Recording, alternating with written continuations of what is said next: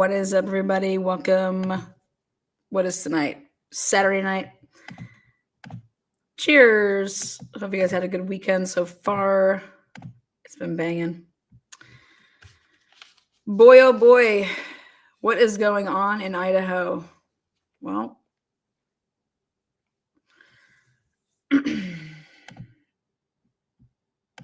again, good evening. Hit the thumbs up, hit the thumbs down. At some point, you're going to have an opinion. Make yourself known. I have so many opinions right now. God, I got all this crap around me. Right. Wow. Okay, cheers. Woo! All right. Wow. I don't know about you guys, but I was kind of surprised when I saw the grand jury testimony from Dylan and Bethany was being used as the actual facts pertaining to how Hitler was going to have his order pertaining to the 911 and text messaging.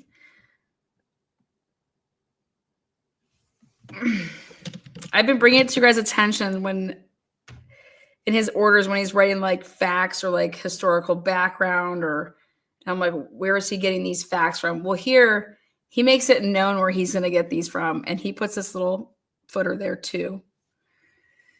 And then I go and take a look right here, and I'm like, holy shit. I said, is this at the grand jury? Yeah. It says, well, I'm just going to go straight from the grand jury. I'm going to use, to avoid confusion, the court will cite to the grand jury transcripts rather than cite to the individual exhibits. I'm like, holy shit, here we go. And the reason is because both sides were just using the grand jury testimony for their exhibits with this motion and limiting from both sides. Well, Hitler doesn't even consider what Ann Taylor has to say in her motion with her timeline. He's like, fuck all.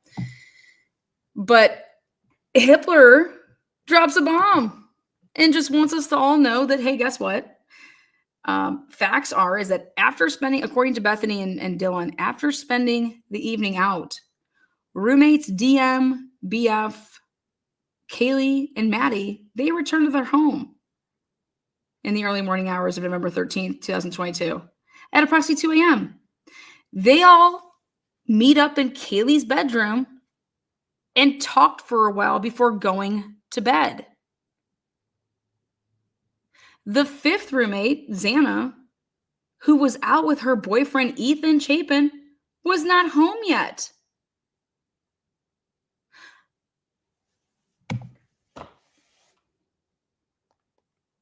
Was Ethan home? Was Ethan there?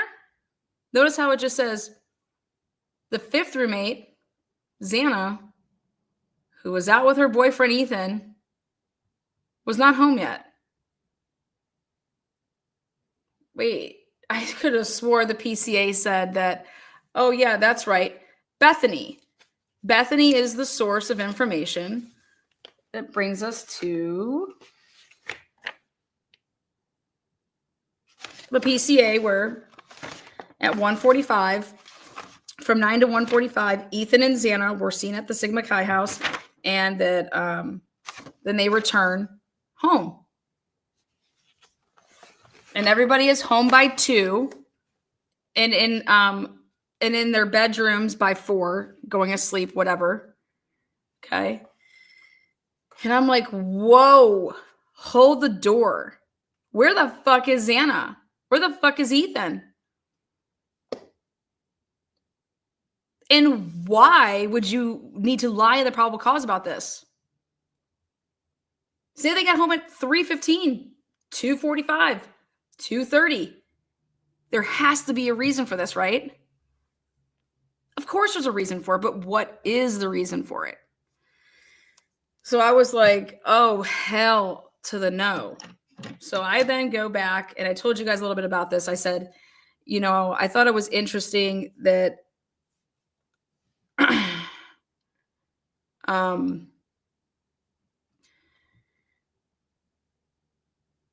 whew, the probable cause is designed and wrote up to obtain the arrest of Brian Kohlberger. And so we already know of some lies that were put in there. But what would be the purpose of them fucking this up? Right? What the fuck? Well, guys, it has to do with the car. It has to do with the car.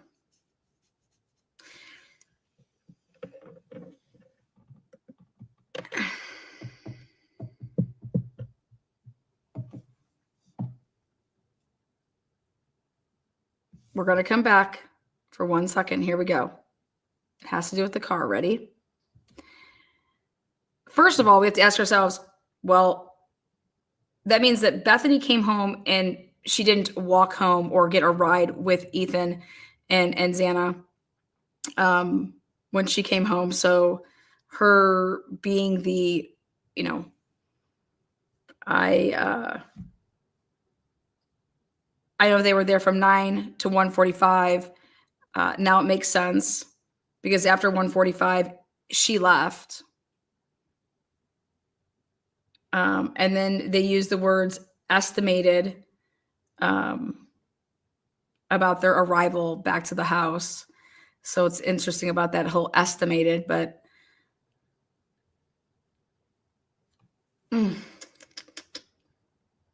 you little bastards. So we're going to come back to this in 1 second.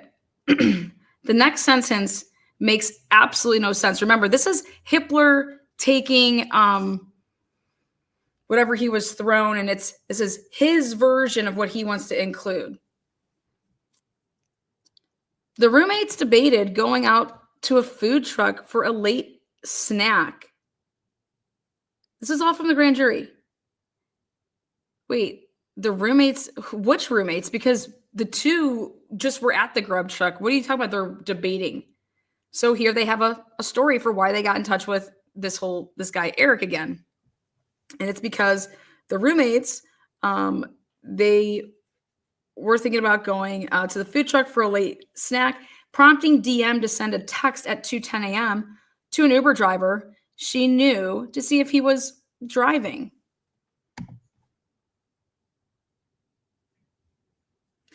At approximately 4 a.m., DM heard strange noises and crying coming from the bathroom. She opened her door at one point and saw a man dressed in black with a ski mask on walking by her bedroom door. She then placed calls and texts to her other roommates to see if they were awake. Only BF, who resided on the ground floor, answered. They spoke once for 24 seconds, during which DM told BF she thought she'd heard something. They spoke again a minute later for 41 seconds when DM told BF she saw a man in a ski mask leaving the house. They then exchanged the following text messages between 4:22 and 4:26 a.m., which we've all seen before, right? Now, BF testified at the grand jury to her recollection of the content of these two phone calls before the grand jury. However, DM could not recall specifics about what was said.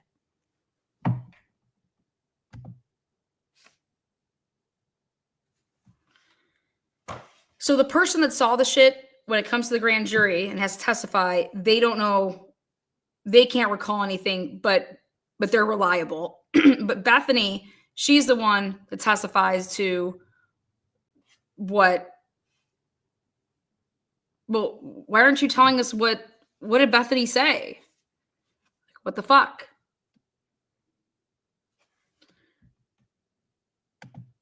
Now I went and dug up some shit. Okay.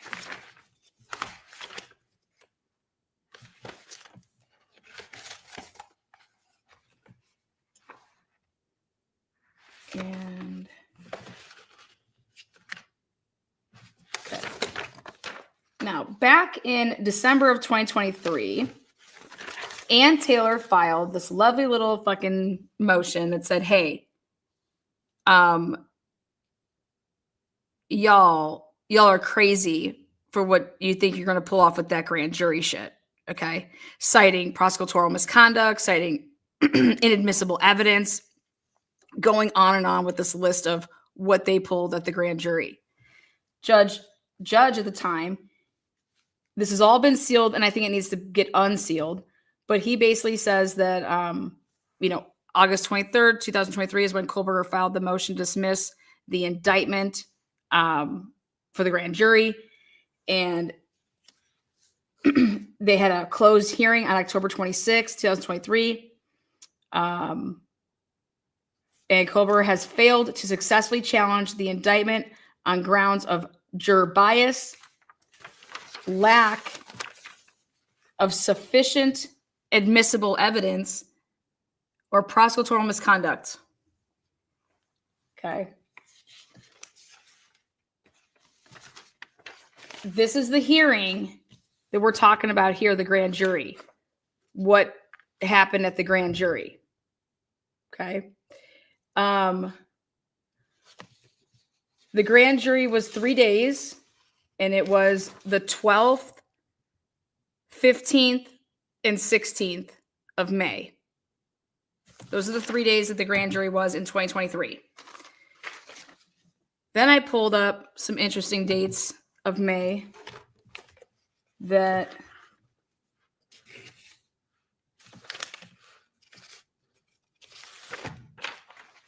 okay. Grand jury transcripts. 12th day of May, 15th day of May, 16th day of May. Then I want to show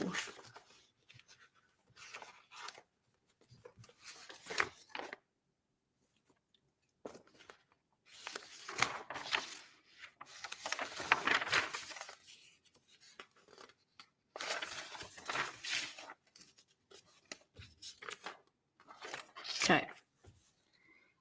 Certificate of authenticity to go and get the 1300 Johnson Avenue, Pullman, Washington cameras off of the E&S building that was used. Date of authenticity. Look at that. 15th day of May, 2023. Okay. Next. The affidavit of Gary Anderson, and this was to go and get the Sunset Mart, again, 1455, the Bishop Boulevard, Pullman, Washington, the camera over there. Again, the date, 15th day of May, 2023. This was the video. Just interesting dates that they went and got this shit. Then I went and looked at, okay.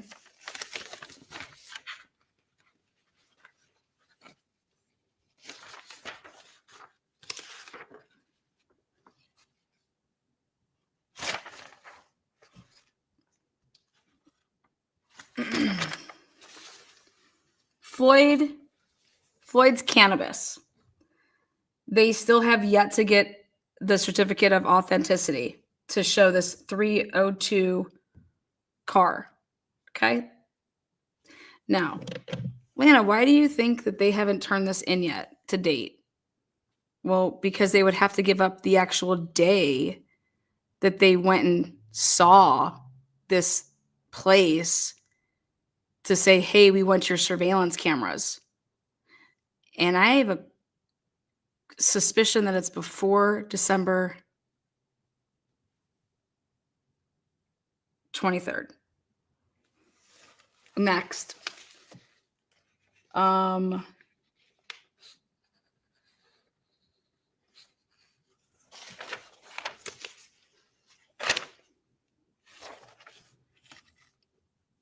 The Clarkson, Washington video. They're relying on it for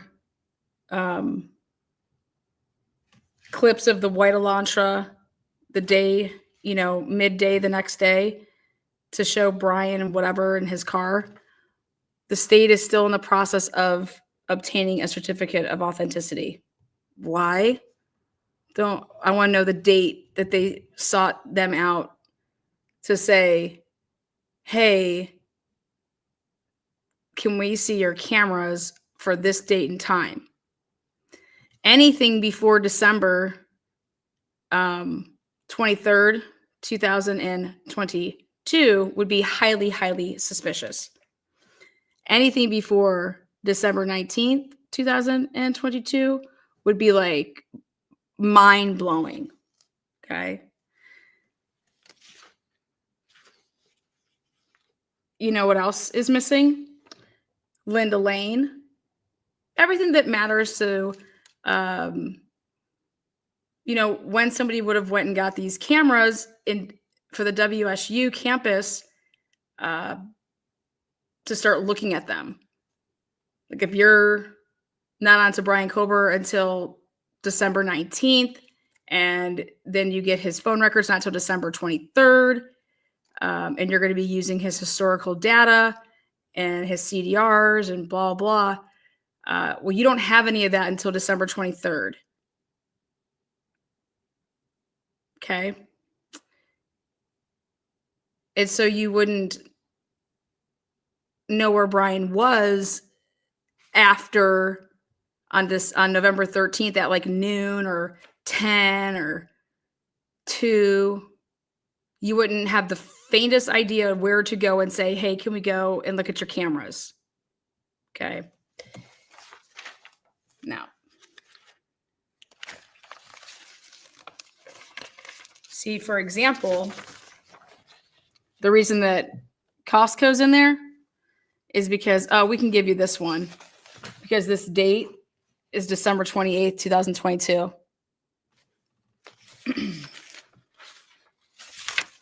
Let's look back at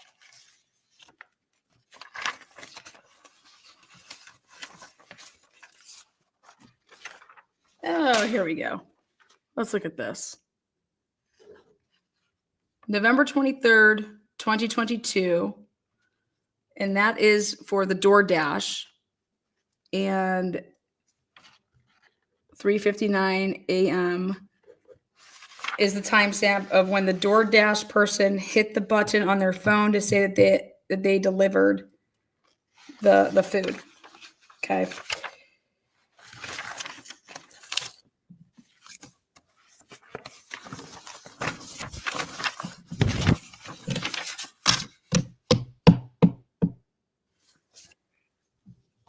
Well, we have a huge problem with that date. That date was strictly from the person that did the DoorDash, because on 12/6/2022, that's the date that they got information back on the address of the deliveries, meaning like the history of it. Okay.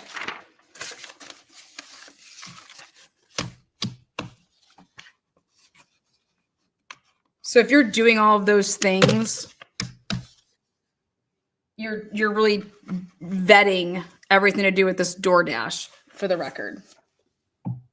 Okay. Now, coming back to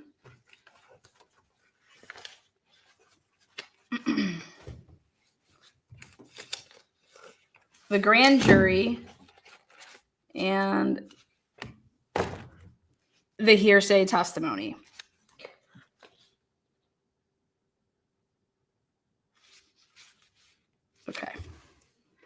Next thing I just was mind blown about was during the foregoing exchanging, DM also attempted contacting Ethan Chapin through Snapchat. Okay. Wow. Like,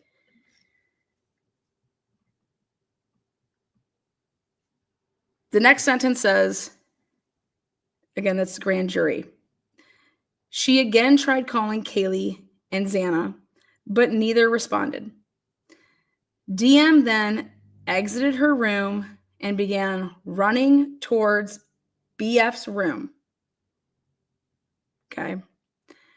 On her way, she noticed Xana laying on the floor of her bedroom with her head towards the wall and her feet towards the door. So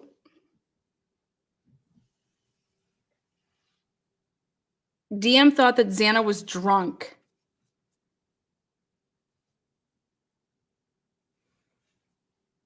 So how lit up? Well, first of all, number one, Xana's room, open door. Number two, plenty of light to be able to see that. Okay.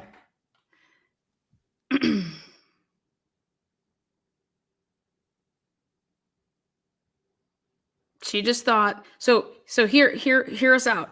She does all of this. Texting, calling, nobody's answering.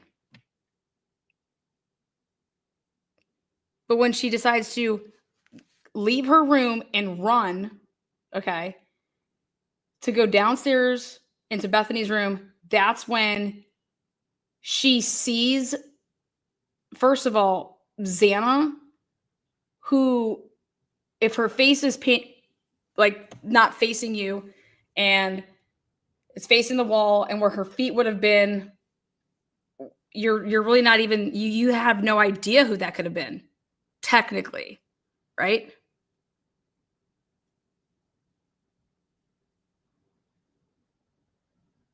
But Xana's on the floor.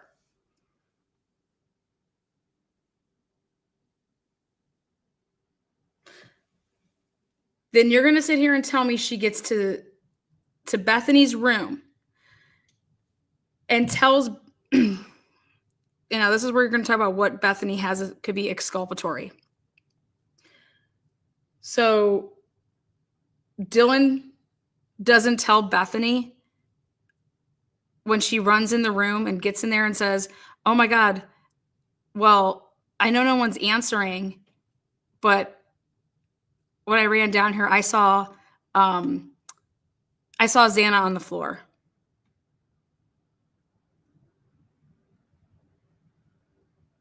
I think she's just passed out drunk. I don't know. It's nothing. It's just, we're fine. Like, don't you think Beth would be like, wait, what do you mean you saw her on the floor? Well, she was just laying on the ground.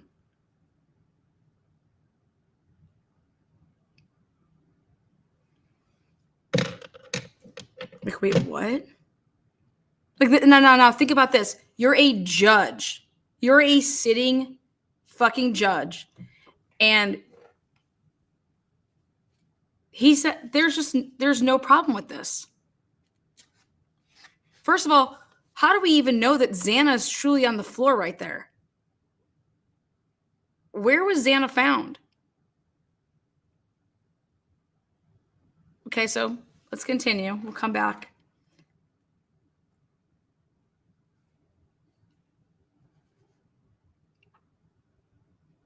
Once DM arrived at BF's room, they locked the door and both made additional unanswered calls to the other roommates.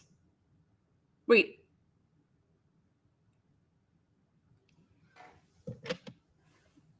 At 4:32 a.m., DM again texted Kaylee, please answer.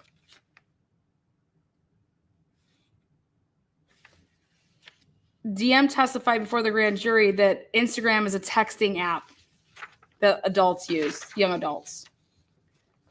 So after Kaylee doesn't respond to that, now if you go back and you listen to Mr. Gonsalves in past interviews, depending on what type of phones these people had, if they're iPhone to iPhone, you know if it's being sent blue or green. Green would mean if I send an iPhone message to an iPhone user and it goes green, that tells me that their phone is not on. Like I would know immediately that something was up and it wasn't delivered. So there's ways to like find that out. Next, between approximately 5 and 6:30 a.m., DM engaged in activity on her phone, primarily creating, editing, and deleting images and videos. Her phone activity then ceases until around 8:05. So 6:30 to 8 a.m., according to Hippler. But 7:30, BF starts calling her parents. No mention of that yet, right?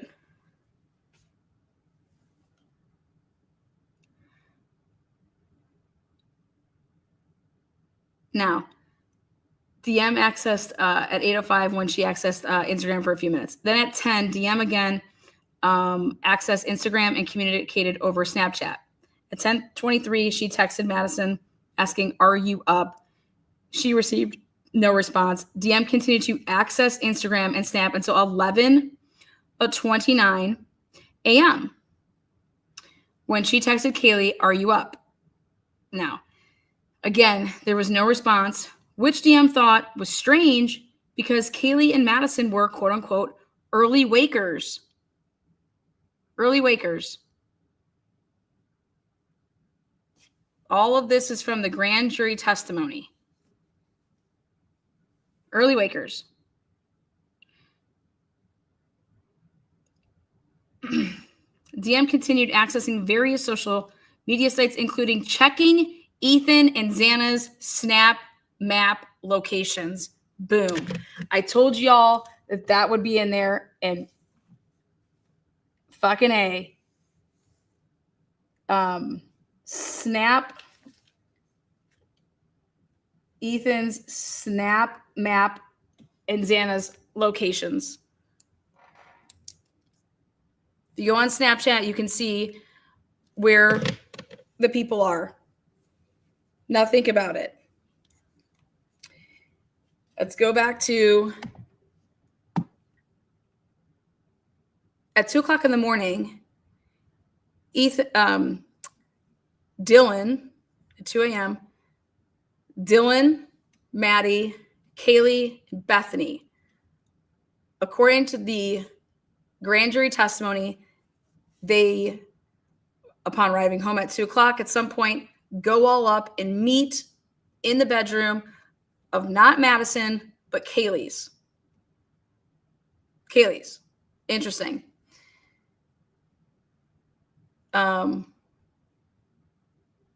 Xana wasn't home and neither was Ethan. It doesn't say here that she checked Madison's Snap locations, that she checked Kaylee's Snap locations.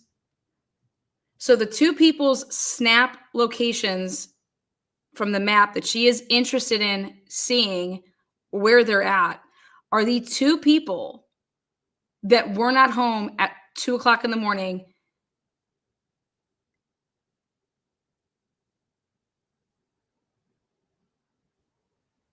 when they were all home and these people weren't.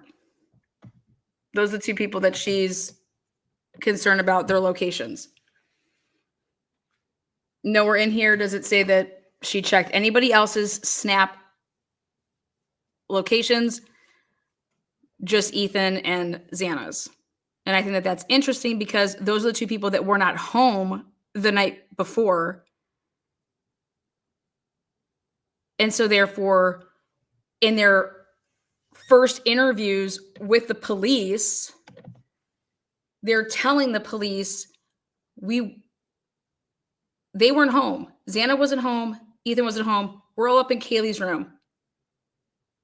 We're all hanging out. We're talking about our night. And then at 2:10, I make this text and see if what's his name is still delivering food because They had me hungry off of their whatever bowls, blah, blah. Okay, so then when do they come home? Well, I don't know. Think about how an interview would go with a police officer. So the police off the rip knew that Ethan and Xana were not home at 2 o'clock. So why would you put that, a blatant lie, in the probable cause affidavit to say that they were home? You don't think that that matters on what time and how Ethan and Xana were to get home?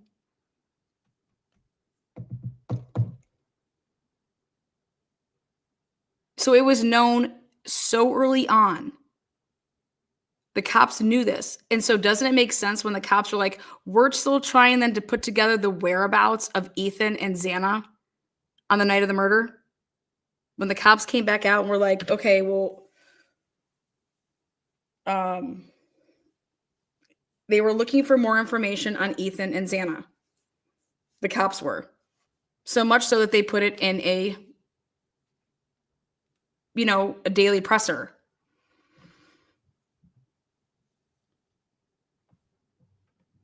Like, that fact is never changing.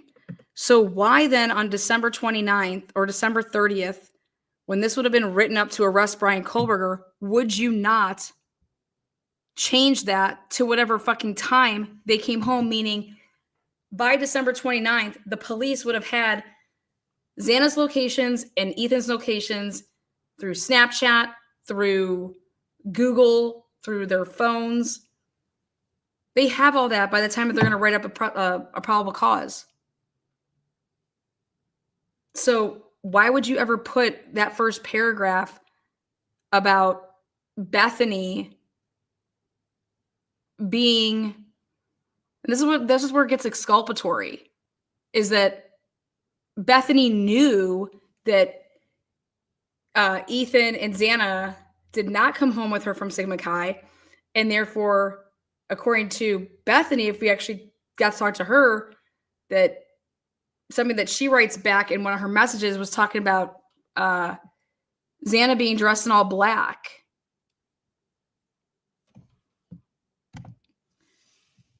And them thinking that it was somebody that Ethan was friends with, the person that was in their home.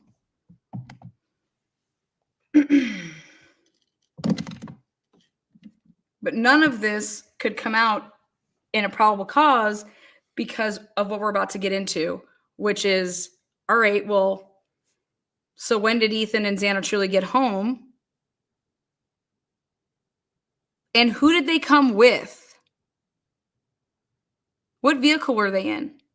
Were they in a vehicle that somebody was driving all over as like an Uber, for lack of better words, a private driver that had a white sedan? Why does it matter? I love it. Why would it matter? John P., that should be your question to the police. Why would you lie about something that does not matter?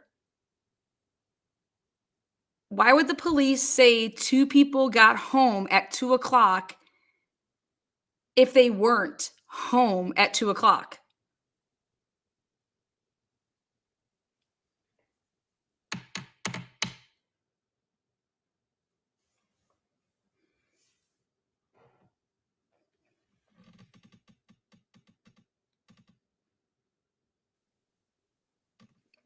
Next, we're going to come back to that. At approximately 11:40, DM's father texted her about scheduling a time for a chat, to which DM responded, "Do you see any mention about what Anne was talking about with what she submitted?" No. Next, ready? She also received, meaning DM, she also received 2 texts from, guess who Jenna is? That's Jenna McClure, JM. Jenna McClure, stating, bro, do you guys need me to come get you? Why in the fucking world would Jenna be texting DM this prior to Emily and Hunter ever being texted allegedly to come over and search the house?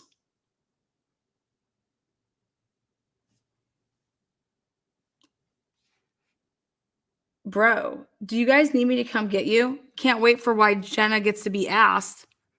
Why did you write that? At approximately 11:50 a.m., DM called her friend EA, Emily, and asked her to come over and check the house because she was scared. What? And her boyfriend, Hunter. Now, this is just pure selfishness, if you ask me. I need somebody else to find them.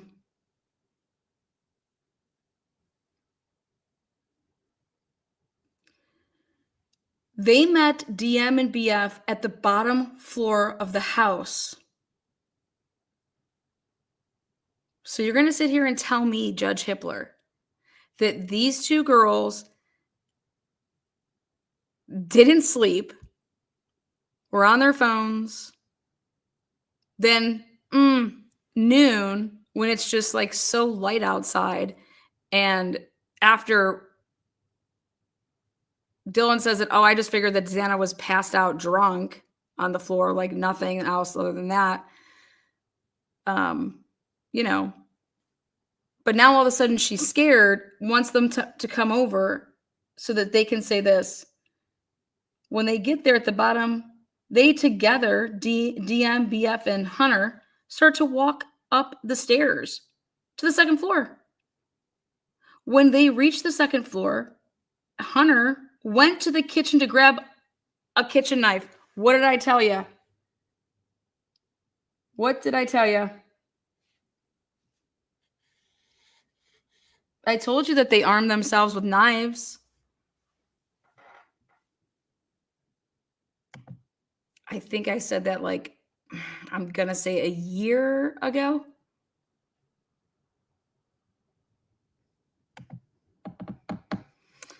We don't even know that answer. So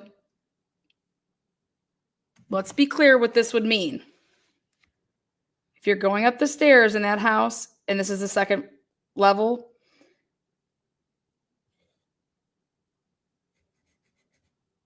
Xana's hallway, that little hallway before you get to the bathroom right there, and then her bedroom just is right there at the end. You would go up the stairs, you could look and see, but you'd have to walk, like this, and then kind of go like that. And then this is the kitchen, grab a knife, and then come back around and go like that. Okay?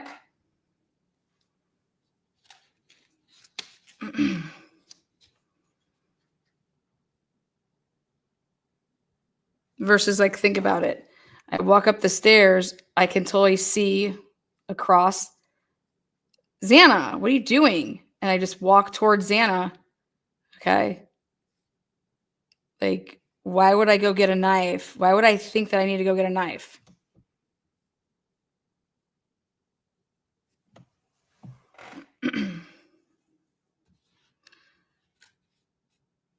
Well, because clearly whatever I was told when I first arrived, right?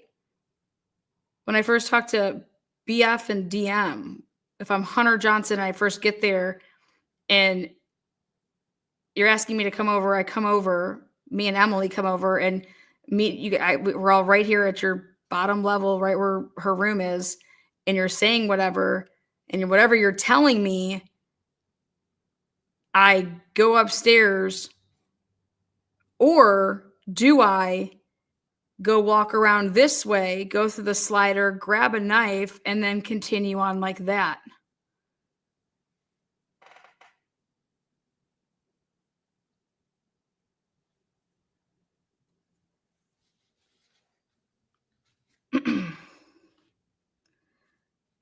So Hunter, though, went to the kitchen to grab a knife. When he came back out, so they start to walk up the stairs to the second floor. When they reached the second floor, Hunter went to the kitchen to grab a kitchen knife. So you can, according to her, that didn't happen that way.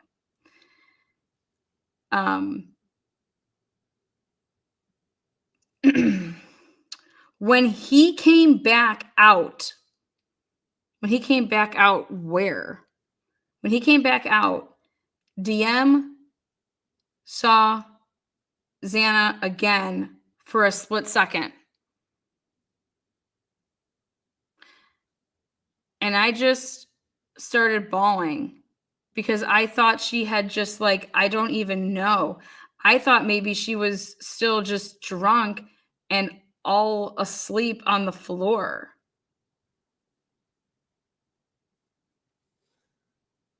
BF also saw Xana lying on the floor. So she just starts bawling. And I just start bawling because I just thought she had just I don't even know. And then that's what they didn't see anything yet. Hunter told DM and BF to get out.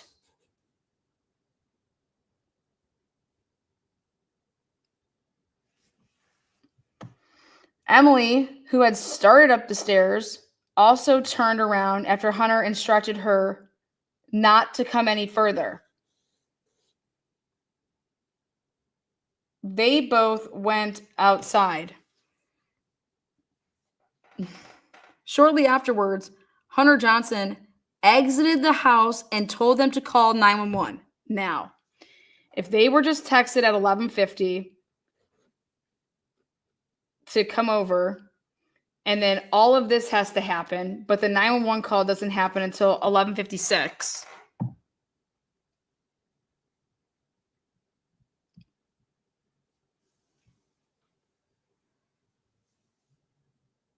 And so what Hippler's basically saying is that Hunter doesn't tell them to call 911 until he's with them because he's pale.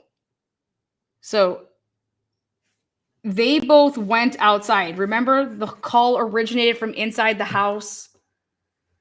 Well, they both went outside. Shortly thereafterwards, Hunter exited the house and told them to call 911. He was pale white and mentioned something about someone being unconscious.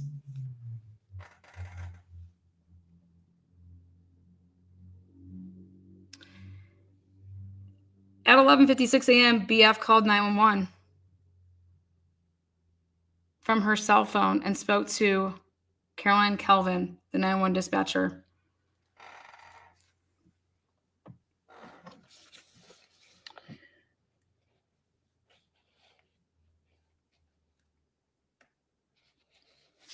We all know that part. So Hippler writes this all out to say he's attributing what things. So DM informed the dispatcher that Xana was 20 years old. At that point, Hunter Johnson took the phone. Dispatch asked him if she was breathing, to which Hunter Johnson answered no. Law enforcement arrived at that point, and after confirming with DM that the responding officer had arrived, based on the grand jury testimony, the 911 call, in my opinion, it's out of sequential order, based on this version of the grand jury, inserts from Hippler. Hippler is just writing this,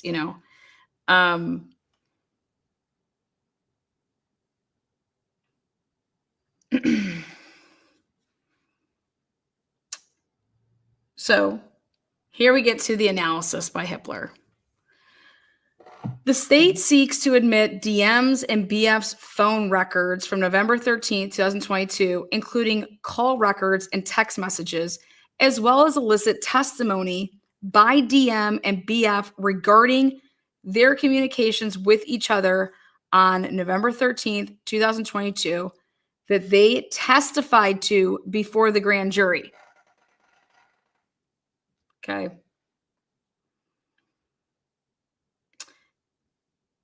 The state also seeks to admit the 911 call and the official transcripts thereof. The state argues that these records and communication are not hearsay, or they are accepted from hearsay as excited utterances or present sense impressions. Defendant objects, arguing that apart from Hunter Johnson's statements to 911 that Xana was not breathing, the exceptions do not apply to the hearsay statements because these are not excited utterances, because this is truly not something new for these girls. I would agree.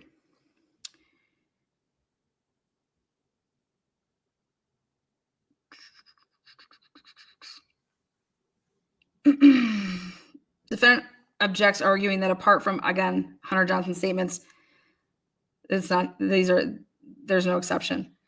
The court finds the bulk of the statements are likely admissible, with 3 exceptions of statements during the 911 call. Hearsay is an out-of-court statement admitted to prove the truth of the matter asserted. To be hearsay, the statement must be intended as an assertion of fact and offered by the proponent for purposes of proving the truth of the assertion. If a statement is hearsay to be admitted, it must fall under an exception. Hearsay statements on a 911 call can typically be admitted into evidence under either the public record or business record exceptions to the hearsay rule. However, because citizens who call 911 are not under any duty to report, a recorded statement by a citizen must satisfy a separate hearsay exception. Typically, these exceptions include the present sense impressions exception and the excited utterance exception. The present sense impression exception authorizes the admission of hearsay if it's a quote unquote, a statement describing or explaining an event or condition made while or immediately after it's perceived. The rationale justifying the exception is that it being immediate offers no opportunity for fabrication.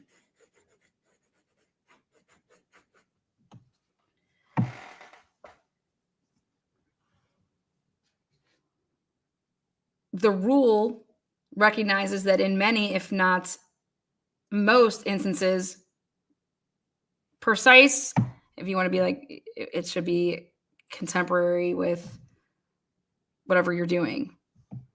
It's not possible, and hence a slight time lapse is allowable. A slight time lapse is allowable.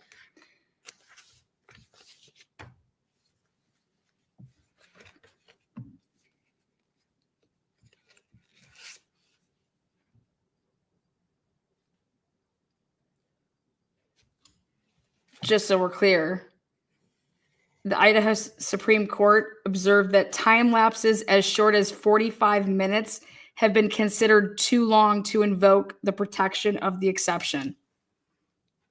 Okay. Now, the excited utterance exception to the hearsay rule authorizes the admission of hearsay if the testimony recounts a statement relating to a startling event or condition while the declarant was under the stress or excitement caused by the event or condition. To fall within the excited utterance exception, 1, there must be a startling event that renders, inoperative the normal reflective thought process of the observer. And 2, keyword is and, not or. And 2, the declarant's statements must be a spontaneous reaction to that event rather than the result of reflective thought. In considering whether a statement meets the excited utterance requirements, the totality of circumstances must be considered, including the amount of time that lapsed between the startling event and the statement, the nature of the condition or event, the age and condition of the declarant, the presence or absence of self-interest, and whether the statement was volunteered or made in a response to a question. Now, after hearing Steve Gonsalves do an interview the other day that I watched yesterday for the first time, I took notes and I went over a couple things. And he basically said, in a roundabout way, that the 911 call didn't come quickly, or why it was delayed, due to like basically alcohol, like having alcohol in a refrigerator that would be, let's say, in a person's room that's not 21. And when you have a house, there's like house rules. It's like, hey, you just don't go around calling the police. You talk to the people that are actually 21. And so that like everything can be kosher and you get rid of the stuff. Um, I was just baffled by that, because Hunter Johnson coming over after he was summoned at 11:50 to then a 911 call being made at 11:56. Clearly it didn't take Hunter Johnson 8 or 9 hours to call 911. Okay. He acted right away. If and in fact, the first time that he went over there was at that time, they are neighbors. And so walking over to someone's house to then talk to them and tell them and then have them come over, like when I say like neighbors, like they're right there. So,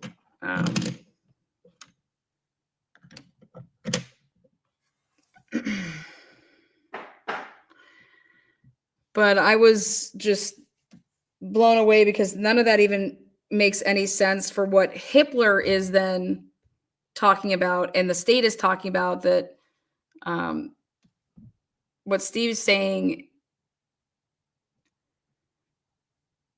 is you didn't call 911.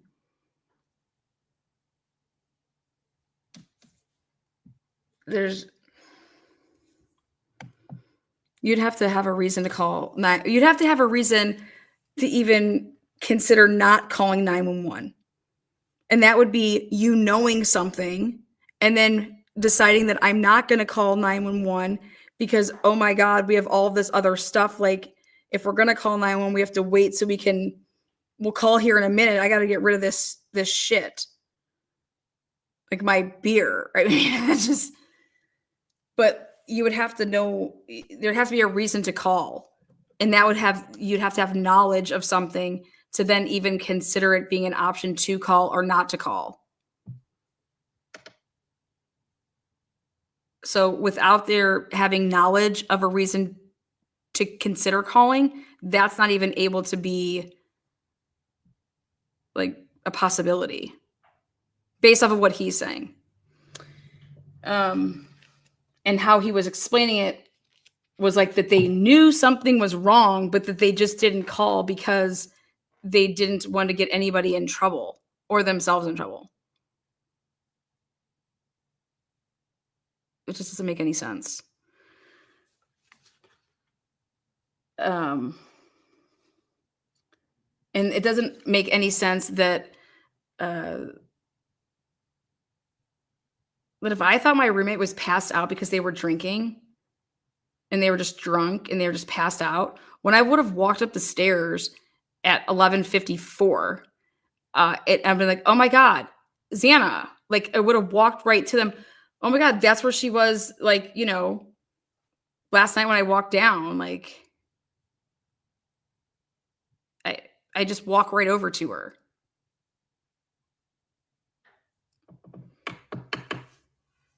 For me to even think that it could be something else, that because everyone wants to keep saying, well, nobody thinks that your roommates would be like stabbed and killed and dead. And it's like, wait, what? She just saw a fucking masked man in her fucking house. When's the last time you guys saw a masked man in your house? What do you think somebody with a mask on in your house at 4:00 in the morning? What?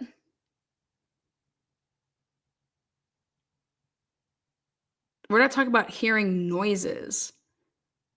DM, if she saw a masked man in her house, this isn't the same thing as hearing a noise coming from like downstairs when you're upstairs laying in bed and you're like, oh my God, what's that noise? Is someone trying to break in the door, the window? This is physically seeing somebody. And then when you open the door from your bedroom and you physically see this person, and then right after that you hear crying. Again, this is Hitler's way of explaining it. Like, no.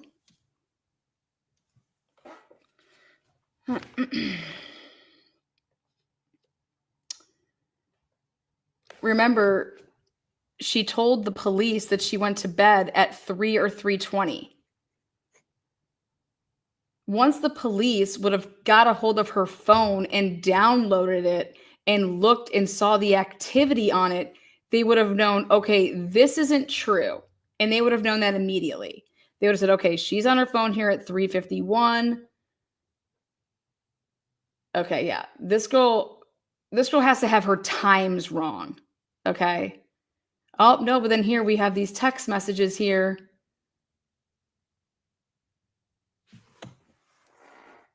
But the police would have known that immediately when they would have saw her phone. So as soon as they would have downloaded it, they would have known that she was on her phone at 3:51.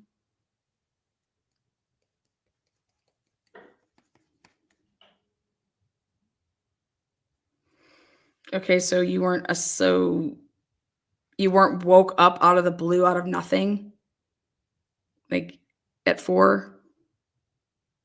Do you understand that we're like shrinking a time frame, either like so down to 4:17, or we're moving it the other way?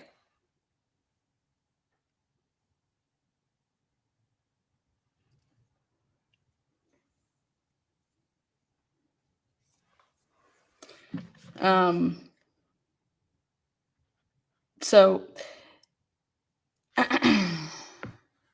the text messages and verbal conversations between DM and BF are likely admissible. Now, the last order that I had from Hitler, I'm just going to point out how ridiculous this is and why. Okay.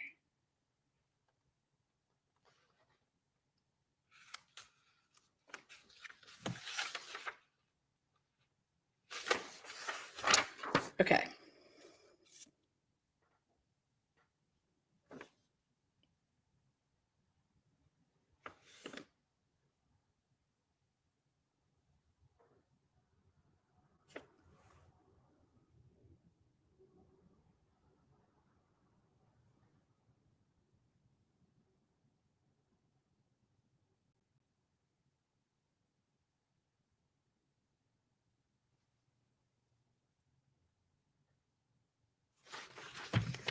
Okay.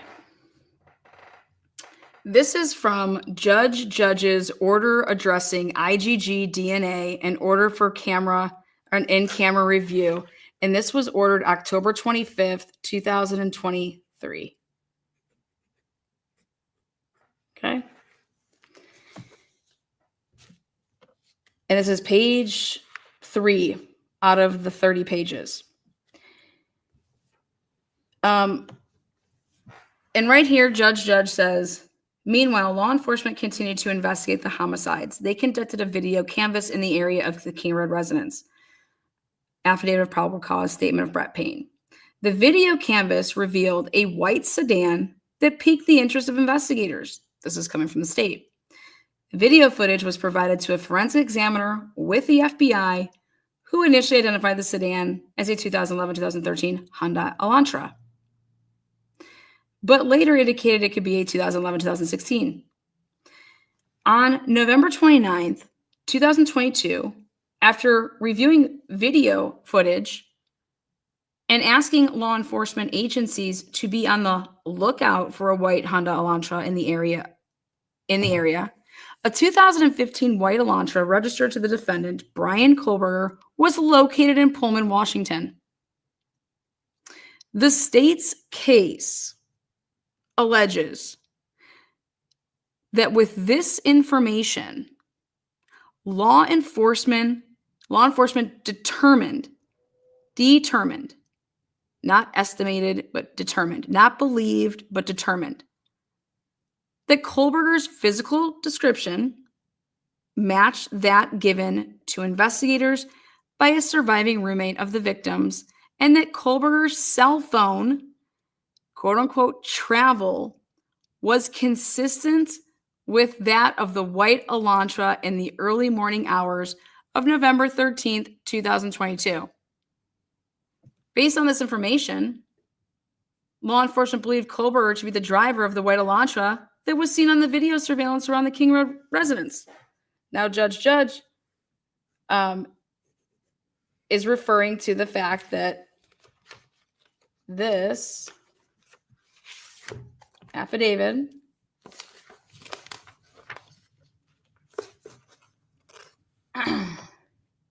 on page 13, at approximately 2:47 a.m., the 8458 phone stops reporting to the network. But what happens on page 5 to 7 is saying that, on WSU's campus, we have this white Elantra that's on Nevada Way, Southeast Nevada, going one way, okay? And then 9 minutes later at 2:52, it's then seen again. But nowhere in Hill's report does he mention any of this shit in videos that they would have looked at, in videos that they believe that our suspect vehicle won.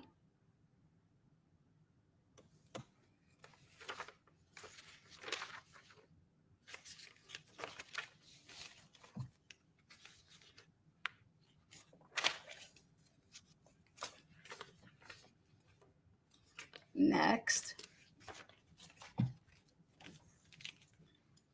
In a previous order by Hippler, I got a good chuckle out of this. This is the defense's attempt to say, hey, we need to have a Franks because this is all fucked up.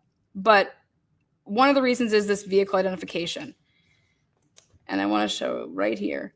Defendant also faults the officers for failing to provide the magistrate with the footage reviewed by the specialist, which, according to the defendant, would have demonstrated to the magistrate that a vehicle identification could not have been reasonably made.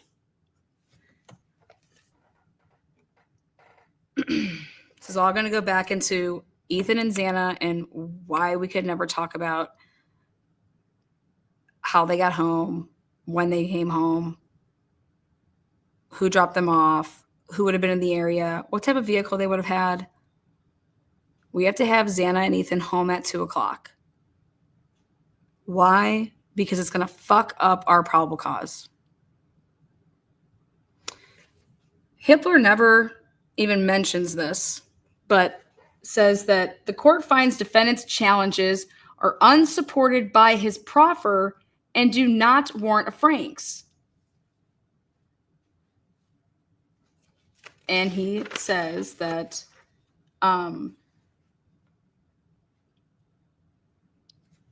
this is going to blow your minds.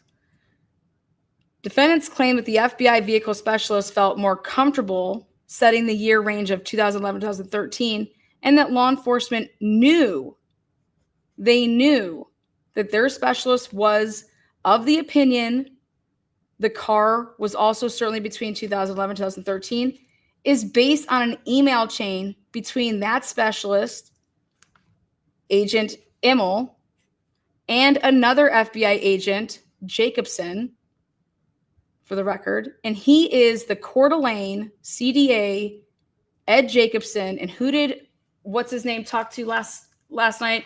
He said, we were at the Federal Bureau of Investigation Division in Coeur d'Alene. Well, that's where Ed Jacobson's office is. And Ed Jacobson is a complete and utter tool. His skills are of zero level, in my opinion. And I can say that based off of watching him interview Stephen Hartman in the Dr. Drake murder and not being able to put two and two together that you are listening to local law enforcement lie to you about surveillance cameras and what they actually fucking depict and what time truly a fucking homicide occurred. No different in this case. So here's Ed Jacobson, who's in the email exchanges with fucking Immel. All right. Hippler is provided this shit. Hippler has provided these reports like the one we see here. Okay. And he has the fucking audacity to literally sit in a chair like a little fucking baby and write up an order like this. Ready? Agent Anthony Immel and another FBI agent, well, his name is Ed Jacobson, by the way. And however, the email chain does not support his argument. Now, this is all a bunch of bullshit because guess what? The state then comes out and tells the world that, yeah, everything that Judge Hippler put in an order, he's wrong because this is exactly what we were doing and saying. And but we weren't going to open up our mouths because we obviously don't want to have a Franks. So here it is. Hippler says, what the email chain shows is that on November 26, 2022, Agent Immel directed the FBI to, quote unquote, open up their search to a 2011-2016 Exhibit D9 at Bates, whatever. In doing so, he discussed the changes to the Hyundai Elantra in 2014 and 2017 and stated that he wanted a, quote unquote, better shot of the vehicle's front fog lights and rear reflectors. He further added, quote unquote, rather not leave anything out, better safe than sorry, end quote. 5 minutes later, Immel, he sent another email stating, yeah, I see the change in 2014, and I'm not really a fan of the 2014. Much prefer the 2011 to 2013. What Immel is saying is that after you fucking sent me whatever it is the fuck you sent me, yeah, no. The 2014 is not what we're looking at here. Okay? And so he says, yeah, I see the change in 2014, and I'm not really a fan of the 2014, much prefer the but wanted to lay that out. So, want to lay that out to you. Have a good night. We'll keep looking and send any new info I can come up with, end quote. These emails, this is how Hippler sees it. These emails demonstrate that it was Agent Immel's decision to open up the date range to 2011-2016.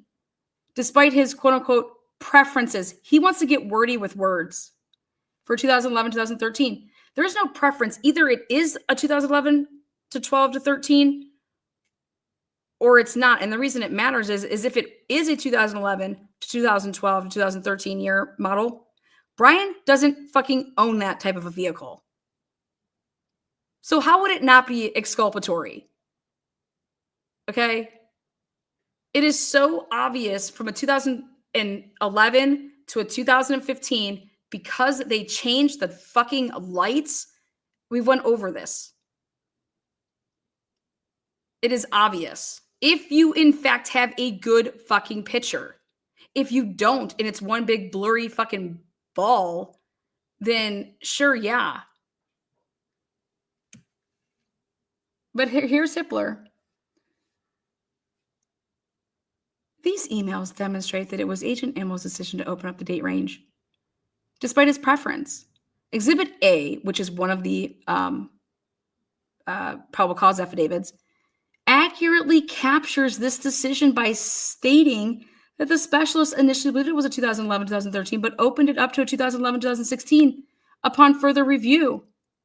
While Exhibit A did not call out that Agent Immel preferred narrowing the time frame, defendant has not shown this omission to be exculpatory and material.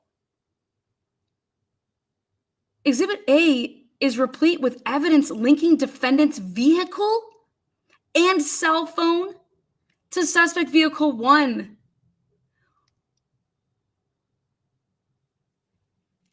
This is, do you see that sentence?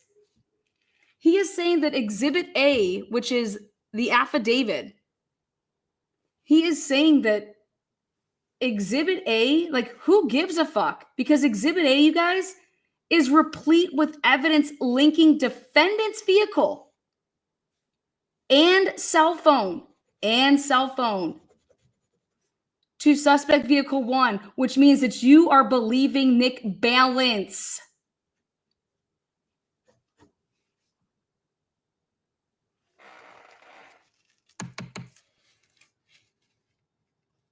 Considered as a whole, it cannot be reasonably concluded that Agent Immel's preference for a narrow date range would have derailed the magistrate's finding of probable cause had it been included. Are you fucking kidding me? If Brian Kohlberger owns a 2015 and Immel's like, no, based off of this, look at where the lights are, look at where you have the reflectors, you have the mirrors, the lights, the body shape, the wheel shape. It can't possibly be this year because it needs X, Y, and Z. So it's in this, it's a year that's in between 2011 and 2013. How can Hippler say that that's not exculpatory if the FBI agent is like, this vehicle that you just showed me is a 2011? It gets better. Probable cause is not an exact science. No shit. But lying is what we're talking about. And it does not require that law enforcement establish with absolute certainty that the facts align. Or I'm sorry, that the facts alleged in search warrant affidavits are in fact true. And he's citing this fucking case. Simply because Agent Immel may have felt more comfortable with earlier years within the range he provided does not mean he felt uncomfortable with the later years. Holy shit. How about the terms comfortable and uncomfortable and preference? Just so we're clear, those were never used by Immel in his report.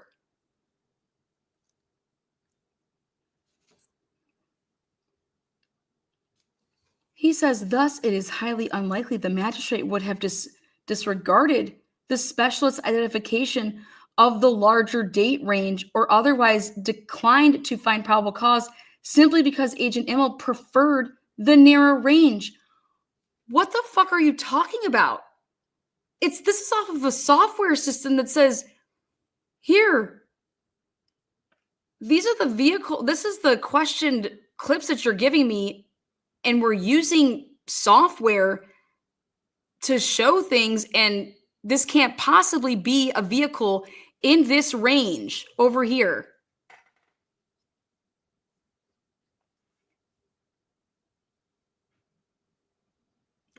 But this is how he's interpreting an email. It gets better.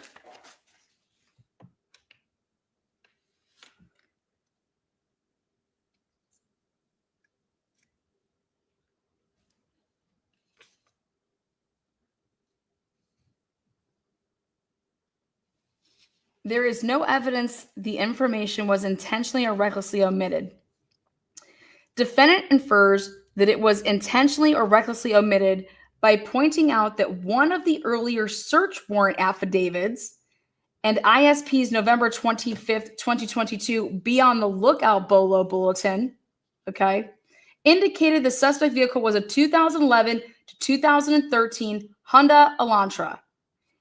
He points that it was only after he was identified, and he added through investigative genetic genealogy, what Ann Taylor said is just until he was identified. Okay? If you want to add that on, Hippler, go right ahead. But Ann Taylor was asserting and saying it wasn't until Brian Colbert was identified, okay, that they were then using clips to show and provide Emma with to say, okay, could this have been like a 2014, 15, or 16? And what's great about this is that Hitler's response is that the date range of the Hyundai Elantra was opened up to include the model year of the defendant's Elantra. However, the court is not willing to accept defendant's inference. Well, guess what you're about to accept when Cy lays it all out for you, buddy.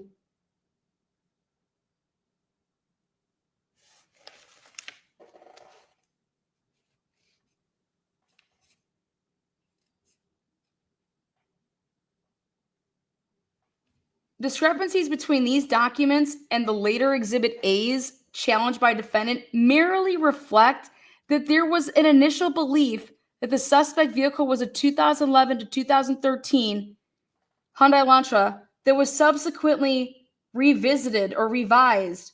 It is not indicative of intentional or reckless omission. Further, the FBI emails clearly show that the specialists expanded the date range on November 26, 2022, well before defendant was identified through IGG in mid-December of 2022. I am so glad that you wrote that. I'm so glad that you wrote that because that's what you think.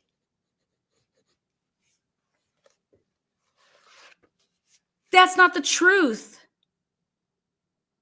And it's going to come out.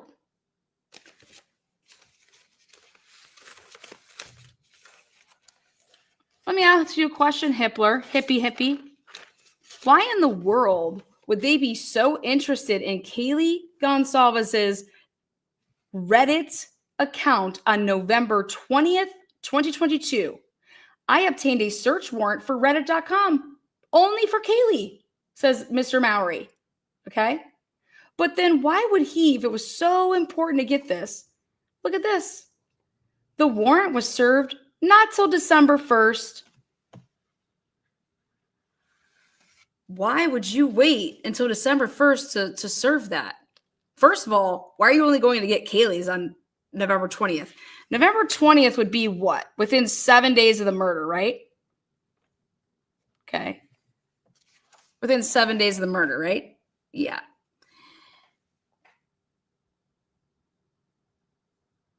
Why in the world would they go and get Kaylee's Reddit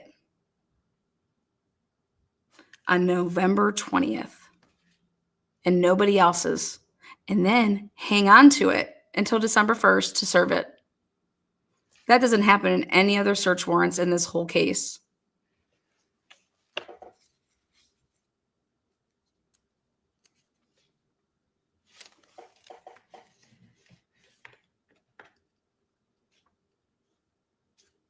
I received an email from Reddit on the 19th of December. Finally getting my information back.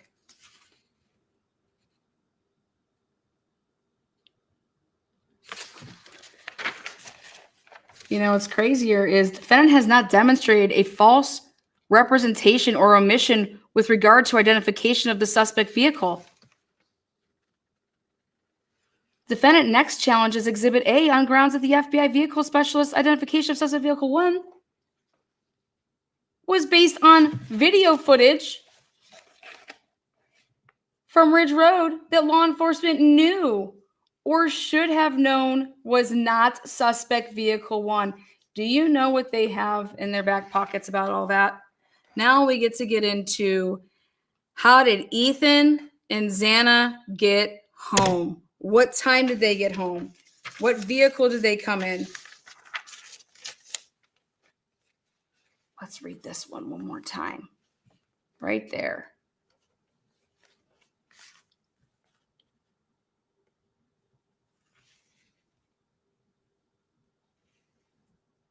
Defendant states that he, quote unquote, knows law enforcement based its identification of the vehicle on the Ridge Road footage. because we have the emails from the FBI specialist who explains on November 23rd, 2022, that their team is, quote unquote, mainly looking at the window configuration, something these other images do not. But later that day, an FBI agent sends them images, who is Ed Jacobson, sends images from this video, calling it a great one. Okay, ready? So back when they oral argued this in January of 2025, they are saying the state relied, the police relied on Ridge Road to fucking say, here, this is a picture from 4:01 a.m., gave it to Immel, didn't fucking tell him, he doesn't know shit about where this shit is at. What's the vehicle? That's your 2011 to 2013, that then they wanted to expand from 2011 to 2016. Hippler says, however, defendant's proffer does not show the FBI specialist's identification was, in fact, made on the Ridge Road footage.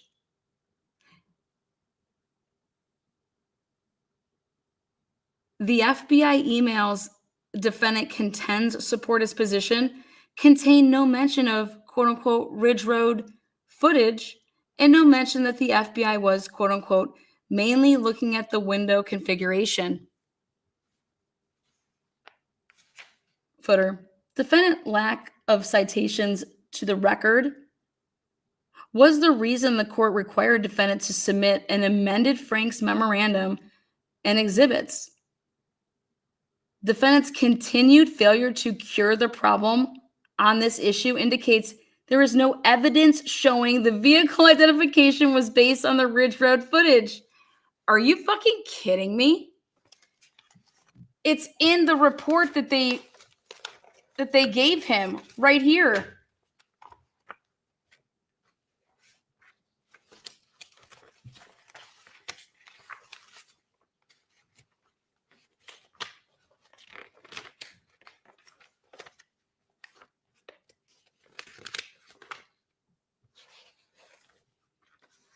There it is.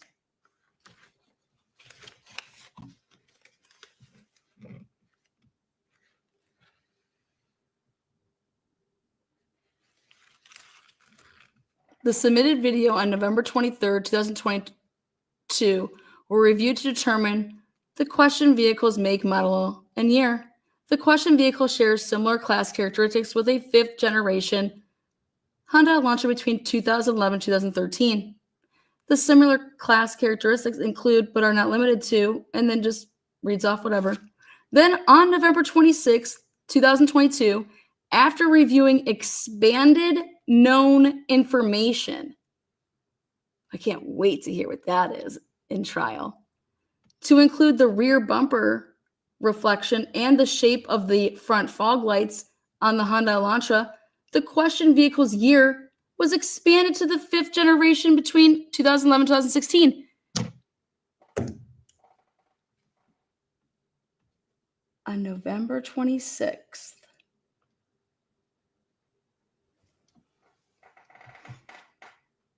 Why don't you think we have any of those certificates of authentication from any of the videos in WSU yet?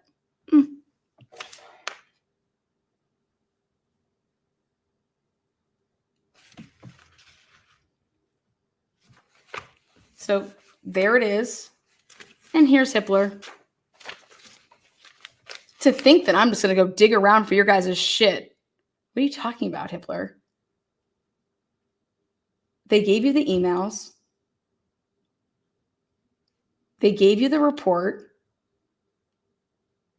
What the fuck are you talking about? The investigators were the ones that knew what dates they were supplying what footage. And you know it.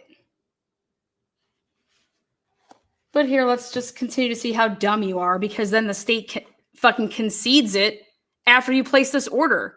So you're just continuing to get your fucking face slapped with nothing but Santa's sack. Like, he's making you look like a fucking idiot.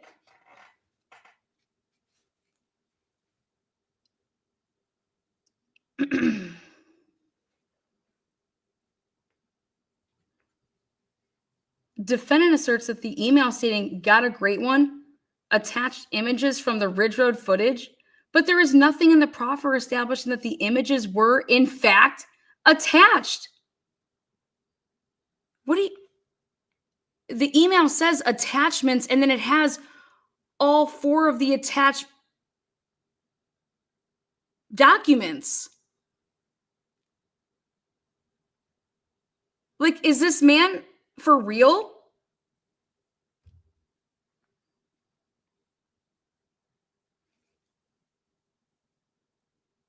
So you didn't even say that they were in fact attached, and importantly, what those images were, because you just didn't give it to us right. At the pre-Franks hearing, the court inquired further into defendant's support for his position that the identification of Accessory Vehicle 1 was based on the Ridge Road footage. Counsel again referred to the FBI emails and unlabeled screenshots reproduced on page 17 of the defendant's amended memorandum that the defendant claims were from the Ridge Road footage. This is insufficient to establish beyond speculation the Ridge Road footage was the basis of the identification. What the fuck are you talking about? And now, Hippler, we finally have everything, and we have Ashley Jennings coming out and telling everybody that, yeah, that's how we made the identification. We have the FBI saying, yeah, that's how the identification was made. And after you make orders, Hippler, the state then comes out, whether it's a week later, whether it's 3 weeks later, they come out with a new motion admitting to what you've just ruled on the other way. And you just sit there like it's okay. During the oral arguments, why wouldn't you just ask fucking best friend Jennings, hey, what did the FBI rely on? What did you provide the FBI with? Since in this report, it doesn't specifically say, it just shows these are the dates that certain videos were given. Well, what video was given to them? What clip was given to them on this motherfucking day? Oh, well, let me look at my, oh, yep, it was the Ridge Road one. Okay, so they did identify it from the Ridge Road, yep, at 4:01 a.m. So there was no identification made from 1112. No. It was just, well, so you supplied them with that one because you believe that it's the same one. Now, why would you ever start looking for a white Elantra to begin with? What were Ethan and Xana? How did they get home that night? Were you trying to track down when and how, what time they were dropped off at?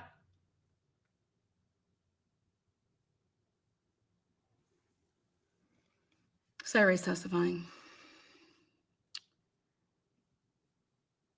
It gets better, though. Ready?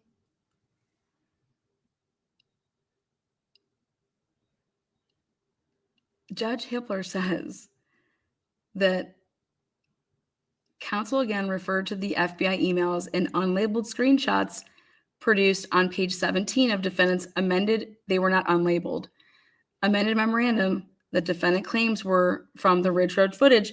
This is insufficient to establish beyond speculation that the Ridge Road footage was the basis for the identification.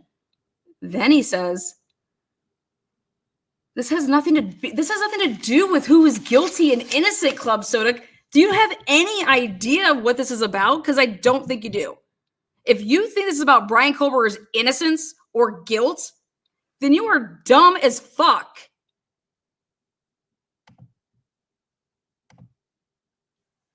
Fucking A. I hate dumb people. How fucking dumb are you?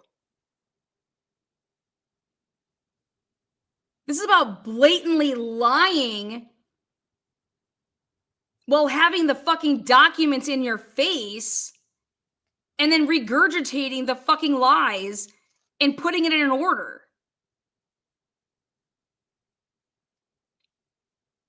If Brian Goldberger is so fucking guilty, the fucking state is gonna nail his dick to the wall. I don't give a fuck if he's innocent or guilty. We're not to that point right now. We're to the point of, holy shit, wow, we have fucking state fucking prosecutors lying their dicks and tits off, and the fucking judge is just swallowing it. And then writing up a report, aka an order, regurgitating the fucking lies.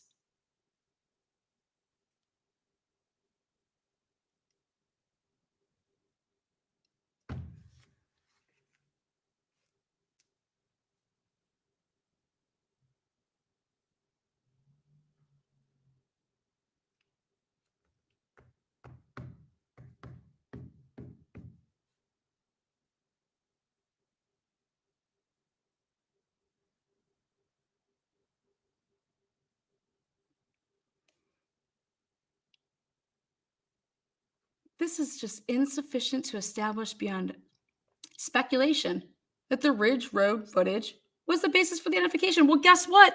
They came out and fucking said it was. This isn't speculation. This is these FBI fucking agents communicating back and forth through fucking email, attaching the pictures, labeling them 451 Paradise, 1125 Ridge Road, clip of 1125 Ridge Road at 401, video of it. And then you have Hitler saying, well, we don't even know if there was anything attached. And we don't even know if that was really what it was. What the fuck?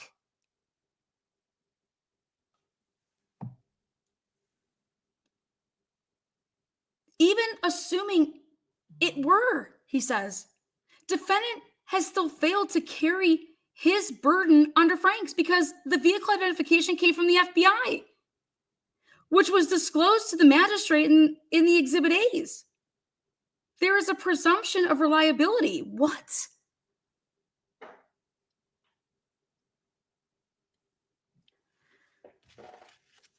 Like how?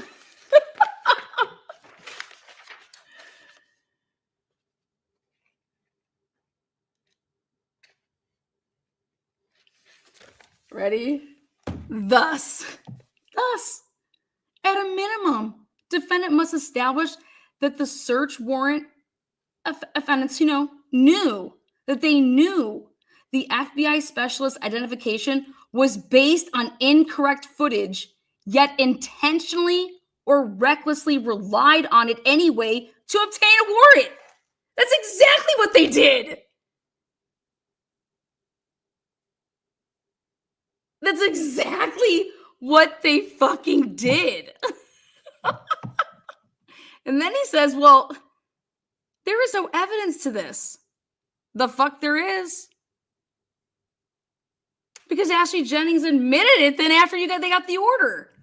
Just like they admitted that we really didn't get to Brian Kohlberger the way that you put in that order, Hitler.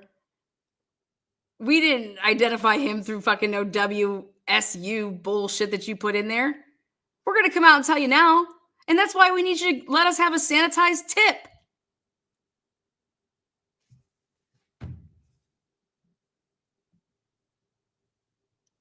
Further,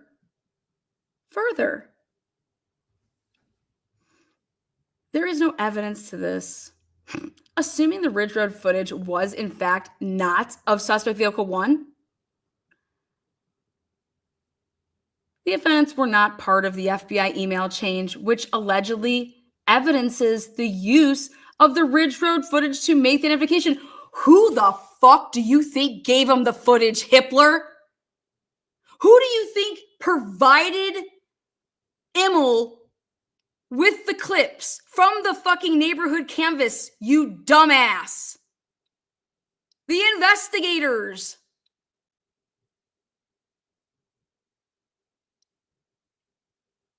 And guess what? Even if they didn't, you're an absolute moron for writing it like this. Because that's crazy. He's basically saying, well, and it wouldn't matter because you'd have to prove that basically Payne and Mowry and Blaker, that they knew about any of this. Well, they fucking get fucking Immel in here and get fucking Hill in here and add Jacobson and ask them where they got the footage from. Who gave them the footage? Who was supplying them with the different footage on the different days? And this is where Immel would then write up, well, these are the cameras that I got on this day. And I'm not labeling them as anything. It's just that on November 19th, whatever was given to me on that day, nothing. It was like some blooming image and it was like a balcony view and nothing could be determined. That's the 1112.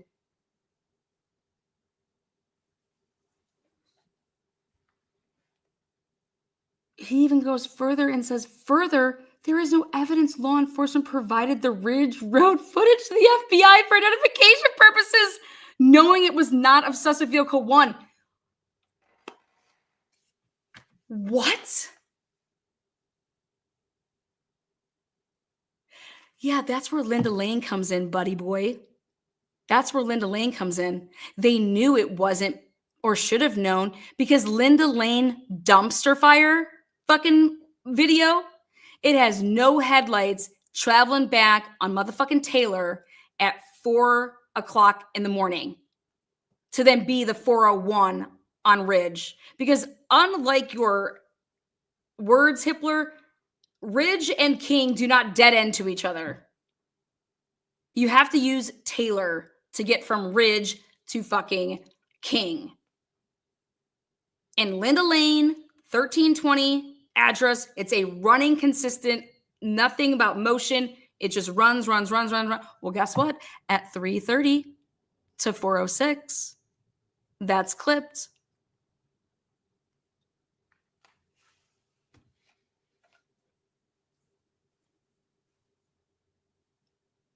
So he writes all this stuff up. Well, then it comes out that, yep, Ridge Road is what they relied on. And Ridge Road is where I just showed you guys from that police report or from the FBI's report. Now, there's more.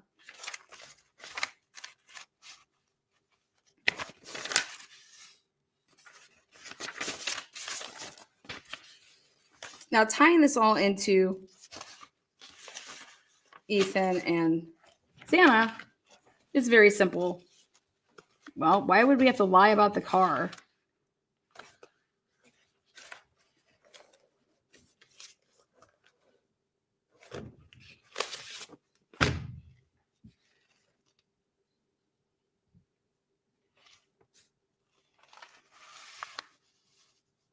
You guys, just because on November 20th, 2022, the Idaho State Police Lab located DNA on the button of the sheath and performed STR analysis and then led nowhere because they put it in through CODIS, right? By December 17, 2022, the lab, they were aware of 2 additional male DNA profiles within the house where the deceased were located, and another unknown male DNA on a glove found outside the residence on November 20th. November 20th is just a banging day.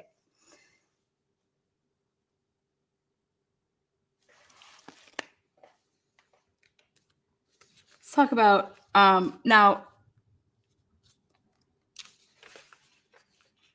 Let's talk about that surveillance, that canvassing. Based on reports that were in the discovery, the first time that investigators ever even glimpsed those videos was November 18th, 2022. November 19th, okay, would be the first day that they handed over to Immel. Here, 1112. Here, what can you make of this? At 401 or 40 or 358 or whatever, 356, whatever time.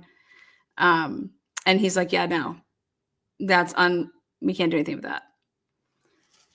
By November 25th, 2022, the police believed the car to be a white Elantra and asked law enforcement to be on the lookout for one. Precisely how the police came to believe the car was an Elantra is still unknown. This was back in June of 2023 that this was wrote up by the defense. because they were concealing reports and not turning shit over.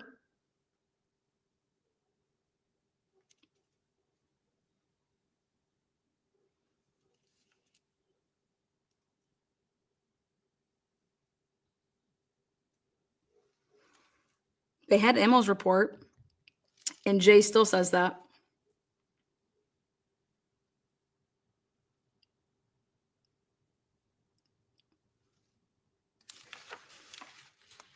He calls it out way back then and says, a report from an analysis for the FBI dated March 21st, 2023, which is Emil's, shows the analysis heavily relying on a video of a car heading in the wrong direction and at the wrong time on Ridge Road.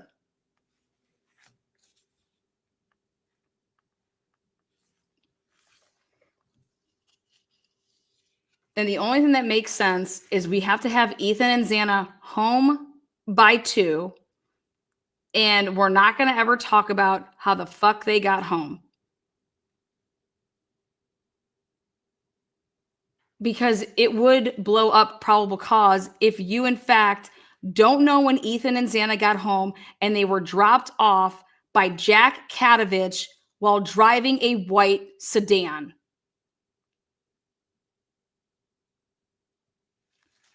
You have Molly Gray's 3:33 a.m. Venmo. You have another Venmo at right before midnight.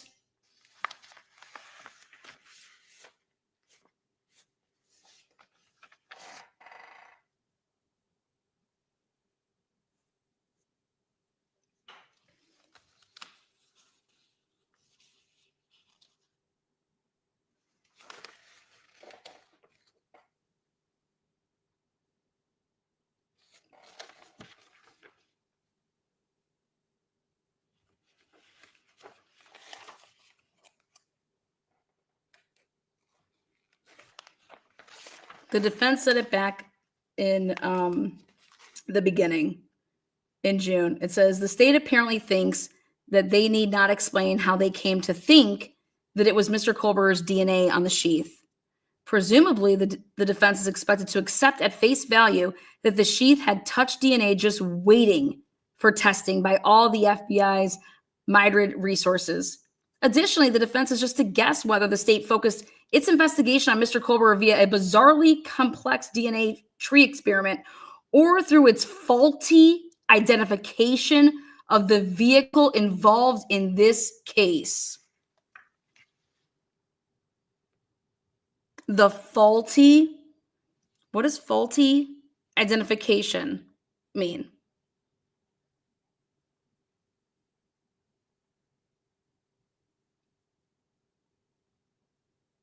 Well, we know that Ann Taylor now, we know that she has an expert that's going to eat people's asses about this whole license plate and that there wasn't one. And Hippler said they did not add that to the end afterwards after they knew about Brian Kolber. That's what, in fact, led them to identify him, just like the WSU queries and the stuff that happened on November 29th.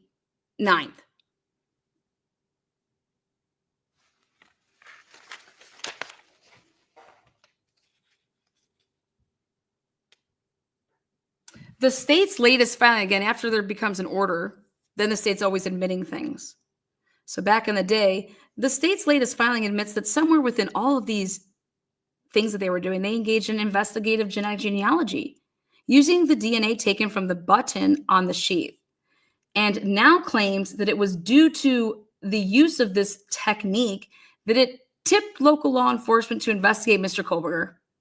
It remains unclear what the police first relied on in their focusing their investigation on Mr. Kolberger. No matter what came first, the car or the genetic genealogy, the investigation has provided precious little. There is no connection between Mr. Kolberger and the victims. There is no explanation for the total lack of DNA evidence from the victims in Mr. Kolberger's apartment, office, home, or vehicle. In essence, through the lack of disclosure and their motion to protect the genetic genealogy investigation, the state is hiding its entire case. And that's exactly what they did. And now,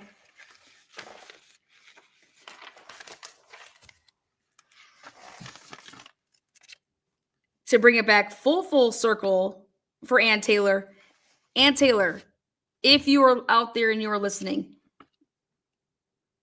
this was done on purpose up here. There is no reason to not state the simple facts of the following. On the evening of November 12th, 2022, Chapin and Kernodle, they are seen by BF at the Sigma Chi house from approximately 9 to 1:45 on November 13th.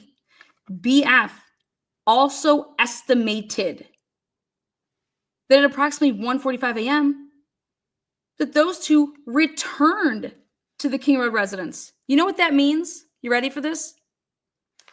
It means that they then left after they returned. Because at 2 o'clock in the morning, when everybody was upstairs with Kaylee, they weren't there.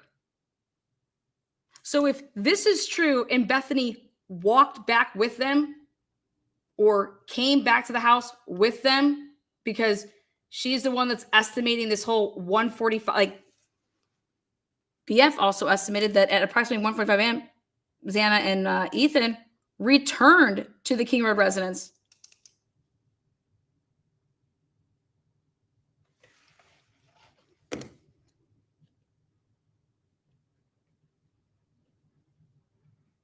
What if that said 2:45?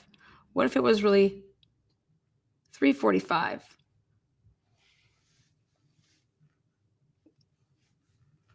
We now know that this 1:45, and this is what we're talking about, what's exculpatory for Bryan Kohberger. Okay? What's exculpatory for Bryan Kohberger is this, and that they're saying that they came home at 1:45 because of the fucking vehicle that they were in.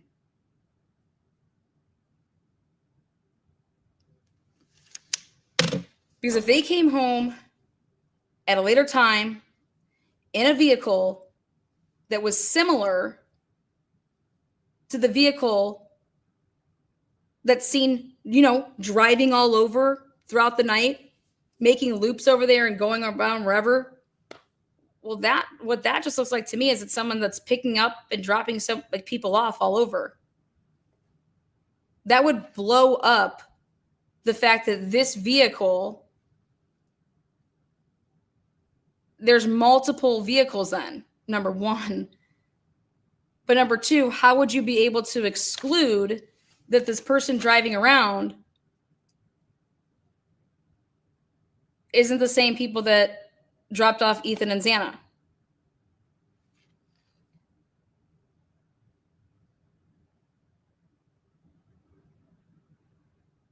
But there is no way in hell that Bethany would have said that Ethan and Xana returned at 1:45. That's even before Kaylee and Madison got back at 1:56. So that would have been okay if you would have been a cop talking to them. Hey, Bethany, if you guys all went upstairs to the bedroom to talk to Kaylee and to talk to everybody upstairs, and you're saying that Ethan and Xana weren't back yet, but that couldn't have been until after 2 o'clock in the morning.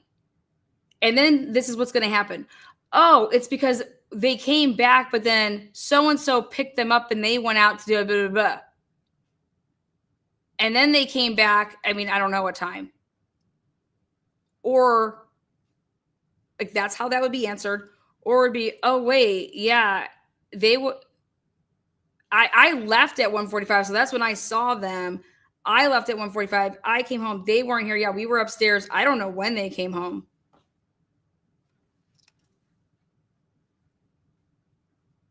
Wait, what other cars are you talking about? I'm making stuff up?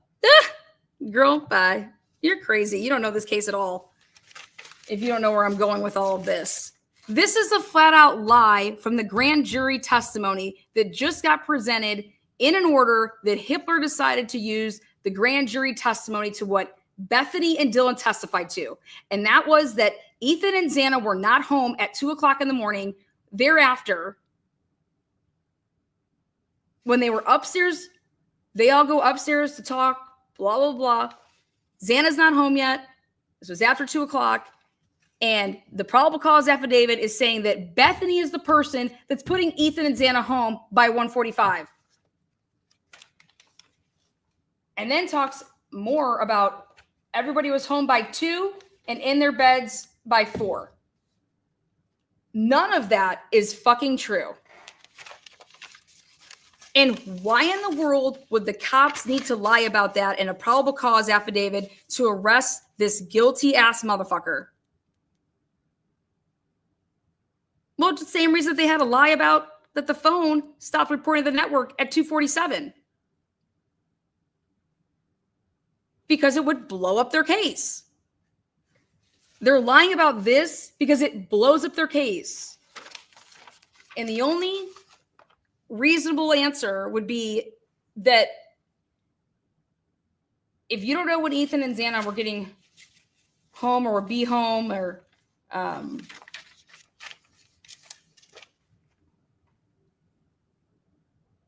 it's impossible for them not to truly know when Ethan and Xana got home by December 30th when they wrote this up, because they had their phone records. They had all their app locations. This is absolutely craziness. Well, Lana, don't you think they tracked everybody down based on their phone data? This makes no damn sense. Exactly, it makes no damn sense. That's the problem. That's the problem.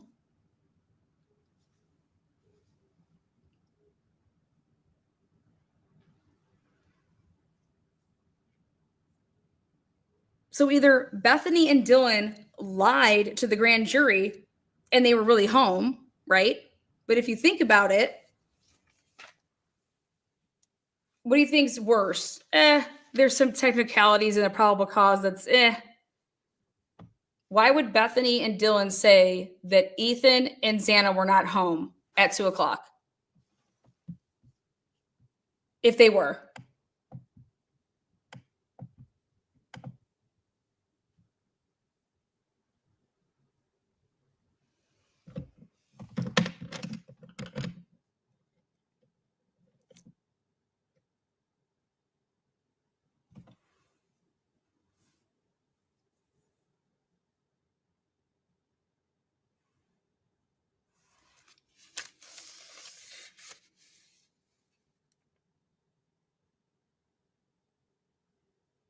Xana wasn't on her phone. Yep, for TikTok that was at 3:16. In the probable cause they put 4:12. That'll be interesting. I'm just saying this is just so stupid that why would you put this even, like, what are you doing?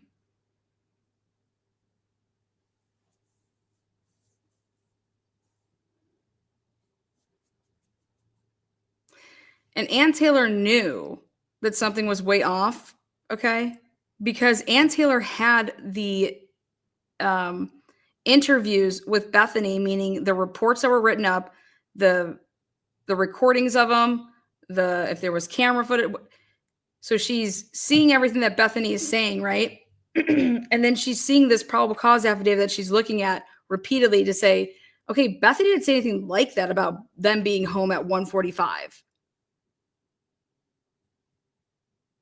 And then now let's go back to Hitler here and his little order.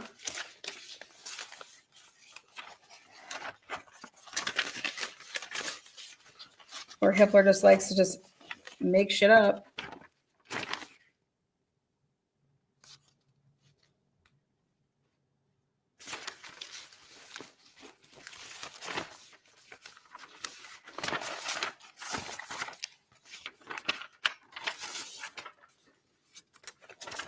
I want you to take a look. BF to DM. So DM says, no one is answering. I'm really confused right now. Then she texts Kaylee. Then DM says, what's going on? to BF, okay? BF says, yeah, dude, WTF. Then BF says, Xana was wearing all black.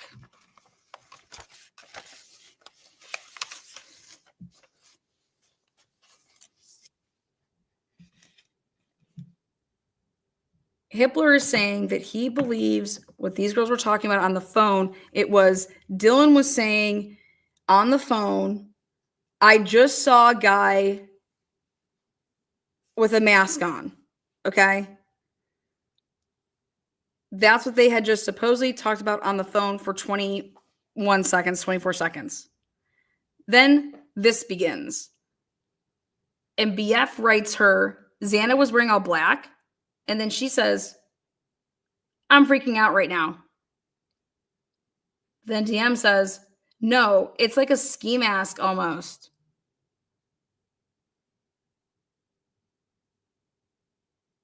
BF says, shut the fuck up. BF says, actually. DM says, like he had something over his forehead and little and mouth. DM says, Bethany, I'm not kidding. I am so freaked out. Bethany to DM, so am I.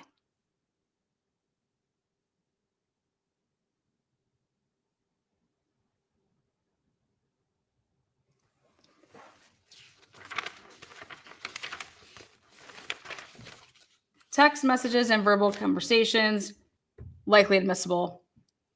As an initial matter, the court finds that DM and BF's acts of making phone calls, sending or receiving text messages, and other phone activity, such as accessing social medias, are not hearsay.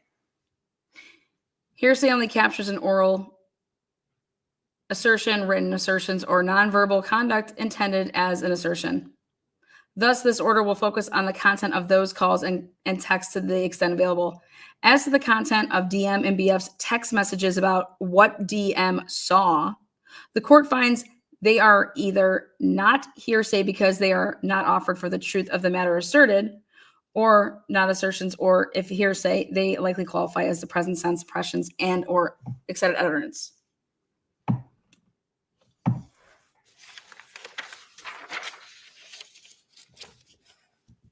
This is how Hippler sees it. DM texts Uber driver at 2:10 to inquire if he is driving. The state seeks to introduce the text to establish a timeline, specifically to establish DM was awake and texting. Defendant does not directly challenge the text. Because it is not offered for the truth of the matter asserted and or not an assertion of fact, the court finds it is not hearsay under 801.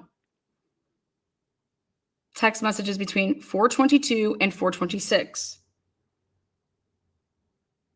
The state argues that the 4-minute series of text messages between DM and BF, with one from DM to Kaylee, are admissible as either present sense impressions or excited utterance. Defendant suggests that neither exception applies because there is no evidence they were sufficiently startled by the events. Defendant points out that DM claimed only to be quote unquote confused, and despite stating that she was scared, she ran to BF's room instead of leaving the house or otherwise calling other friends and family for help. The court agrees with the state for those texts qualifying as assertions.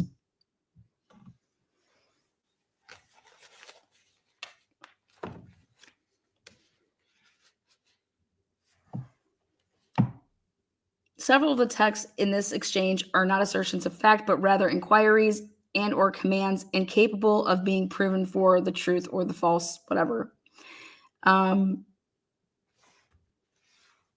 Then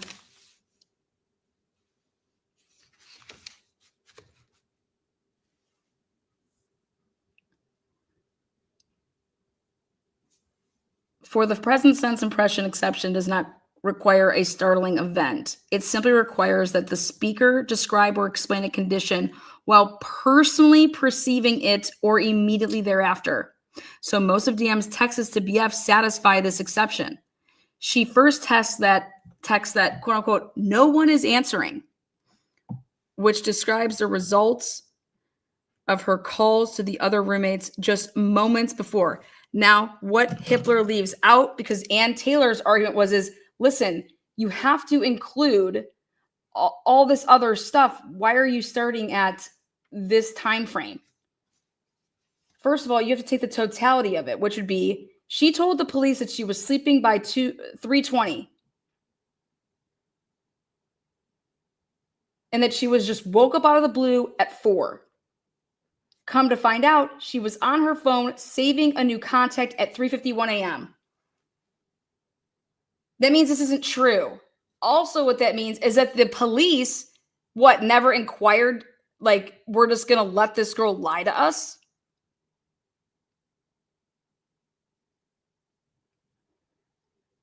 Especially if they ever thought for a second that these girls could be covering for somebody that they would be friends with and that belonged to one of the frats or sororities.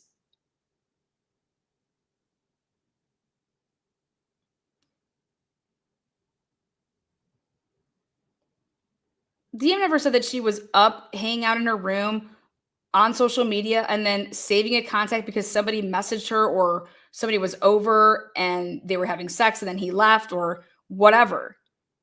She said that she was sleeping and that she woke up out of the blue and was awoken by what was going on. That can't be true.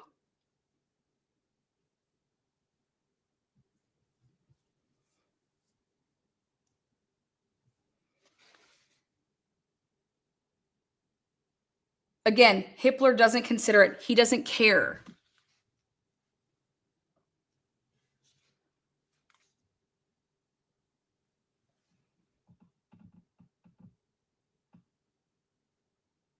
He does not. What Ann Taylor provided during the oral arguments, during the briefing, he does not even consider.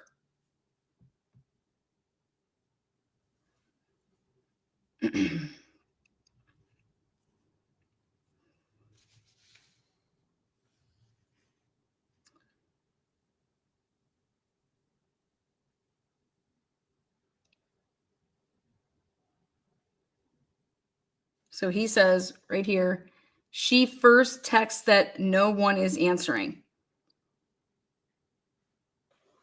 Now think about this. If you wake up at 4 a.m. and your first text is not until 4:22, do you know how long 22 minutes is to go? Like, you have a phone by your side from 4 to 4:22. You wake up and you don't text Bethany at like 4:03, 4:06. Oh wait, that's right. She couldn't have possibly woke up at 4 because, remember, we don't even have the car entering even in that remote area yet. Okay? So the car that they say the killer is in at 4:01, it's on motherfucking Ridge Road. Okay? So if the killer is in the Elantra, that killer can't be in that house to make any noise or whatever and to start startling people and stabbing people and killing people until at least 4:10, 4:11, 4:12. I mean, what do you want to throw down on it? Because the car is moving all around that back area and trying to, like, I don't know, 3-point turn around, park, doing all the stuff.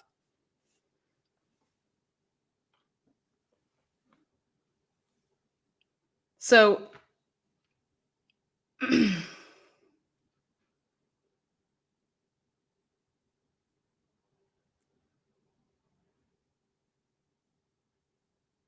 so if DM is truly like waking up and texting as she's hearing things, well,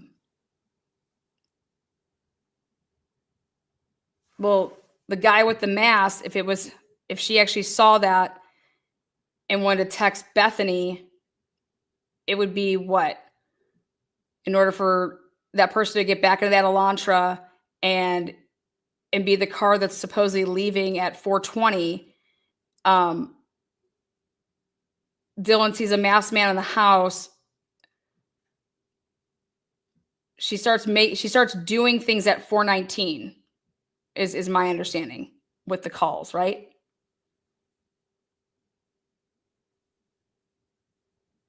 Then the texts start at 4:22 to 4:26.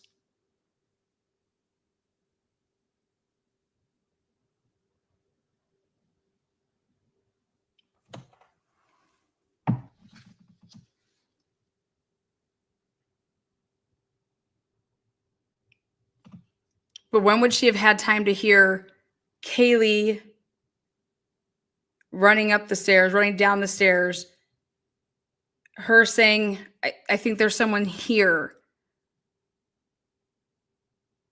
If Kaylee and Maddie were the first ones to be dead at 4:10. Remember? It sounded like what I heard is Kaylee playing with her dog upstairs. Remember all that? Well, when did that happen?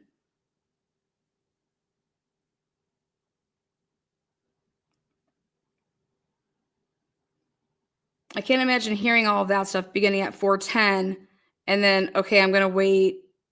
Okay, I'm going to start doing these at 4:19, which would be 9 minutes after it all starts.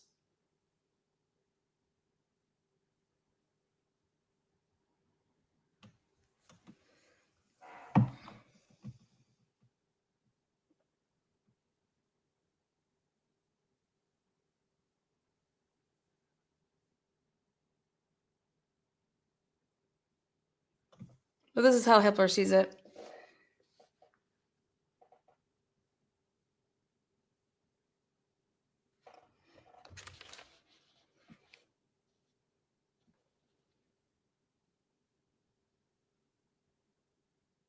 He believes that DM meant to hit the A, then she hits the capital, and so she spells it like this instead of scared. That's how he sees it. And during the grand jury, she testified that he says, in addition, the events are sufficiently startling to both DM and BF for purposes of the excited utterance exception. DM and BF are young female college students, and the quote unquote self-described scaredy cats that testified to this of the house. They're the scaredy cat ones. So they're always the ones that are scared, and people are playing basically pranks on them, I guess, is how I'm seeing that. They were awoken from sleep after a night of drinking, with DM reporting that she heard noises and saw a masked intruder in their home. None of the other roommates were responding to their calls and texts, further indicating something was amiss. It would be potentially terrifying for anyone, including these young women, to argue that they would have run out of the house or called someone else for help had they really been startled. Unempathetically ignores these circumstances and the trauma and confusion they were evidently experiencing. What the fuck?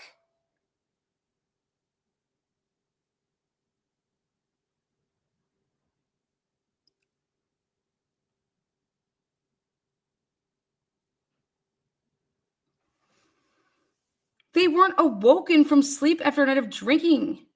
She never went to sleep.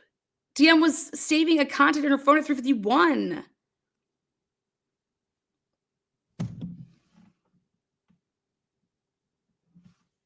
I'm just trying to show you guys how wrong he was in the past orders, because he orders something and then it comes out that, yeah, this is just total fucking bullshit. Just like he's done in all these other orders. So here we are again. Hitler is telling us how he sees it. How he sees it. So you are just being an unempathetical asshole, Ann Taylor. Do you hear me? ignoring these circumstances and the trauma and the confusion they were evidently experiencing, which likely offset logical thought. It offset logical thought. They are on their fucking... Dylan's just deleting and saving pictures and editing them. What are you talking about? People don't do that if you're fucking not with it. I mean, is this guy for real? Lana Bay, you figure out why the state wants DM's vandal alert in as self-authentic evidence. Okay, I'm getting to that. You little hairy monkey, you.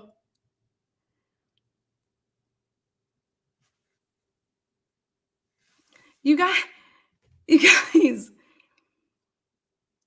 which likely offset logical thought. Defendant's argument also ignores the fact that DM indicated to BF that the intruder was leaving the house.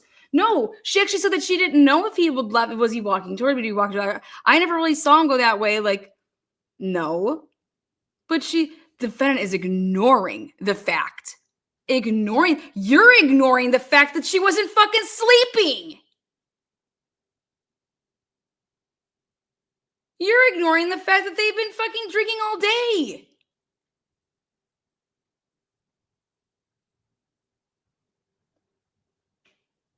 You're ignoring the fact that nobody that suffers trauma like this from a masked man in their fucking home just goes downstairs in a bedroom, locks themselves in, and just thinks, let's go ahead and not tell anybody else what we've experienced, because that's what people do that are 21. They tell the world in social media, and they fucking message everybody, and oh my God, are you awake? Oh my God, I think one of the boys are over here fucking with us again.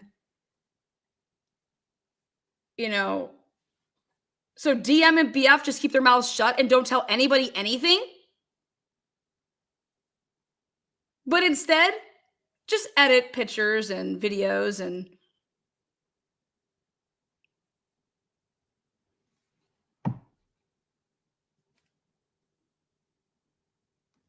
How damn dare Ann Taylor have no empathy for these fucking victims. You hear me, Ann Taylor?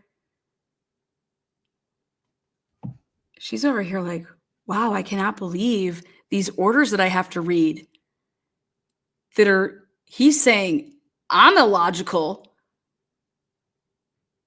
Hitler's over here saying, duh, why would they leave the house if the intruder just left? You think they're just going to, look at this, that the intruder was leaving the house, in which case it is not surprising the girls did not want to run outside. Anne, had that thought crossed their minds at all?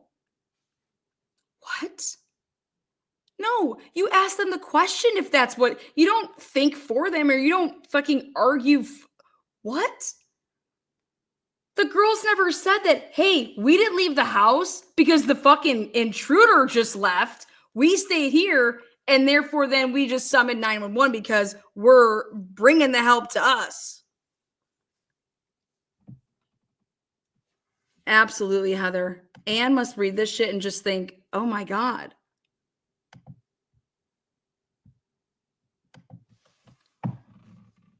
Then Hitler says, where's this one? I was like, oh wow, this is fucking crazy.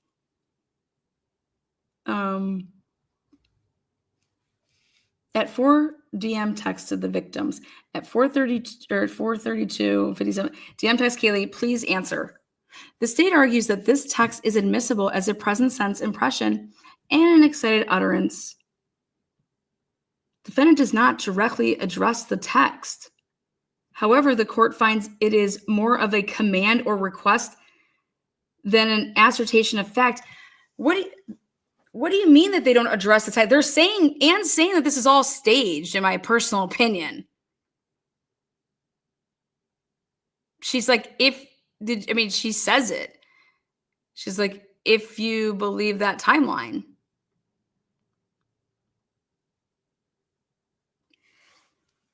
He acts like nobody in their mind has ever staged text messages before. That's all you fucking hear and see on Dateline. Calling 911, staging that whole thing, then staging your phone, shutting it off, making text messages, calling people and acting like they're still alive, aka Chris Watts. I mean, this is bizarre.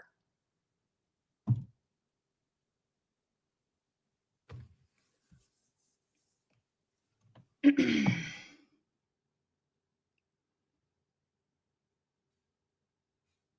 10:23, DM texts Madison asking, "Are you up?" And approximately an hour later, DM texted Kaylee, "Are you up?" The state argues the foregoing texts are not hearsay because they will not be introduced for the truth of the matter, certain no shit. But alternatively, the state contends they are present sense impressions because they represent a consistency and a continuation of DM's text from the prior night.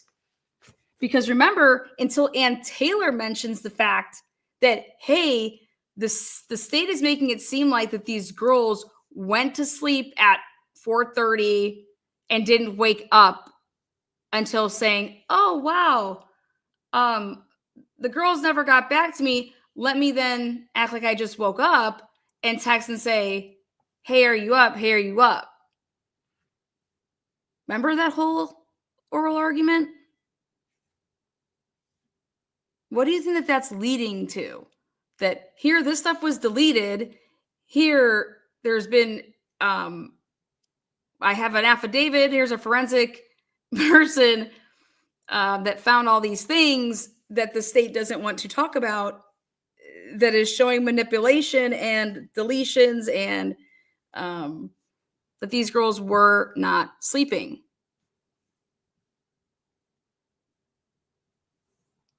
For example, if they are early risers, as DM said, then why wouldn't you text Kaylee or Maddie at 8:30? At, 8 o'clock, 8:30, 9 o'clock. Same thing would go like with BF. She's calling her parents at 7:30, 8 o'clock in the morning.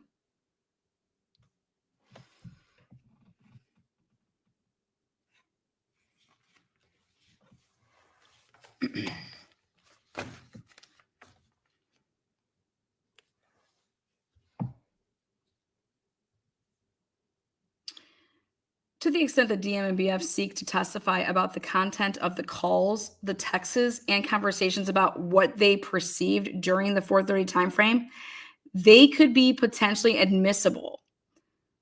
Oh, wait, hold on. I want to back up. Yeah, sorry.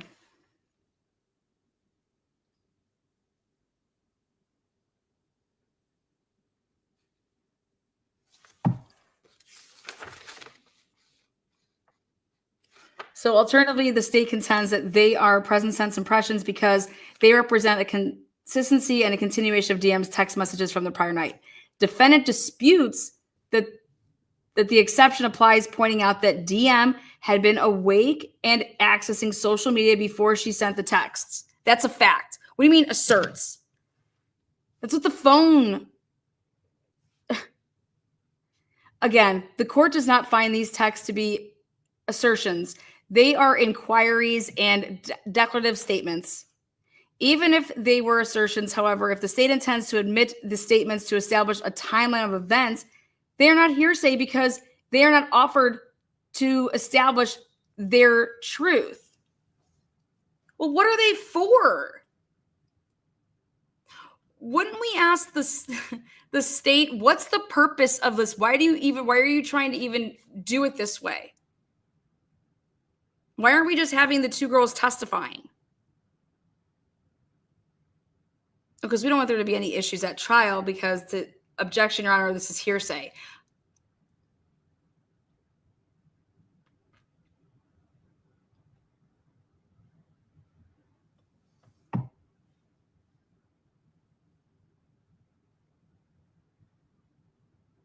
Again, the court does not find, or therefore they are not barred by 801. DM's calls and texts to or from others. The state contends that the text between DM and her dad, the text from JM, and the vandal alert are not hearsay because they will be offered simply to show a timeline for the morning and early afternoon. So then what's the point of this?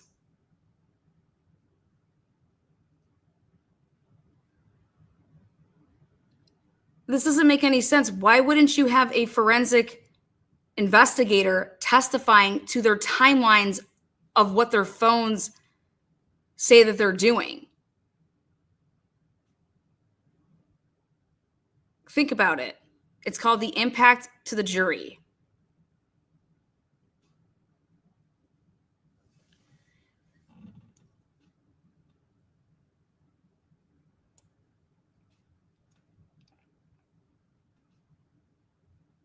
In addition, the state notes that the phone call from DM to EA is not a statement and therefore not hearsay.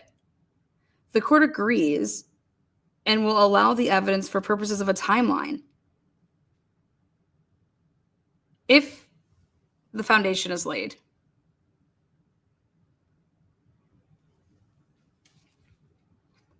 Verbal communication between BF and DM. The state next contends that it intends to ask DM and BF at trial about statements they made to each other on November 13th, 2022. It argues the testimony will likely replicate that provided by these witnesses at the grand jury proceeding. The state contends they are admissible under the present sense impression and or excited utterance exceptions. Defendant does not directly address the argument. What?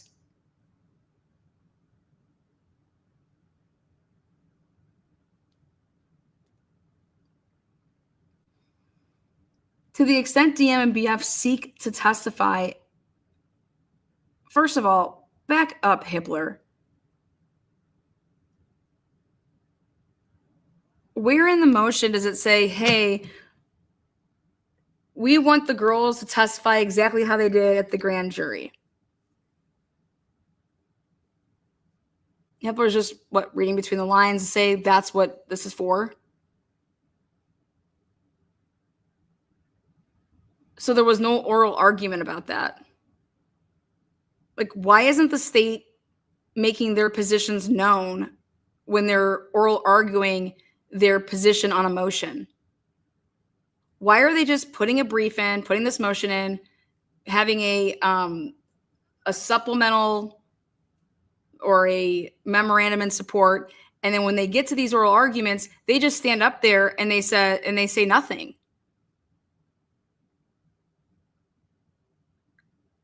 They're not interrupted. They're not asked 101 questions.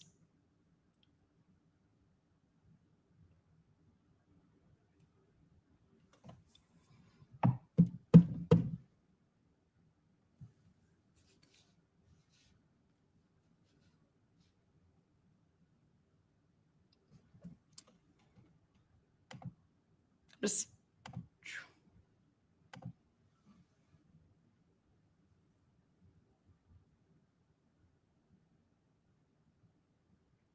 So to the extent that DM and BF seek to testify about the contents of the calls, texts, and conversations about what they perceived during the 4:30 timeframe, they could be potentially admissible under the exceptions cited by the state. However, the state must establish the foundational requirements for such proffered statements.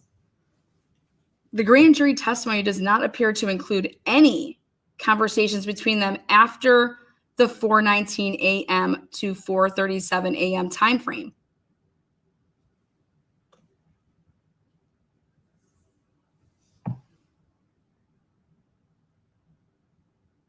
And the state has not pointed out any. Thus, to the extent they testified to oral conversations they had after they woke up the next morning, the court will reserve ruling and consider any hearsay objections at that time.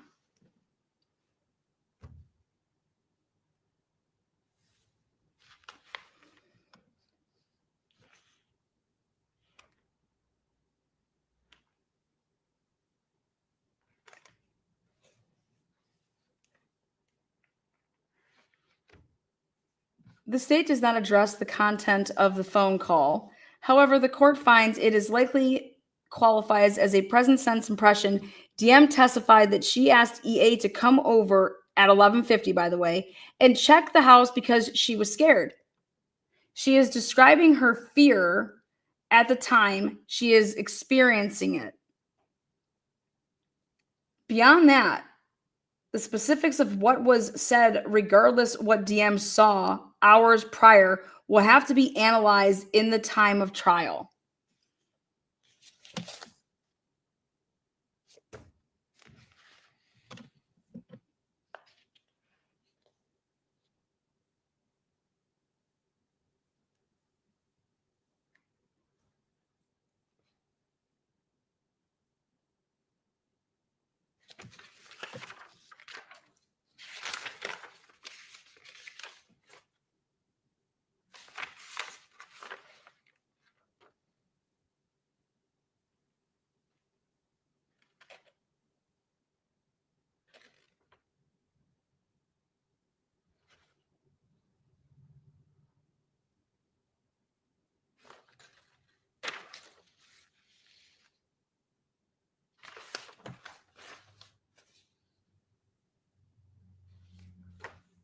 So then Hippler goes through and makes this text message and phone activity exhibit A.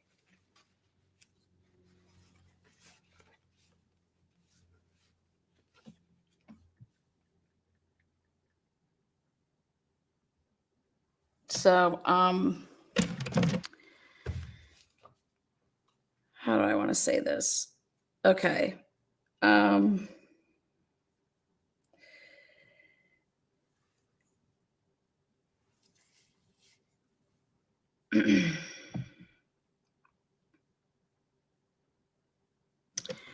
Well, here we go. 2:53 a.m. Madison calls BF.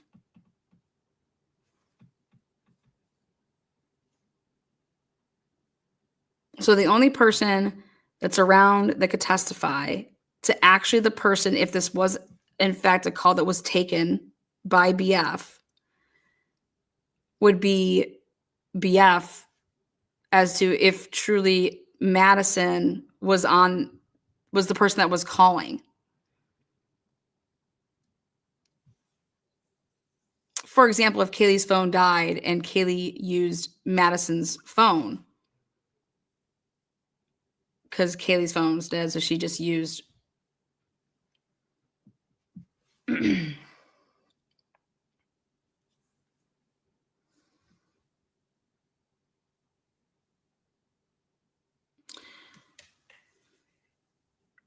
right here. Why is nobody talking about this? BF calls DM. DM didn't call BF.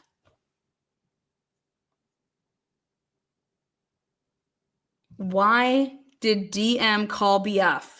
I thought that DM called BF to tell her what she had seen and heard. But here, for 19 and 7 seconds, BF calls DM. Why?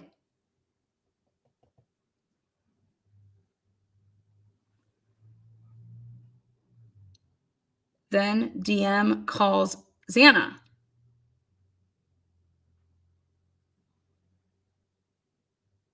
Then DM calls Kaylee. Then DM calls BF for 41 seconds.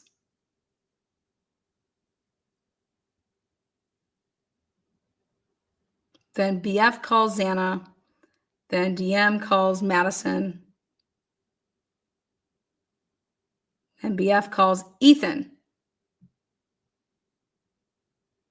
Now, the only people that BF calls right here, so she calls DM for 23 seconds because, well, then whoopsies. Then BF calls Xana, and then BF calls Ethan. The two people that were not home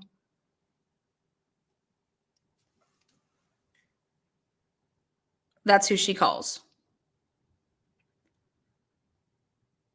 So when BF comes home, she goes upstairs and they're all upstairs and Ethan and Xana are not there, right? So then she goes down to her room, goes in her room, and is going to sleep for the night. So after she calls DM, whatever truly was said during that phone call led to then Bethany. So Bethany calls DM, whatever was said, then Bethany calls Xana and Ethan. Not Kaylee, not Madison.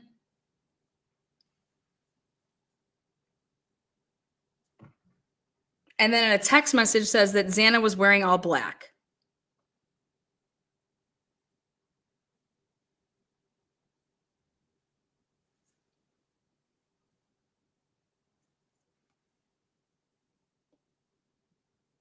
DM says to BF, no one is answering.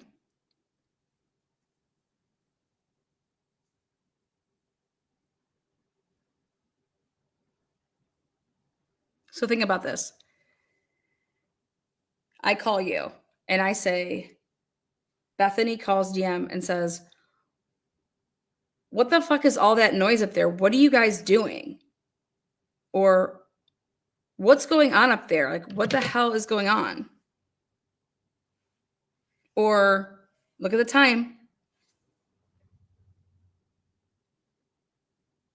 BF calls DM 4:19. What just happened? According to the state, this person that was in the house is running out of the house, right? And going and getting in a car, right? But first takes off all their clothes and puts it all in a bag and then hops into this white Elantra, right? God knows where it parked. And then is flying out of there. And that's the car that's seen leaving allegedly at 4:20 and however many seconds.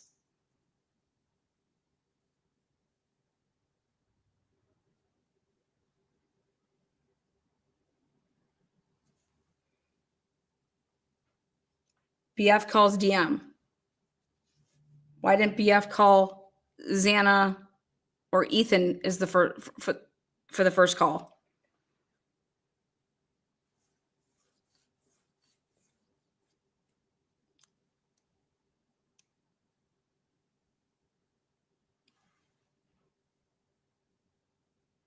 If she's hearing Ethan and Xana screaming, oh my God, then I would call DM to say, oh my God, what's going on up there? Are they fighting again? And then Dylan's over there like, God, I don't even know. Or I just saw a man walk out of here with a mask on.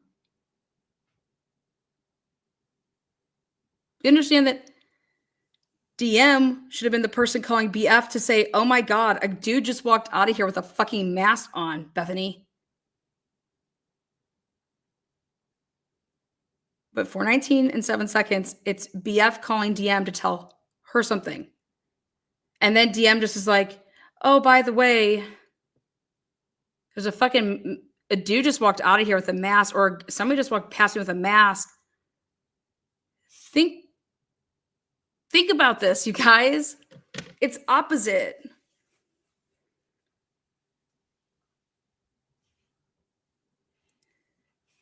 If it has to line up with the car that left at 4:20,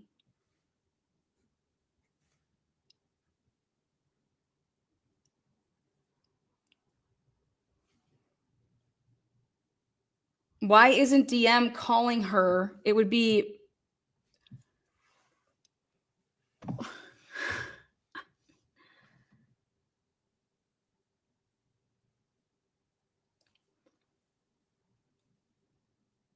then DM calls Xana, calls Kaylee.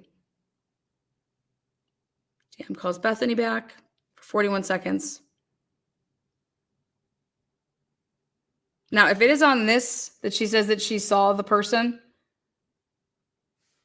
where is it? Right here. If this is when she's saying that on that 41-second call, DM calls BF, because remember, it was the and Taylor that added in, hey, why aren't you talking about these ones, right? Why are you starting here? No one is answering. So then it got me thinking that if it's this call right here, the 41 seconds, that she's talking about the masked man,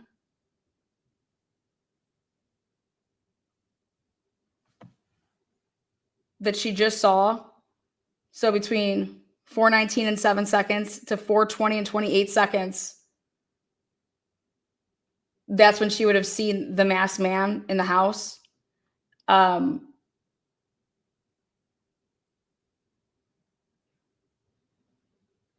That's like way after everything's already been done.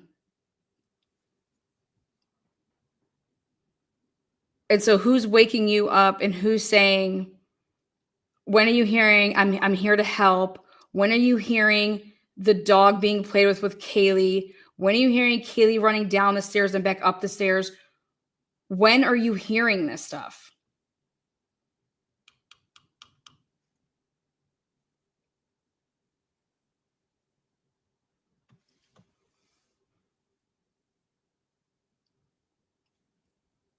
Because what it seems like to me is that none of this was a problem until Bethany calls Dylan. And if it's after this time, then it's cutting it way too close that, well, this masked man person, then Dylan didn't call Bethany to say, hey, I just saw a masked man. Bethany called, and then Dylan just said, oh, by the way, there was a masked man in the house. I should just maybe tell you about that.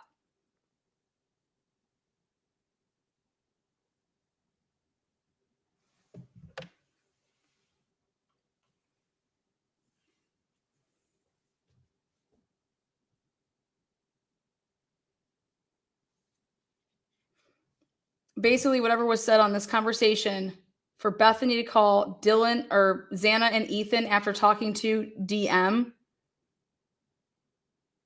versus calling Kaylee and Madison, either one of those two people, by her calling Xana and Ethan, again, I think it's interesting, and you'd want to ask her, okay, so when you get off the phone with Dylan, it shows here that you called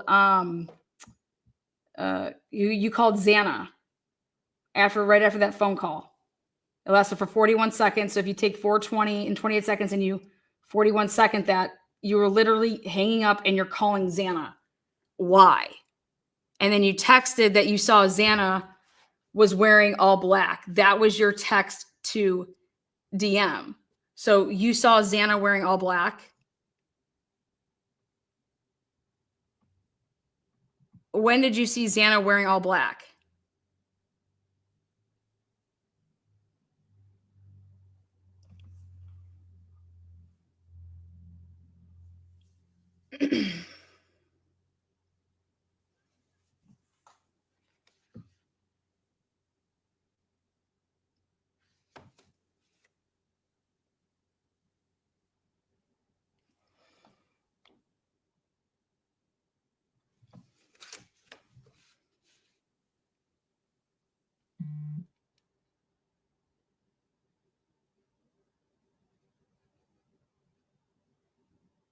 Well, what makes sense to me is she called Xana and Ethan because they were not home when she went to bed to her room.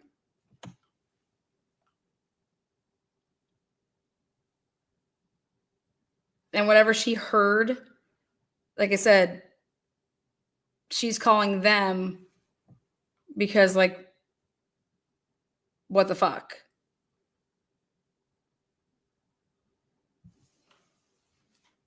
But again, it was Bethany that initiated the call to Dylan. Dylan didn't initiate any call to Bethany or any other roommate for that matter, or any other text message to anybody to say, oh my God, what the fuck? There's a masked man in the house.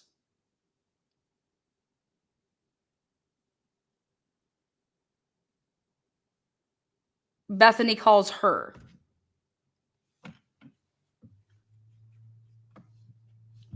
I think that that's like how Hitler is not considering that is interesting.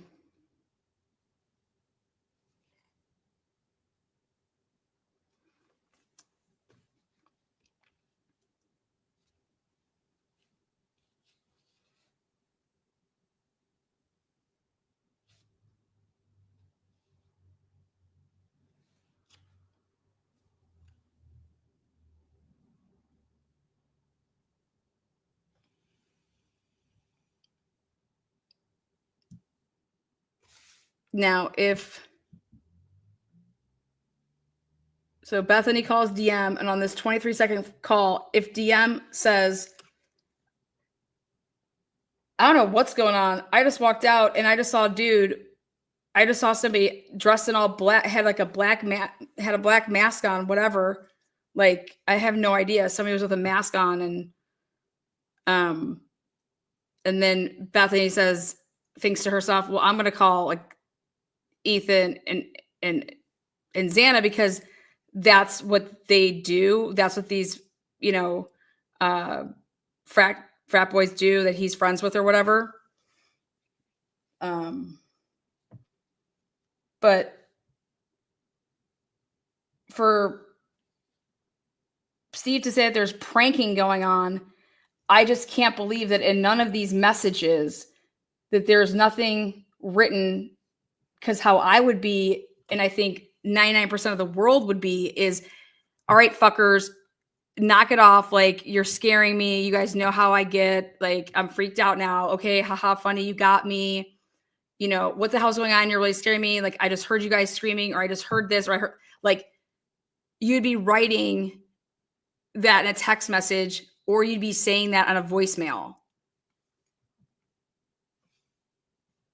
Like, knock it off. Like, haha, funny. Are you guys drunk? What the hell are you doing? Are you back? Did you guys just get back? Are you guys fighting? What's going on?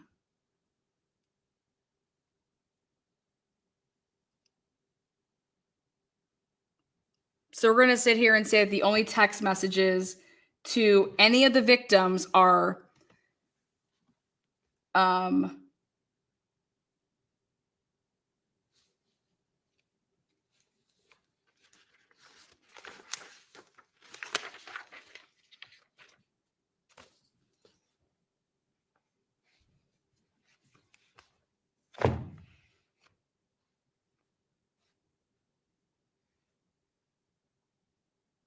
oh, and I want to tell you guys what I think about this then again.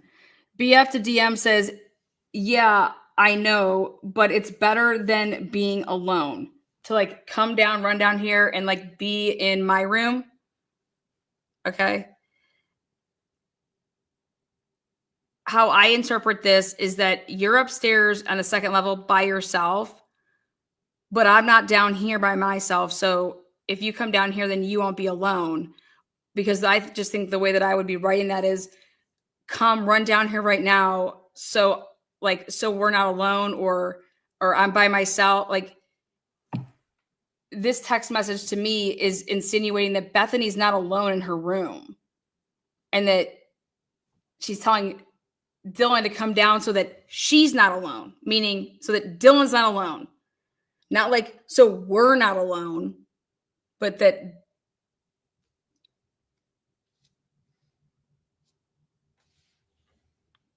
come to my room, run down here. DM calls Ethan. GM to BF. I'm scared though. BF to DM. Yeah, I know, but it's better than being alone. DM makes an outgoing call, which they don't want to give us that. DM outgoing message. DM outgoing message. DM calls Kaylee. DM calls Xana. BF calls Madison. BF calls Madison. BF calls Kaylee. BF calls Kaylee. DM text Kaylee, please answer.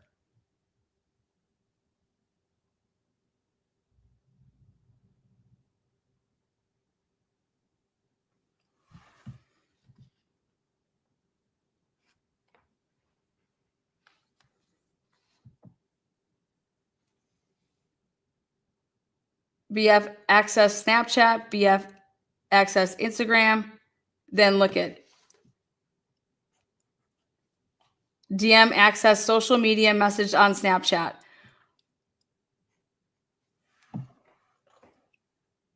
He's just simply answering, this is what the state gave me, but I'm not going to consider the fact that all the other stuff that's going on, that doesn't even, we don't have to talk about it, whatever.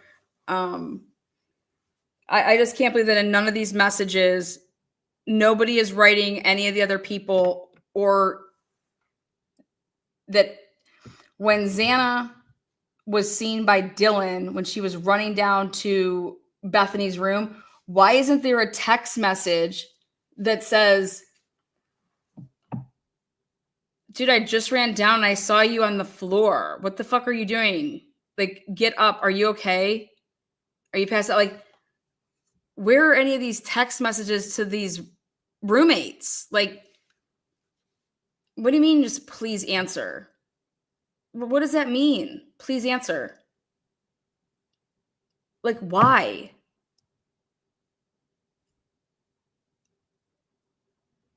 Like, you text somebody, you just say their name, like, Kaylee. Wouldn't you be describing? Like, are you awake? Are you hearing this shit? Like, or, oh my God, I just saw a fucking man with a mask on in our house. Come on, we text our friends who are like thousands of miles away, or like streets away, when we fucking hear, oh my God, I think someone's in my house, or oh my God, I heard a noise, or I mean, nothing.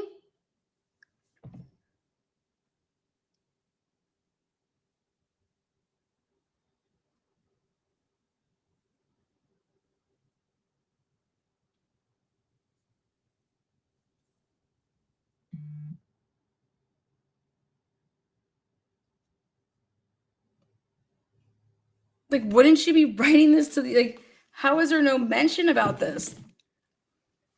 Again, think about it. Haha, you guys got me. Okay, or okay, dude, we're really freaked out. I'm down here in Bethany's room. I fucking ran down here. I'm in this room. Fuck you guys. I want to go to sleep. I want to be in my bed. What's going on?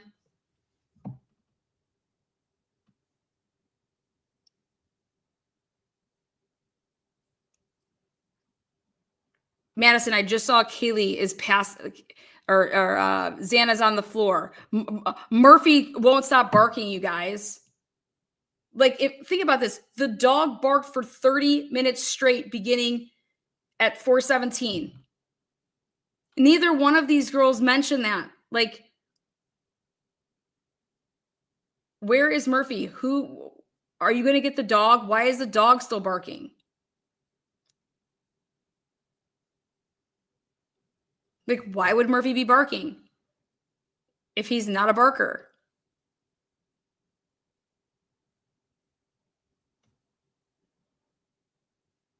You're telling me not one text message went out to anybody else in the middle of the night that you're like BFFs with, or like your boyfriend? Where the fuck is Dylan's boyfriend?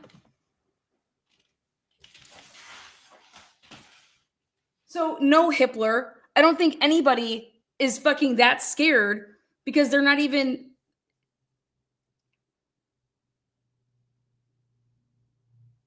They think that it's something to do with Ethan and Xana and whoever they were with, because Dylan says it. Dylan says that I thought it was Ethan's friend. I thought it was one of Ethan's buddies, the masked man.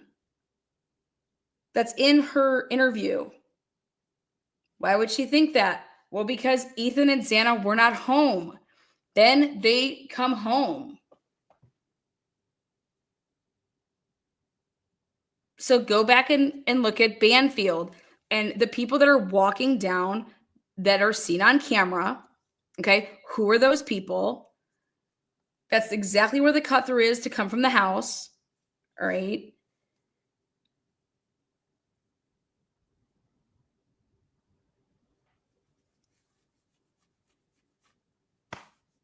But no one says anything to any of the victims.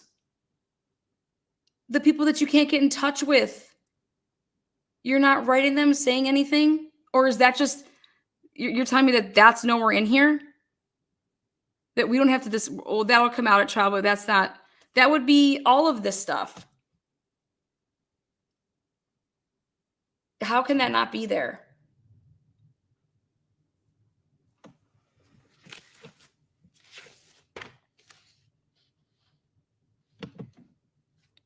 DM to Madison, who gets up early in the morning. Are you up? 10:20 a.m. DM access social media. Message on Snapchat. 10:24 to 11:29 a.m. Right there. This is your Dave.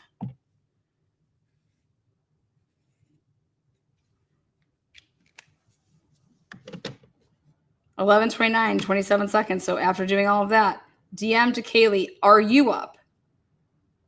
What? 11:29, 41 seconds.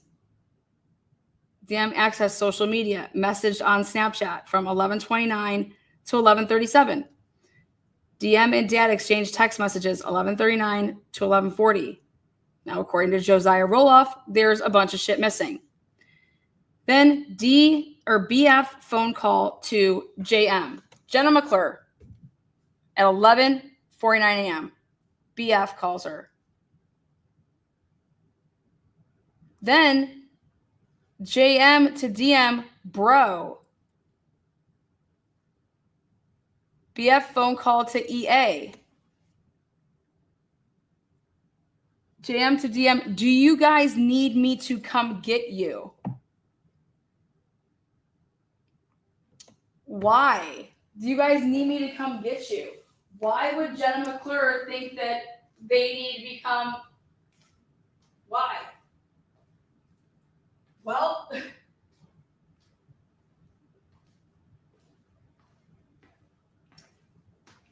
I'm really freaked out. Nobody's answering. It's noon here. It doesn't make any sense. I looked on Snapchat maps. Ethan and Xana's maps say that they're upstairs in the bedroom.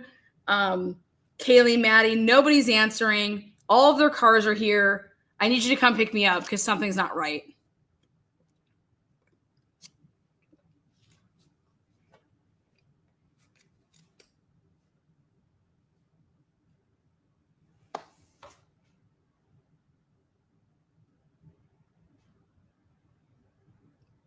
You guys need me to come get you.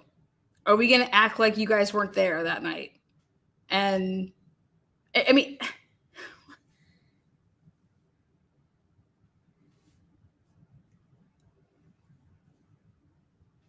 Hitler is crazy, but it's okay. Oh, there's more. The 911 call.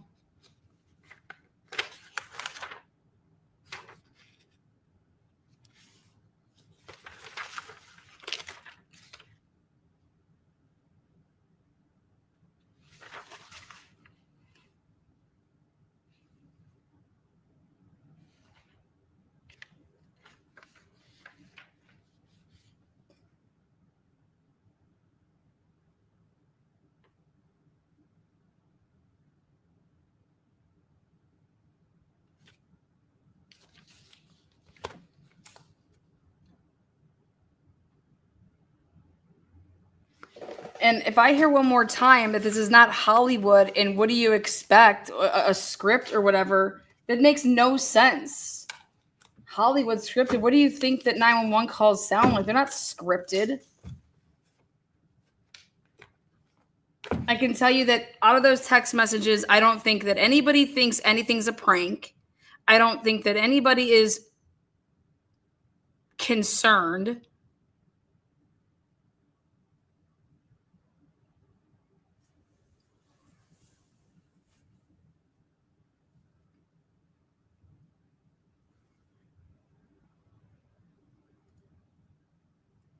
And for you to still be scared when it's not dark outside anymore, okay, that's bizarre. Because the dark is what makes you more scared. So when you would have woke up and it's light outside and it's 8 o'clock, 9 o'clock, 10 o'clock, 11 o'clock.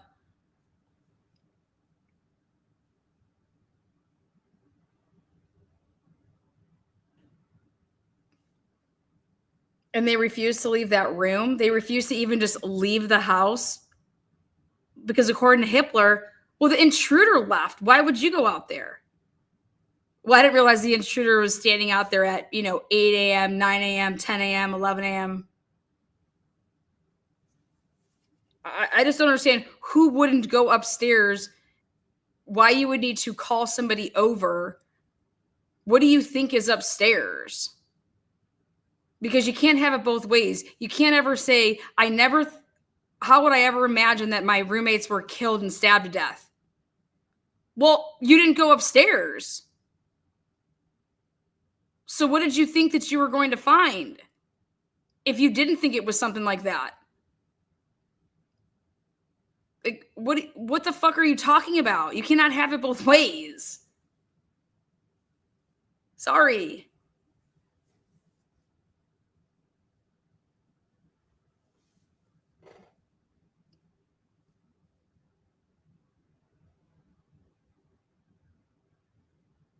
For Hitler to say that they were scared, you have to ask of what? What was scary?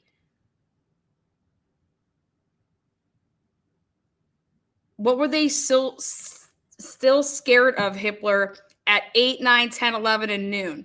And the only answer is they were scared of what they were going to find.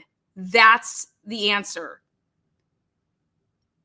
And that means that you did think that something happened, because if you were scared of what you were going to find, what, you're just delaying the inevitable?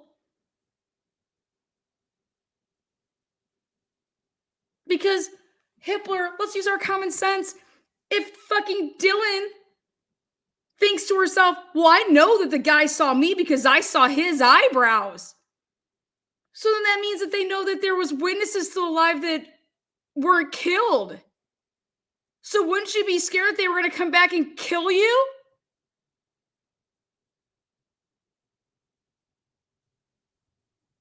I mean, come on. No, man, that's too logical. And they were traumatized and they weren't thinking logical. What? This is crazy.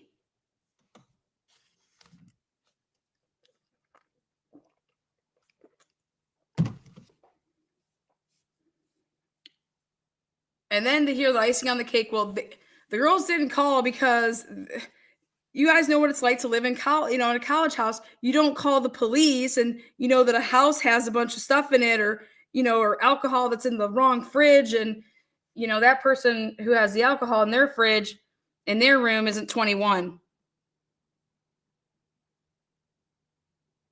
That's absolutely absurd.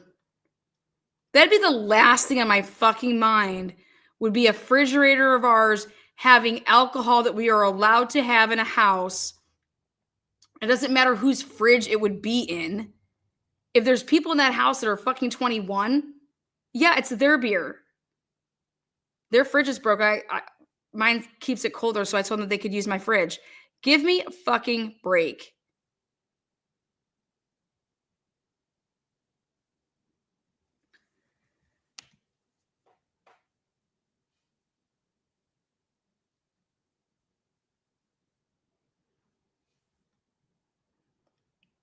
These text messages, it's clear as day that you can't have it both ways. Not a single text message says anything about that this is a prank and that they think it's a prank. The only people that are conversing about the incident are Bethany and Dylan.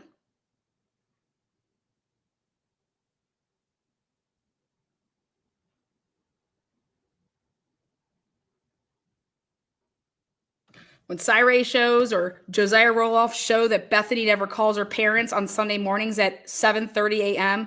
and 8 o'clock and 8:15 and 8:30. I mean, If you're Bethany, why didn't you call Jack D? Why didn't you call Jake? I'd be blowing up these people's boyfriends. Bethany called her parents at 7:30 or 8 o'clock in the morning and kept calling and texting until they called her back. And they most certainly were in touch by 8:15 a.m. What do you think Bethany told her parents?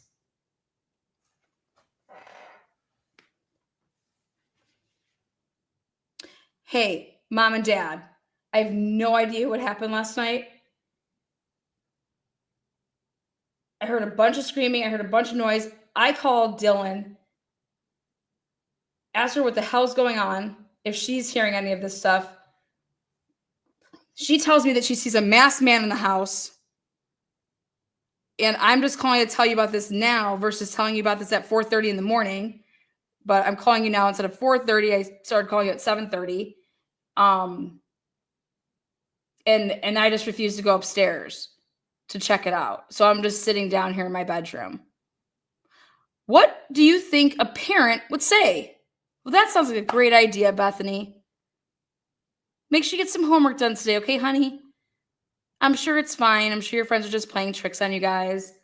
You guys really need to knock that stuff off, man. Honey, I'm sure when they wake up, they'll call you. Just go back to sleep. It's going to be okay. All right, love you, Mom. Thanks so much. Yeah, you're right. You're right. This is so silly. You're right.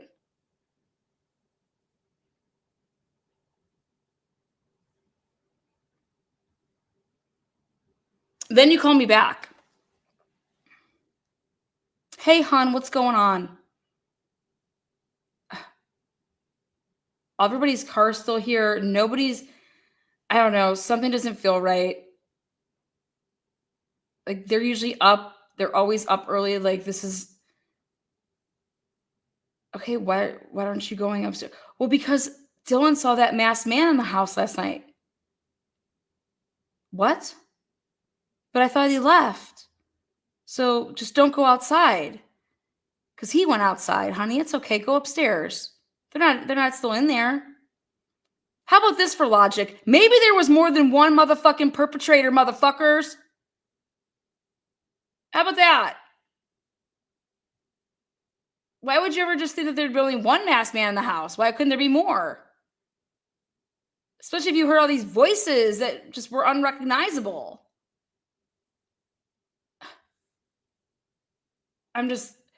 Well, call the police then, or call one of your friends over to go up there, to go upstairs. Okay, maybe we'll do that. I don't know, maybe I'll just wait a little bit longer. Okay.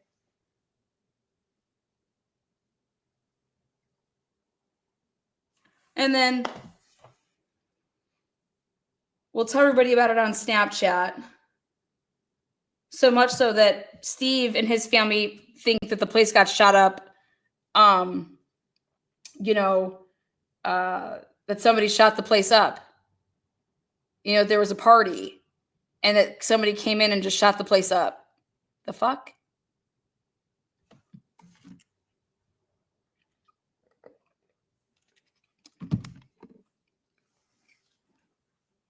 Mm.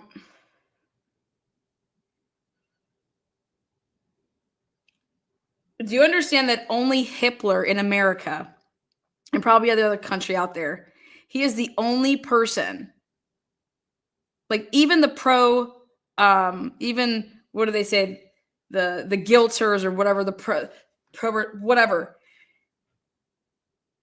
even people that think Brian Colbert is guilty beyond sin, okay, those people do not think that anything to do with the 911 situation is normal. Hitler is acting like, what the fuck is the problem here? Like, it's just another day and this is normal.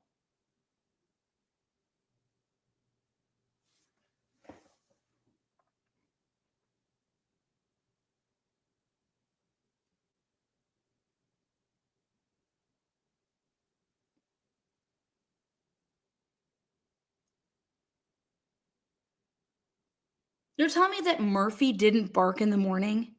Not once? You're telling me that Murphy didn't have to go outside and pee, be fed, nothing?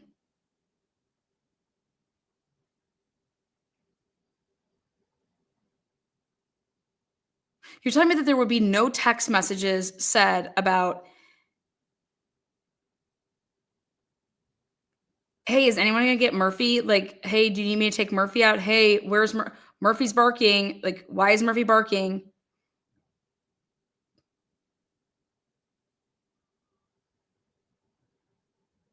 I want to see you guys in chat. What would you write to your friends if you're Bethany and Dylan? What would you be texting in text messages and calling and saying on voicemails?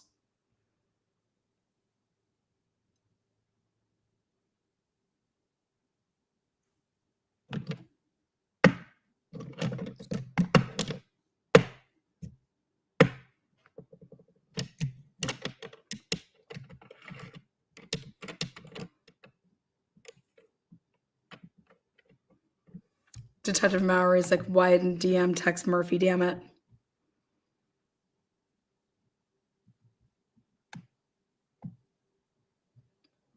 Yeah. Why isn't anyone letting Murphy out? Or I'd have called 911. I have no idea because none of this makes any sense.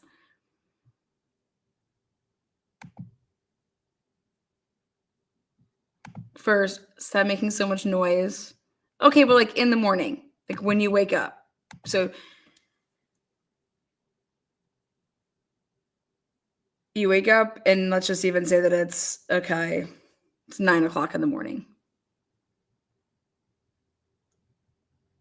I would have no fear of going upstairs. None. Absolutely none.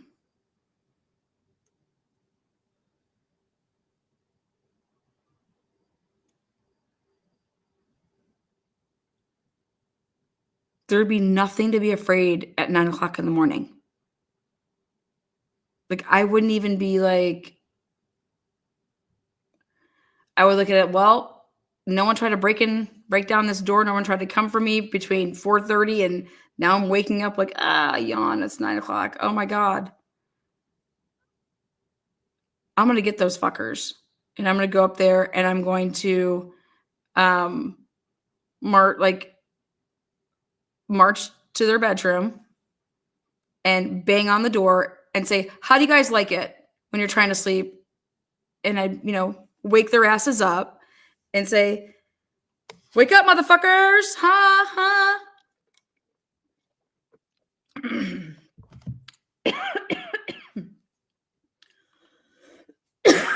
My ass would be calling them as I'm walking up the stairs to go to their room and say,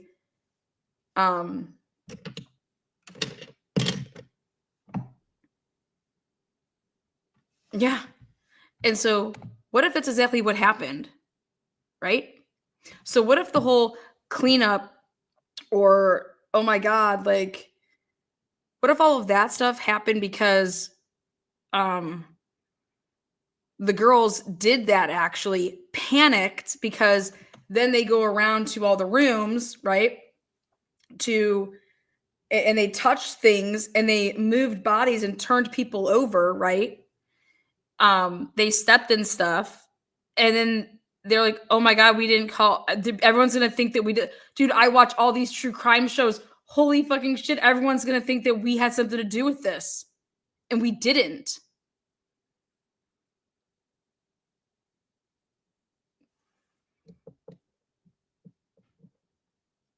I'd call my parents because of that.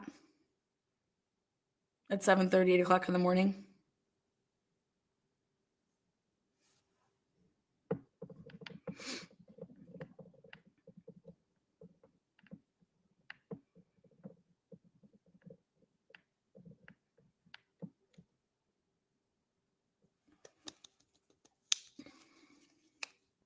Why clean up? Well, it would not necessarily be that you're cleaning up. It would be like, because let's be real. Let's Like, give these girls a little credit. If I go upstairs and I witness that my whole fucking room, all of my roommates and my one roommate boyfriend, that they're all dead and stabbed to death, and it's like, holy shit. Like, what the fuck?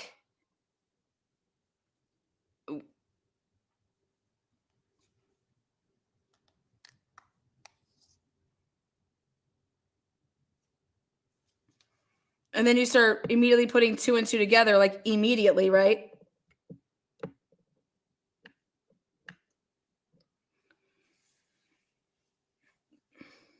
Remember when Fry said, we're trying to figure out why the 911 call didn't come in sooner? Remember that in the pressers? Yeah. Would we have liked for it to have happened? Yeah. But, well, and we're still working to figure out why it didn't. We're still trying to figure out why it didn't. Why it didn't happen that way.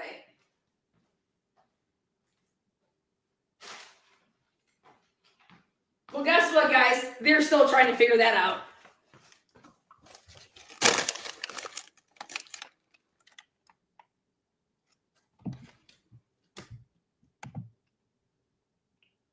Carol says that actually makes more sense.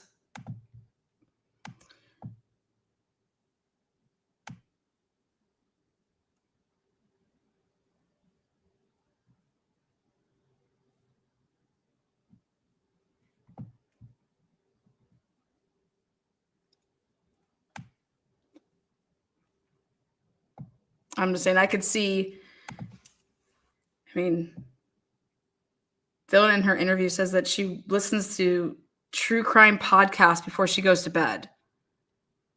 I just know how I'm telling you how I would think, like, holy shit, this all happened last night. Oh my God. I knew it. I told you I fucking saw somebody. I knew I fucking saw somebody. Oh my fucking God, I saw somebody. Right? But then the interviews would be different.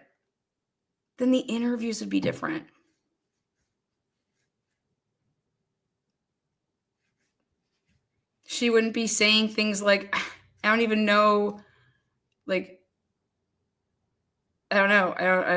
I don't know.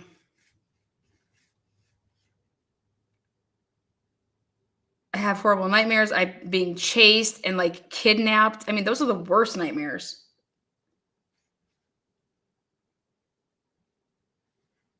I don't know if anything that I was, I don't know if any of it's true. And then you have Ashley Jennings saying, well, clearly it's true what you saw because it fucking, everyone's dead. That's Ashley Jennings' answer to that. That's not the point, Ashley.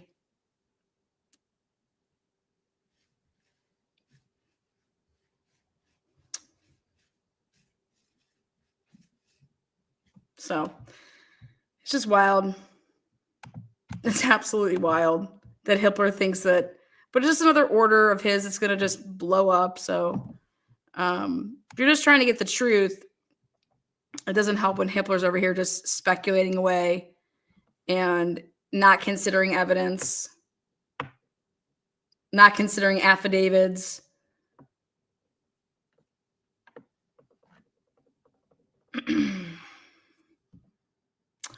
Mom of three, you make these lives so much fun. I enjoy you making it make sense while trying over here. This is crazy. This is crazy stuff. Private account. Member for 9 months. Dylan has already proven herself unreliable. I don't know. Then you got Steve in his interview basically alluding and having people believe that Brian Culver Googled the Idaho murders before anybody knew that there was murders. And it's like, don't you think that would have hit the airwaves by now? I mean, that's like Jen McCabe style. Like How Long to Die in the Cold, 227. And then poof, your best friend is on the lawn at 6 o'clock in the cold, dead. 3 of them saw Xana's body, called 911, and then pretended to have seen Xana for the first time on 911. It was Dylan's third time. Right? I mean, that's a fact. Right? That's a fact.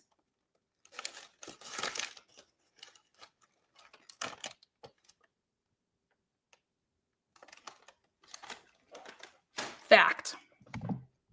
Is that right, Hippler? Is that right? Hippler don't give a fuck. Pooh. New member, welcome. Crime Taurus, 550 memberships. Thank you. Thrive. I said this was going to be a quick live tonight.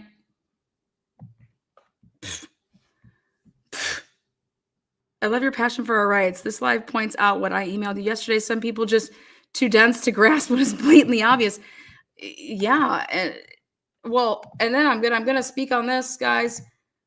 Steve Gonsalves told us yesterday or the day before in an interview that the FBI said, "Hey, guess what? You think that we're the FBI? Do you think that we're going to let somebody that killed 4 people off on a technicality?" What does that even mean? Well, I'll tell you what it means. The FBI is basically saying, hey, guess what? We violated its rights, which means you violated our rights. We totally lied. And we're going to do whatever to, like, trust me, we're the FBI. We're going to make it all right. Yeah, that's what was being told to Steve. And I don't doubt it. But those things were all said before anybody knew that Cyray was going to be on this case, because they did lie. They lied in the probable cause to get his arrest. They lied how they put it all together. But then they even lied about the actual data. Okay, it was one thing to just omit the fact that you got to him the way that you did and make up a way that you got to him that you didn't, okay? So the FBI lies, and then you have to ask yourself, okay, or did the FBI give the Moscow Police Department, everybody, the truth, and then it was Moscow Police Department that said, okay, we're just going to omit this. Well, at the end of the day, we're going to see who dies on the bullet, and that's coming soon. Then, so here the FBI, they think they have this all buttoned up, okay?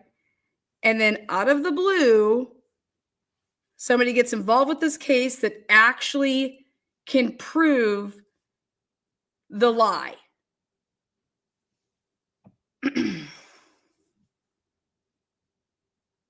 So I believe Steve when he says that the FBI told us we're the FBI. You guys know what I'm talking about, right? In that interview. Well, we're the FBI. Well, that sounds like an Ed Jacobson statement.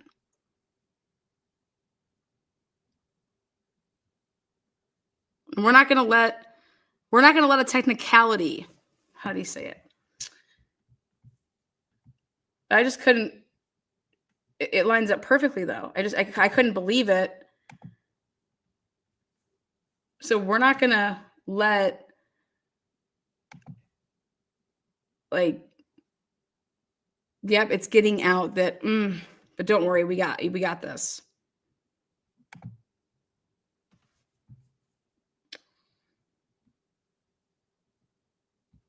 Let's see. Hold on. I'm going to pull it up.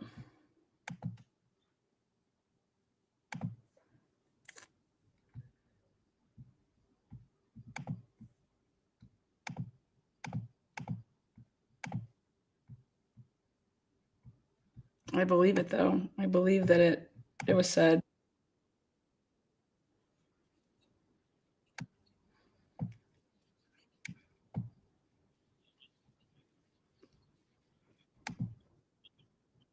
Let's see.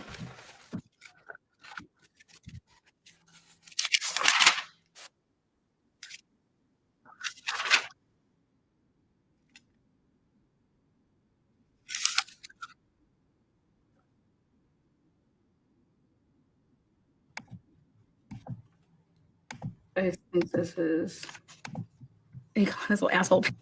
Don't be surprised we don't find anything in there because it's sitting in outdoor weather where it's going below freezing to up to 70 degrees. They literally look at all the temperatures. Okay, then Jennifer Coughlin never should lose her job. Again, I think he's just a dad venting. But Ashley, I wish a motherfucker would. I have no idea. When you use a knife, it shows a certain level of... Do you think that we're going to find out in this trial what the prosecution believes he did with that knife? Barking at the exact same time that you can hear whimpering and a thud says... I would say that you're fucking lying. If there's an investigation, that means there's an accusation. Now, what we do know is that these young ladies started documenting. So what probably because of that email that came out, maybe it was just a reference to what was coming out, but the... And going through the media, this is all going to be part of the search history. You guys are all going to see it. And, there's a... property somewhere else in Colorado. That's too much of a coincidence. That's too much. Don't worry about what BK's doing. That's all coincidence. But that car being from Colorado and somebody being from over there from Colorado, different parts, different people, everything else is wild. The conspiracies that they believe in.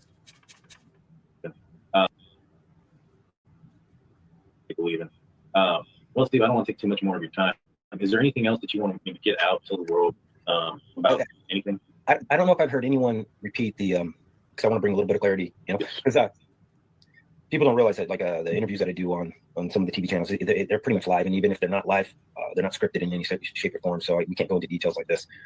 So I want to take advantage of it. On that Brian Talley, his little thumbs up asshole pic. I think I figured it out. I think it's like 14 hours later he's calling in sick for work, and that's the only day he had to call. Mm-hmm. So he's obsessed with the crime that he did, and going through the media. This is all going to be part of the search history. You guys are all going to see it, and there's something. Okay, I'm a new member. Ashley says, Ashley. This individual said that this person was going to surveil the house and be comfortable with it. Because, it's a knife. When you use a knife, it shows a certain level of planning and a comfort level that you're going to go in there. And these houses, people might not know this either, that these floor plans after COVID, they all went online. They put floor plans so you didn't have to ask to go see these houses. You could go online, most of these rental places, and see the whole floor plan, including this one, because this is called the Queens on the Kings Road. This is where the Queens were, because it was on Kings Road, and it was the house that for multiple generations where every kid wanted to be because of the location. As soon as you got off the campus from the football game, you were right there. So you could go, drink, and not be harassed, Yeah. And, if you wonder why 911 wasn't called, use your brain, guys. Maybe you didn't go to college. You don't need to go to college to understand that. You want to get off campus, you want to have a beer with your friends. And if you got somebody who's 21 and somebody who's not 21, you better talk to the person who's 21 before you call 911. Yeah. Or that's standard protocol, right? That's sort of standard protocol. Because if that 6-pack in the fridge has got 2 beers and those 2 beers are in somebody's room that they should be in, now graduation, your finals are over. You're sitting in you're getting citation or who knows what goes with that. So yeah, beer. People can read between the lines and understand what was possible. I was shocked about that. Beer. Fuck beer. What do you mean? The 911 call, use your head. Yes, I heard that came from his mama who went. Have all the 911. That's just by exposing the truth. But there's more, and it's going to get. But I thought when these Proberg delusional self-identifying, that's what really gets down to me is I think some people who are these? Who? They identify as somebody who does a little glow and hangs out and is a little misfit and nobody likes them. And there's all these really popular people. I love Steve for this. See, if he was here right now, I'd give him a shot and I'd say, do you remember when you fucking, do you remember when you were on that live with Daniel and you were talking about these pro burgers and their fucking cokeheads? I don't know. That's just funny to me. I'd be like, let's do a shot for that. They have it coming to them, man, because they never really understood how special they were. And I think it's more of a reflection of them than it is the case, because the case is so strong. Look at my face. Amazon order went to his door and he's deleting his history. Who the fuck is doing cocaine on their channels? I want to see this stuff because the person that I saw doing cocaine on their channel was that Demetrius dude. Remember I showed you guys that stuff? He had pictures of cocaine chopping up with an ID. You guys wild shit. Jen says, I apologize, I got heated. This is hard for me. I want to know what Proberg Steve's got me rolling out there fucking that you guys have money to buy cocaine, you fucking coke fucking whores. You fucking all up.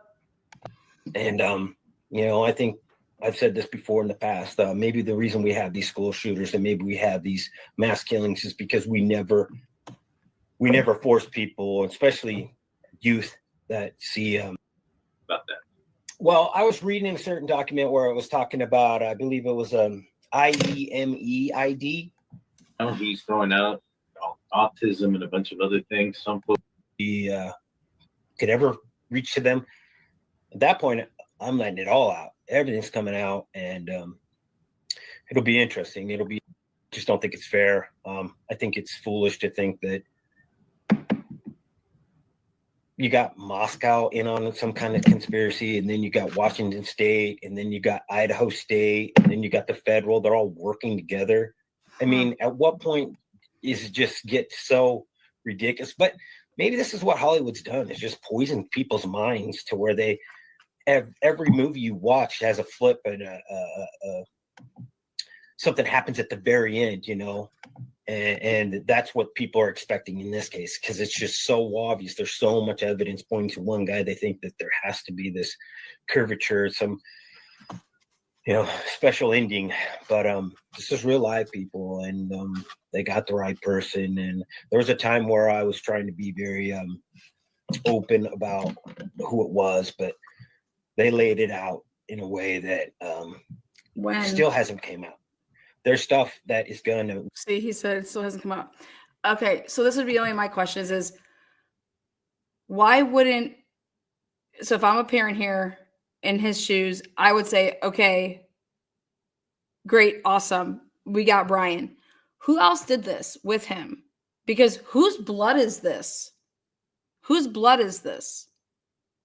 I want any and everybody that thought that they could fucking lay a finger on my kid, plan something, conspire. Whose blood is this? Tell me whose fucking blood this is in this house. Whose blood is on that glove? Whose blood's in this house? Because he's writing these papers on how to clean shit up and blah, blah, blah. How to commit the perfect crime, blah, blah. Well, whose blood is this?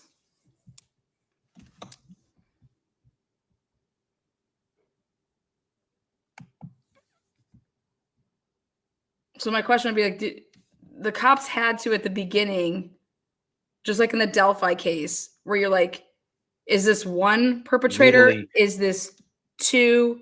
Then you talk to the MEs and you're talking about you're going to have experts testify that there's multiple weapons that were used on Kaylee alone. And then I hear Dylan talking about my daughter was running up and down the stairs. So was she fleeing from someone downstairs and saying, oh my God, fucking help, there's somebody here. Like, and then she goes back up to try to help fucking Maddie. Or when she comes running down, she runs into perpetrator two, and then she goes back up. Because again, talking about Dylan's statements about Kaylee running down, and then Hitler's like, that doesn't mean that Kaylee couldn't have run down, grabbed her dog, ran back up, and then she was killed after that. And I'm like, yeah, Hitler. Okay.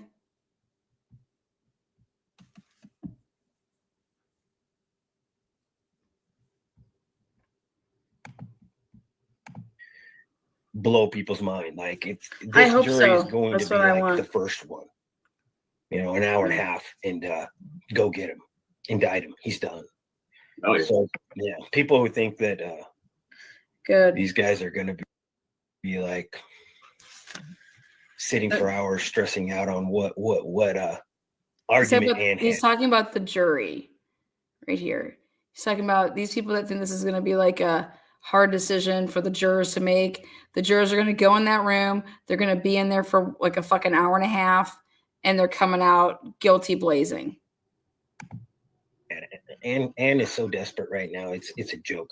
She's so desperate that she's using the work that me and my family put together to get all those clues.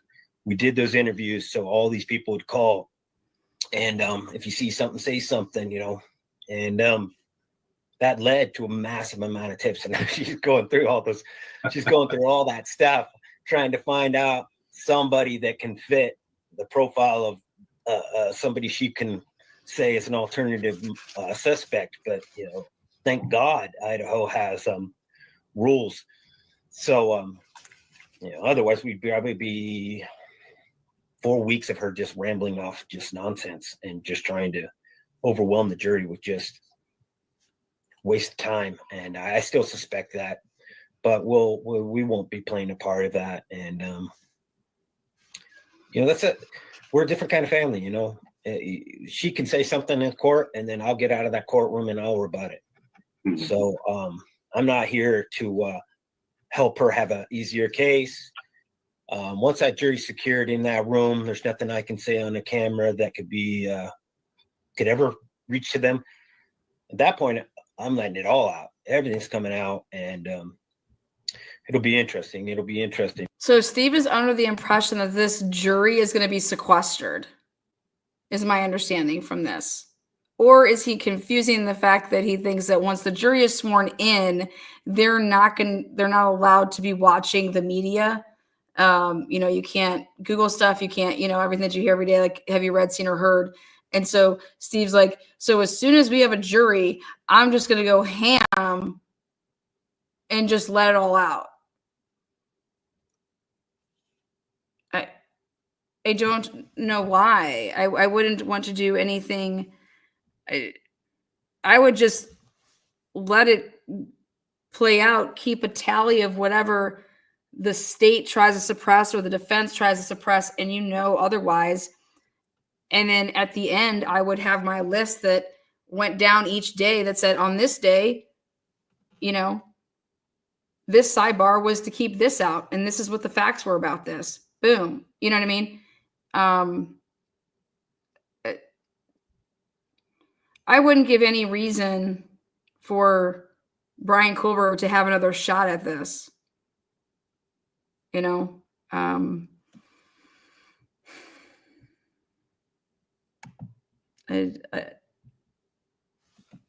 wouldn't want any family to go through one trial, let alone two. Like, fuck that. And because there's no holds bars at that point. We can once that jury's been selected, picked, and put into a chamber where they're not going to be watching the media, then there's also concern that just making up stories like we wore. I never wore anything. None of the G's ever wore any of that. That's why it looks to line up to where they possibly do. And on these pro burger channels, they just hear that it doubled if they hit the pause button. Oh, it's terrible. Video of a vehicle that's traveling around. There's also a video from another place on Linda Lane that captures also some traveling around. Early on, there was a lot of speculation. Linda. The actual provision, but it talks about if you're committing a crime and you're using a computer to do the crime. Okay, here, this is what I want to hear. That K-bar being ordered there means that he's got premeditation and he started planning it back there and then went and committed it in another state and then or relocated to another state from the origins of the crime and then jumped over to Idaho. So I definitely think it could have qualified for a federal case, and I think they would have. I think there was really a close battle, and there was some back and forth on who was going to take this case over. But there was so much evidence that they were like, let's just let them. It is an Idaho thing. Let them. Yes, size 13. The judge mentioned something about a gift card as well. I thought that was interesting as far as the purchase goes. To me, if he did use a gift card, that just shows. Agent saying, "We're the FBI. Do you think that a mass murder of 4 would be released on a technicality?" And I was like, "I don't know." And they're like, "No. We've sealed. We've looked. We have evidence." this individual will never be free again. 100%, we have the right guy. There's no doubt in our minds. And we can have him at the state level. We can have him at the federal level. So it built my confidence into sticking with the state level and not. It would have been more expensive. And I literally was at the point where I was like, if it means that we don't ever, Kaylee doesn't ever go to court for her, thing, I would have been fine with that, just to have the backup, just to have the know that if something went wrong, but they're like, no need. This is, I've had individuals that do nothing but capital cases, 100%. That's all. For federal charges. So, okay. And you got, even if something got messed up, they you're not blocked. basically let me know that they had an investigation that they could still pick up, even if something got messed up. This person was not going to walk free if somebody came. This is very simple to understand, you guys. This is not. Can the FBI? And at the state level, if any mistakes were made, if anything got thrown out, we were just trying to be that careful. And I didn't know it was that much earlier before the celebration of life. I'm assuming the first thing that you're doing is researching this guy, and there's something called the Andrew Garrett discovery. Are you familiar with that social media account potentially in it? Sort of follow, like, what happened to the LinkedIn? Why were you guys into our account? Why did you remove it? And they looked at us like we were from another planet. Eyes bulge, and we could tell they were being completely honest. They were like, we have no idea what you're talking about. Well, we later on figured out and investigated and found out that it was the FBI. So there was two So the FBI, just so you guys know, was the people that were involved in Kaylee's LinkedIn just poof disappearing. And he says that we later found out that there was two parallel investigations going, but they were going from the onset. Okay. And that's why what I'm trying to tell everybody is that December 19th is not the date that they had Brian Culver's name. Officer Payne could say all he wants up there and say the date that he heard his name, December 19th. The day that the feds had his name, not December 19th. parallel investigations going on at the same time. So I think, and I've been told that the FBI wanted clear lines.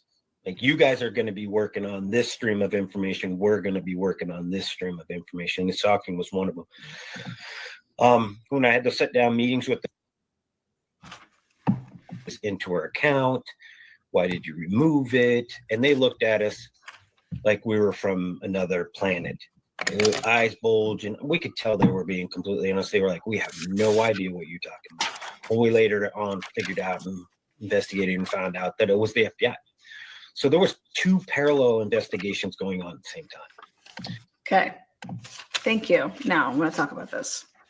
There were two parallel investigations going on at the same time prior to her or his arrest.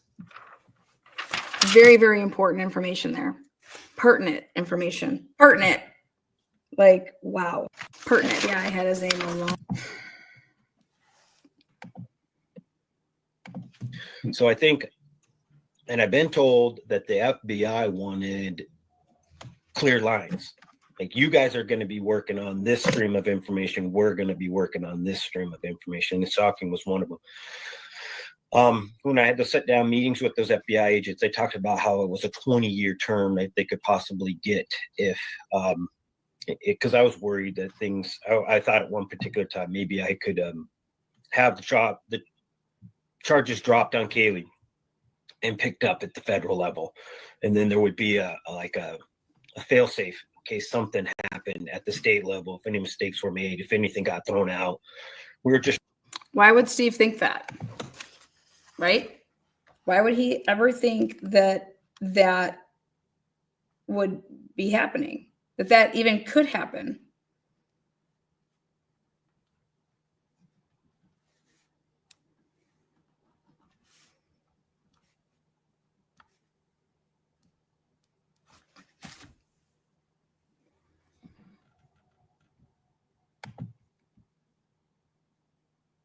trying to be that careful. And so Steve was worried basically as a parent saying, okay, what the fuck? If you violated his rights and it comes out and this gets tossed and this gets tossed and this gets tossed because it's all, you know, like fruit of the poisonous tree. There's a Franks. They find out that you guys fucking lied. What the fuck here? Okay. What the fuck? As would I as a parent, right? But I would have to go to them and saying, like, these are my concerns. Like, what the hell is going on? He's saying that he did that. And I believe that he did that. Who wouldn't as a parent, you know? And what he was told was mind-blowing to me. They said, we are not going to let him off on a technicality. We're the FBI.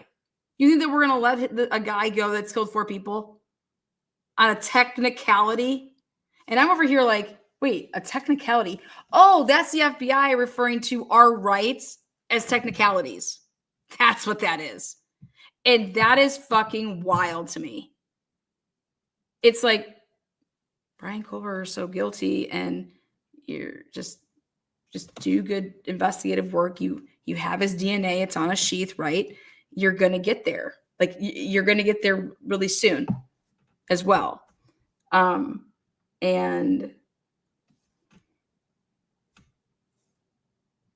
But to blatantly lie, and that's where the integrity goes out. Like, how can we believe you if you had no problem just lying to write all this other stuff? Then how do we know that you're being honest and truthful about the stuff that's really there? There's no trust then, because there's no integrity. And that's the fucking problem, is when you actually have innocent people, and I don't know if he's innocent or guilty, but let's just say in a situation where there is innocent people that this happens to, what the fuck? And we don't know. It's called fundamentals. You just do things fundamentally sound so that you can make a fucking layup every time.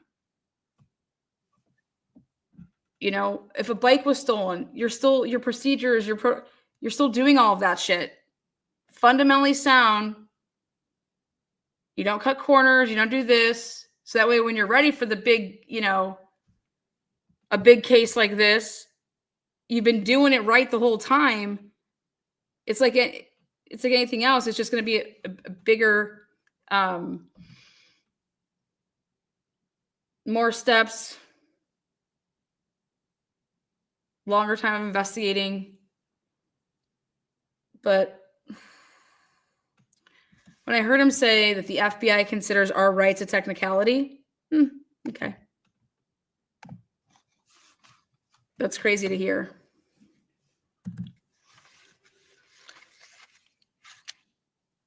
If the state messed up over the using way, we can still take on the case then. particularly even if something got messed up, this person was not going to walk free if, you know, somebody came. This is very simple to understand, you guys. This is not an insane moment. This is, the state messed up. Everybody knows that the state messed up. Everybody knows that the state lied in a probable cause affidavit. Everybody knows that the arrest of Brian Culver, if you truly, it's going to all play out, that the probable cause affidavit is all bullshit.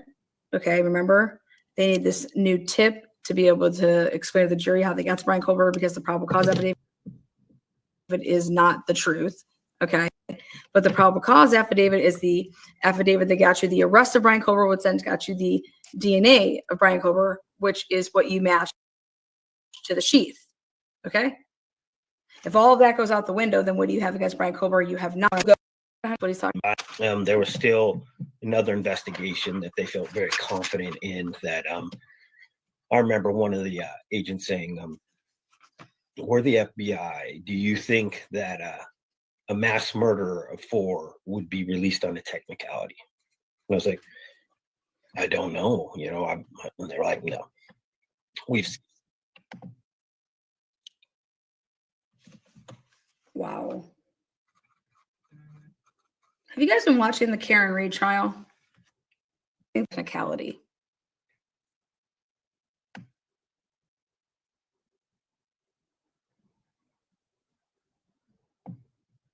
throw evidence out. There was still another investigation.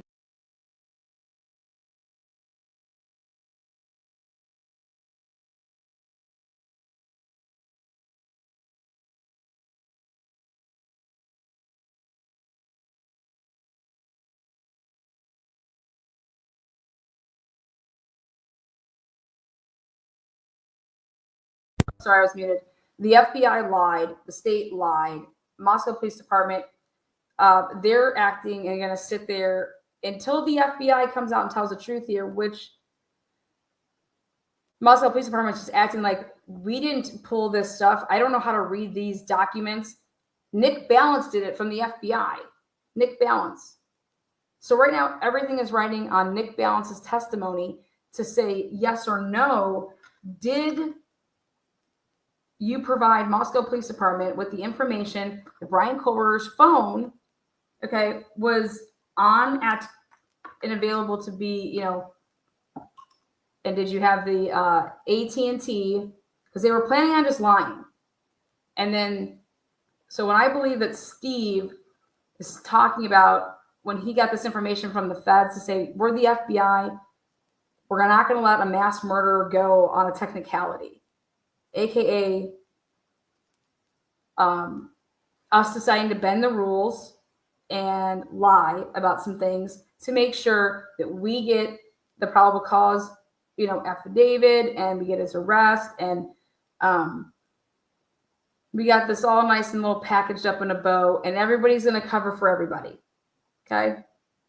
Now, I believe that was what was going to happen until Cyray happened to become involved in this case, who then is now going to supply the nuts, which is Boyd Jackson saying that he gave Nick Balance the fucking timing advance reports. They already have them. They were able to be found through the discovery process because some stuff was slipping through the cracks and they were turning stuff over that they were not supposed to turn over to hide it. So everybody could have lied back then.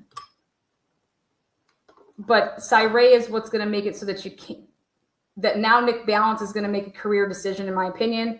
And he is either going to tell the truth. Okay. And even if he doesn't tell the truth, I believe that there's the backup with Boyd Jackson is going to say that he gave Nick Balance those timing advance reports. And he's going to give the day that he did it. And I think two things are going to surprise people is that it was not on December 23rd and it's not on December 19th. And it was not through the Global Legal Demand Center. Cyray has already put that in affidavit, a sworn statement saying that he has seen Boyd Jackson's name on the fucking reports that have come from this case. And the only way that that's happening is if Nick Balance is using Boyd Jackson in that relationship to get to get data. Okay. So, and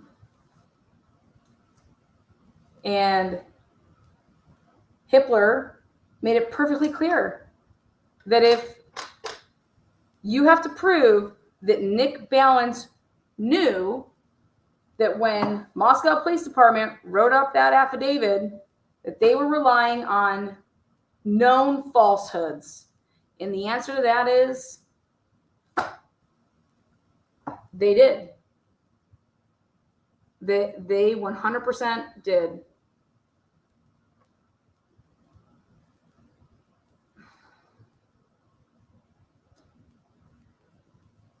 So who is going to... Hippler thinks that this is just going to be ask Nick Balance one question, which is, did you receive the timing advance reports for Brian Culverter? And what was going to happen is back in the day, if Cyray wasn't involved in this case, no, I didn't. Okay, no more. That's all you're asking. Well, that sounds great. But when I call Boyd Jackson to the stand and I hand him a piece of paper and ask him, have you seen this document before? Can you explain it to the courts what this document is? Oh, yes, those are that's the report I turned over to Mr. Nick Balance. When did you do that? Oh, back at, was it in 2022? Yeah. What was it for? They wanted the timing advance records for the defendant over there. Do you know if it was before he was arrested? Oh, yeah. Would it help? Would your mind be refreshed if you saw the report to know what date any of this was occurring on? Oh, yeah. And I got some emails, I'm sure, or some phone calls. Sure, let me take a look. Okay, boom. That's coming. They already have it.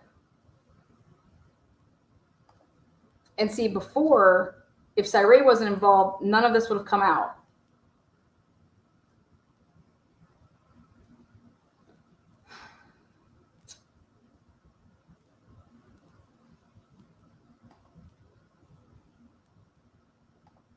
That they felt very confident in that. I remember one of the agents saying, we're the FBI. Do you think that a mass murder of 4 would be released on a technicality? And I was like, I don't know. You know, and they're like, no.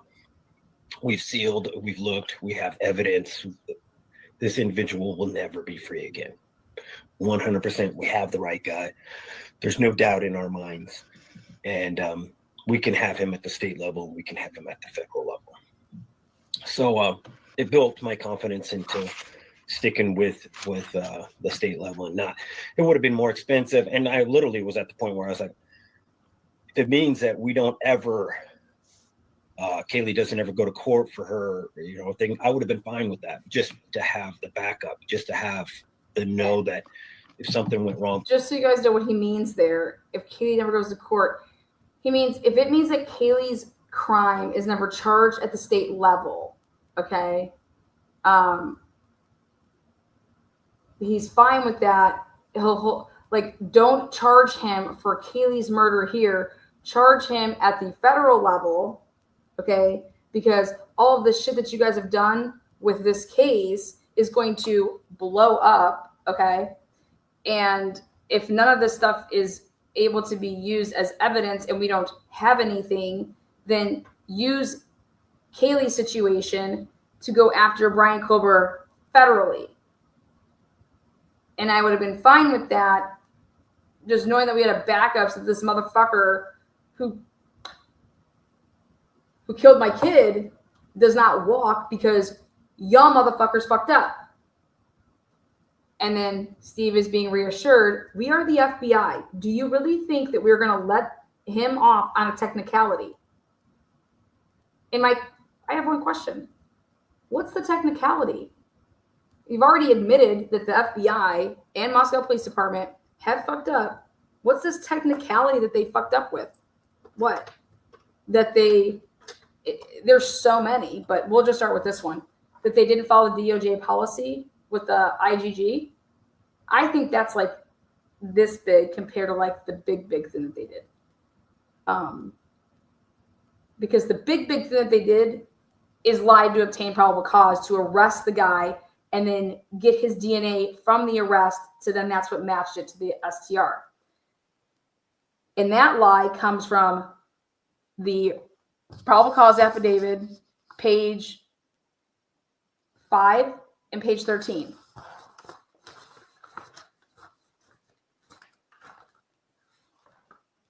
And it's just black and white.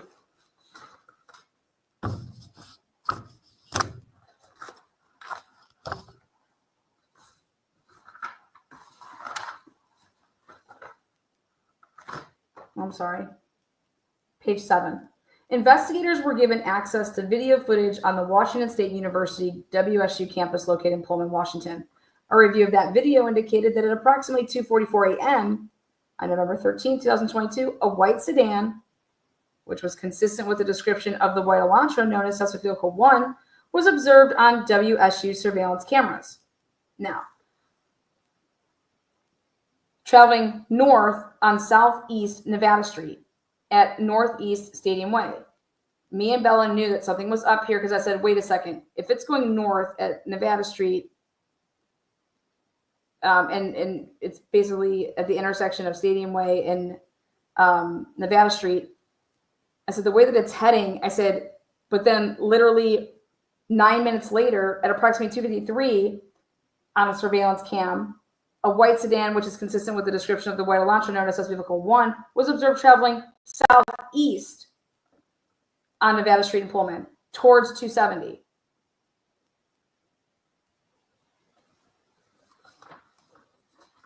I said, okay, but those timestamps, 2:44 a.m. to 2:53, then they tell the cast on page, what page is it here? 12.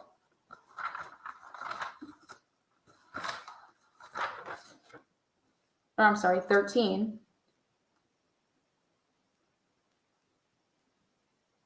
On November 13, 2022, at approximately 2:42 a.m., the 8458 phone was utilizing cellular resources that provided coverage to 1630 Northeast Valley Road.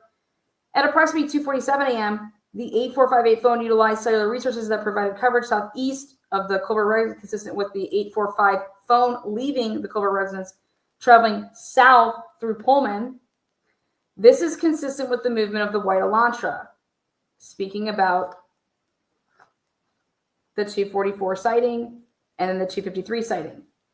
At approximately, here's your lie, 2:47 a.m., the 8458 phone stops reporting to the network, which is consistent with either the phone being in an area without cellular coverage, the connection to the network is disabled, or the phone is turned off. That is a lie. Nick Balance knew it was a lie when this was wrote. Hippler asks and says that Payne relied on Nick Balance to put that in this probable cause. And Payne did not know if it was false. He wouldn't have known that anyways. So the person that you're gonna have to ask is Nick Balance.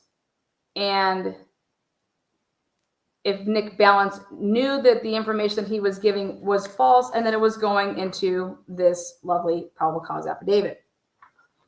And the answer to that is yes and yes, unless Nicholas Balance wants to come forward and say, I fucking told them that. And if they wrote this stuff in here, because when they provided me with the search warrant to give to the Global Legal Demand Center, they never attached it. So I never saw this. Okay. But Payne testified under oath that it was all attached and that everybody that was working together had access to this and knew the language that was in it. That's why Ann Taylor asked all these questions the way that she did. She is putting everybody on the hook. Okay. We already know this is a lie, and it's a matter of if did Payne know it was a lie when it was put into an affidavit, and did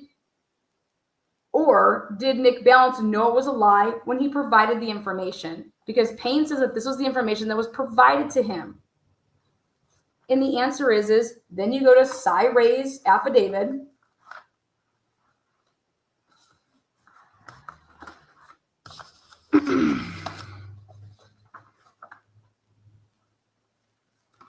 And when you look at Hippler's disclosures on Special Agent Nick Balance, that Cy Ray says, again,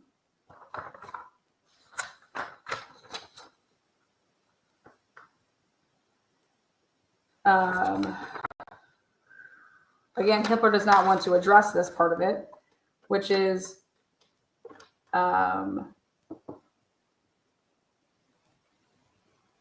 I did note that Special Agent Balance has a dual role in this case. He is an expert witness for the state, and using these same skills, he was involved in the actual investigation from the onset. He was co-located with investigators throughout the investigation. His opinions and interpretations were relied on by investigators and prosecutors. These interpretations and opinions found their way into every probable cause statement supporting search warrants against the defendant. He is referenced in nearly every search warrant issued. His opinions and interpretations were an integral part and piece of building probable cause against the defendant. But Hitler, unfortunately, most of his opinions and interpretations provided to investigators and prosecutors are not supported by the evidence in this case. B, it is this very reason I was waiting to see Special Agent Balance's report detailing the facts, the data, the methodology, and his analysis and how he relied on to make such egregious errors. How the fuck are you going to explain what you did? I know what you did, because now we're not running around with these him hoes. You're up against me, buddy. You know who I am, Nick Balance. Like, bro, that's why everything was halted, in my opinion, on why we're not pumping out information. So Cyray's like, you cannot make these egregious errors. So Cyray says, I expected to see work that explained the conclusions as well as properly addressing omitted analysis and errors in the work. The omitted work in this case is exculpatory to Mr. Kohlberger. They knew this. They knew this, and instead of using IgG to put into the probable cause affidavit, they said, no, we're going to lie about how we got to Brian and make it seem like to the judge that we got to Brian via the queries from WSU. So much so that Hitler said, you got to be crazy if you don't think that Brian Kohlberger was identified in part due to the WSU queries and the front license plate, only to then have the state concede a week later and say, we identified Brian Kohlberger solely off of IgG. And now we need you, Hitler, to give us the ability to use a watered down, sanitized fake tip. Give us something that we can say to the jury. You want what? No, you're going to fucking use your probable cause affidavit. That's what the fuck you're going to use. That's what I would say if I was Ann Taylor. Then Cyray goes on to say, which is the best part about it, and has him by the fucking balls, is Special Agent Balance did not include any analysis of AT&T data regarding 23 time periods in his report that he appears to be suggesting that the defendant was at or very near the crime scene. So I had some broad write me the other day, yesterday, and she says, what do you think about that 100-yard radius thingy? What do you think about that? And that, how are you going to explain that he was there 23 times within that 100 yards of the house? I said, I'm going to explain it page 3 of Cyray's affidavit, which is, again, Special Agent Balance did not include any analysis of AT&T data regarding the 23 time periods in his report that he appears to be suggesting that the defendant was at or very near to the crime scene. Cyray says, A, this opinion appears to be based off of cell tower connections, primarily handoff connections, in the defendant's AT&T records. That's Cyray's way of tipping his hat to Balance to say, which you fucking had from day one.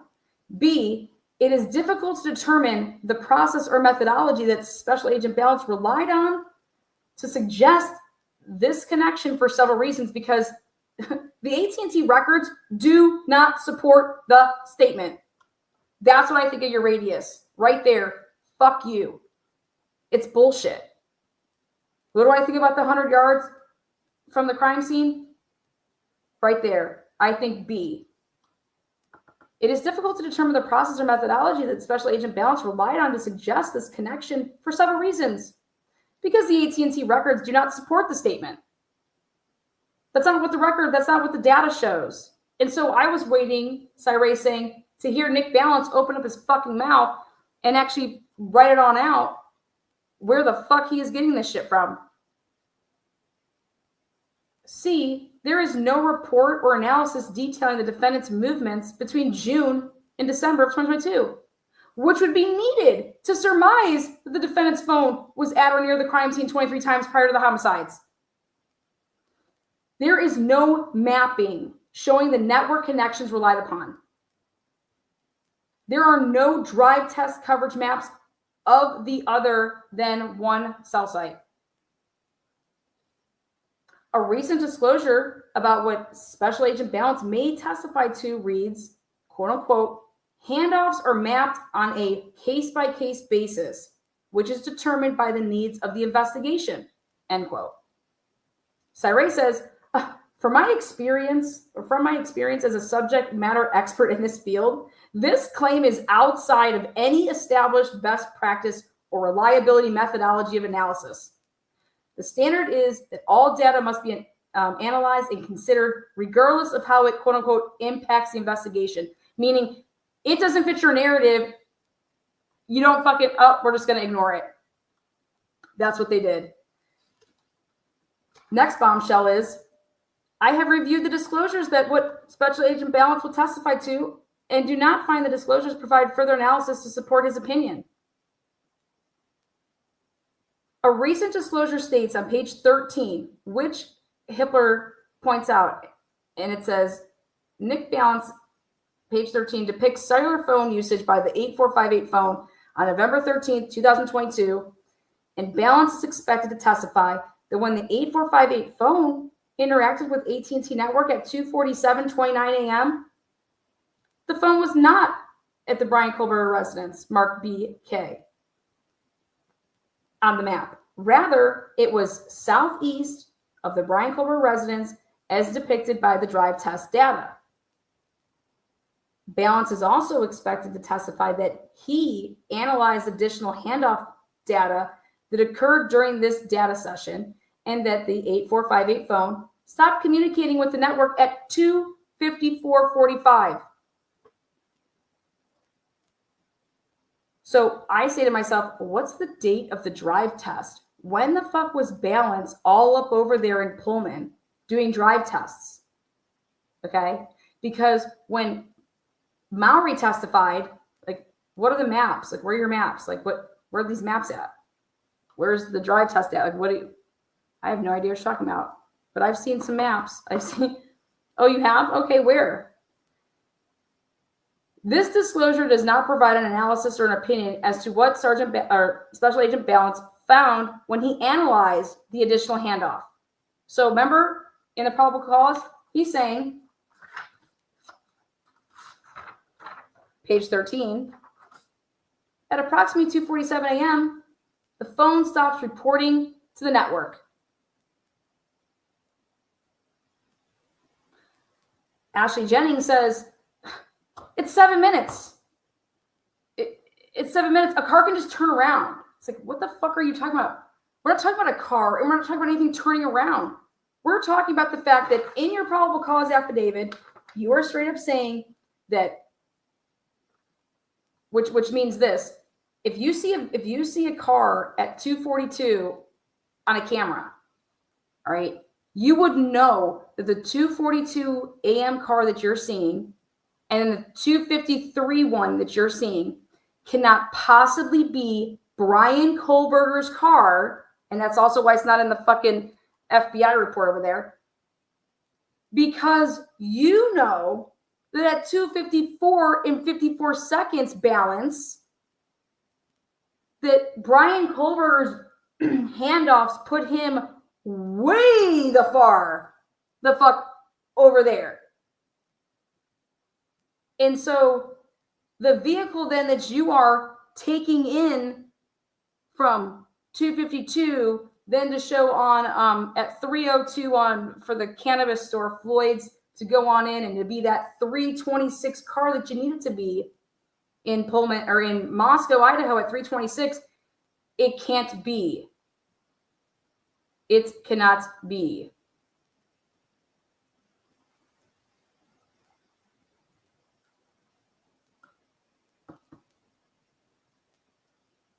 But it could be a white sedan that came from Moscow to pick up something from Jack in the Box. It can be a different vehicle, and then so you're putting it's a totally different vehicle that you then have on camera at 326, and then at 328, and then at 329, and then doing all these loop-de-doop circle around. You knew that it was not Brian Kohlberger's car,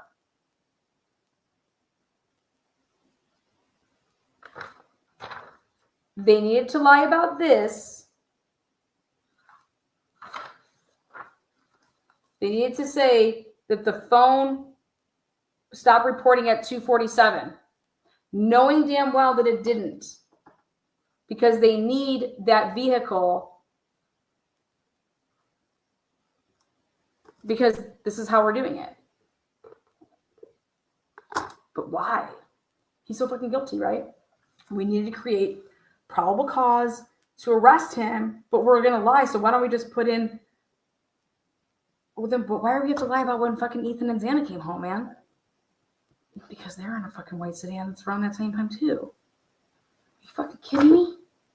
Of all the fucking cars, and they asked a friend, yeah, he had a fucking white car, too, man. Fucking A. Okay, so you want me to fucking omit that the car, you want me to say that it phone stops reporting to the network at 2:47? Yeah. And then we'll put it on the white car that's coming from over there. You gotta be fucking kidding me. And then we're gonna put that Ethan and Xana came home at 2. And we'll put it on one of the girls if that's the time frame that they thought that they came home. Okay, what else you got? Oh, we got fucking Dylan saying that she heard Kaylee. You know, I don't know how the fuck Dylan would hear Kaylee at 4:19, 4:18, 4:17, 4:15. Well, you can just say that she thought it was me and Xana. Why do we have to worry about that order?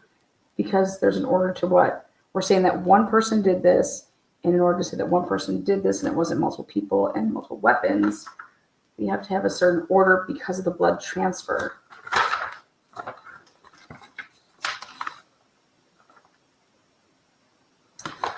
We just got to pray that Cyrene doesn't come around. Oh, well, here we go. So let's see.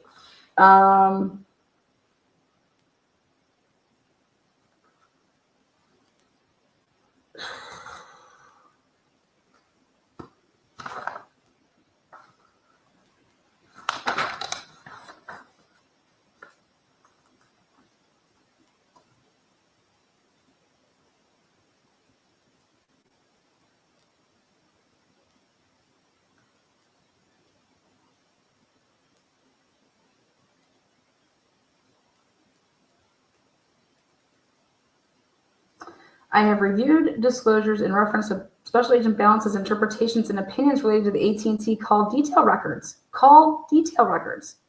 Not the timing advance, but the call detail records. They are vague and at times contradictory. At this time, I am unable to identify his methodologies and or resulting opinions on most of his work, preventing me from any really analysis to determine the basis of his opinions. I don't know where they're coming from, because the data does not back up his opinions.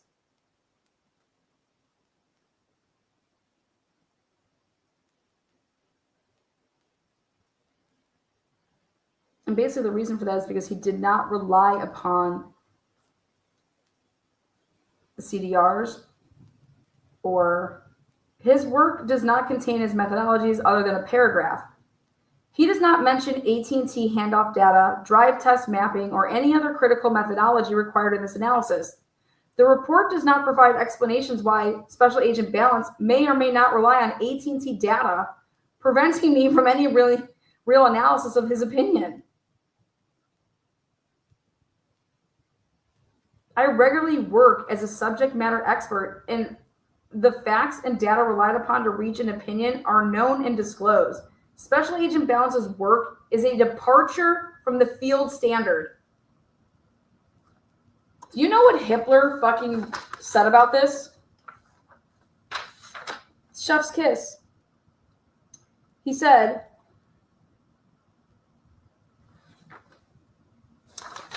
that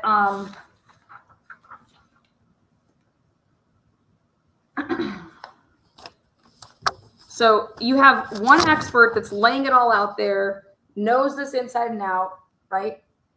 And in his order that he puts about this, now this is going to be another time where it just blows on up for him, right? Here it is, blow up city. So here's Balance, or Special Agent Balance, right? And here's his order. And I about fell out of my chair.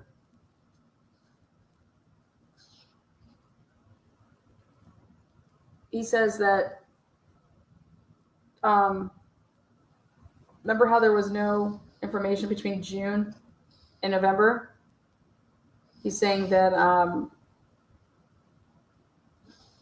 Hitler somehow found drive testing measurements to determine the use and general location of their cell phones between June 2022 and November 2022. Accompanying his initial disclosure is his 30-page cast report, which discusses and maps the data he reviewed and the methodology employed.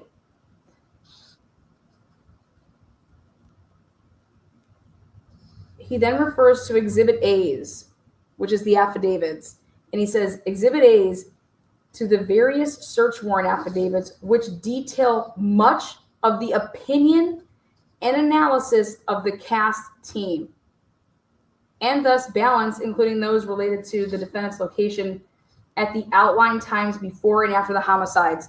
Right there, Hitler puts himself on the hook to say that, yo, I don't know what you're tripping about, Cy-Ray. Okay? Yo, hello, it's right here.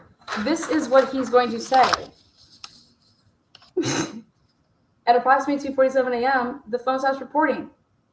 And that's where Cy-Ray's saying, yeah, that's what he put in this. Now he's saying that the phone was reporting all the way up until 2:54 a.m., which is, how come now he's saying that the phone was reporting and it wasn't shut off at 2:47 and then it was reporting until 2:54? Okay, where is it? So clearly it's not consistent with this fucking car that y'all are talking about at 2:44 and 2:52, right? But Cy-Ray says he doesn't have an opinion now, though, on why he's changed his fucking mind, why he has this all of a sudden. But then Hitler goes one step further, and he says,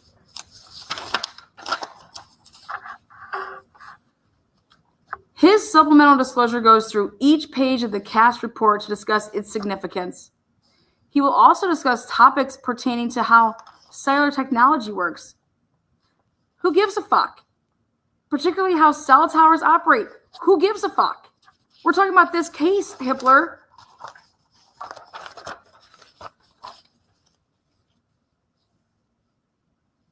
In challenging Agent Balance's case-in-chief disclosures, defendant provides the affidavit of his cell phone data expert, Cy-Ray.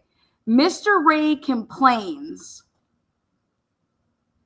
Not Mr. Ray states. Mr. Ray complains that he is unable to identify Agent Balance's methodology, which was described in the cast report. What cast report? Mr. Ray states that the cast report omits data and or fails to mention how certain AT&T data was utilized. No, he also fucking says that the fucking shit that he is relying on, it's erroneous. Where is that saying? Where does it say Cy-Ray right here saying this? Hitler, where'd you put this in the motion or in your order? Where do you mention that Cy-Ray saying, unfortunately, most of his opinions and interpretations provided to investigators and prosecutors are not supported by the evidence in this case? Where is it saying that there is no way that you're going to sit here and say on 23 occasions that that phone was in a 100-yard radius of that house? No. What Hitler just says are these things, which is Mr. Radis complains. Mr. Ray states that the cash report omits data and or fails to mention how certain AT&T data was utilized. In this case, where does it say that it's erroneous?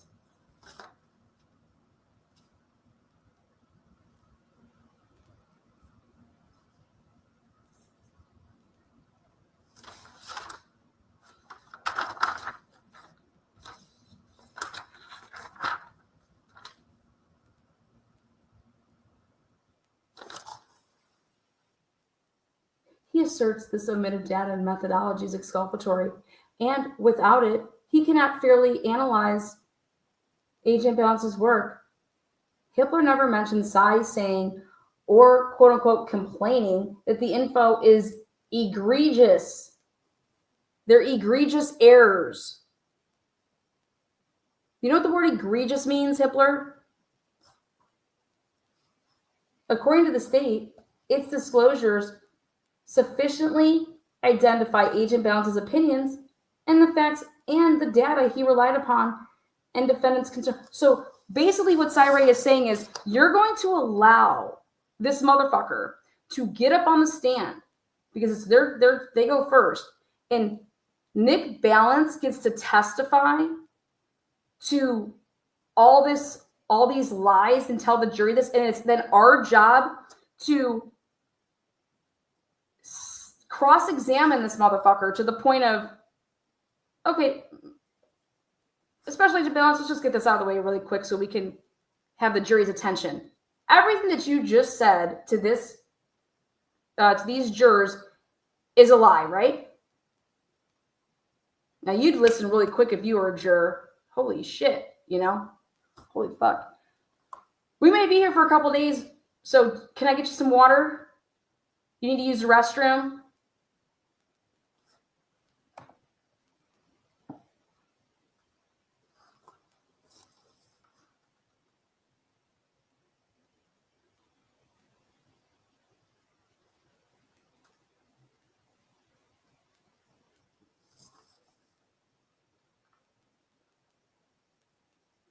According to the state, they say its disclosures sufficiently identify agent. Do you understand that it is prosecutorial misconduct if you elicit knowingly false testimony from your fucking witness? That's prosecutorial misconduct. That's what Ann Taylor was saying happened at the grand jury proceedings. That the prosecutors knew that they were eliciting false testimony. This is absolutely absurd. And this has nothing to do with guilt or innocence. This has to do with the government thinking they can just do whatever and then it's okay, we'll lie our way through it because you guys don't worry about how we got to Brian Kober. He is guilty as fuck. Really? Because I'm so confident in this work that you've done that now you're just telling me to just believe you. After you've lied about all this other shit, I'm supposed to just fucking eat it. No, that's not how it works. And anybody that sits here and tells me, Lana, who cares? They got the right guy. Why do you care how they did it? I'm never going to answer that question, and I'm going to say, you're a fucking idiot. You're a fucking idiot.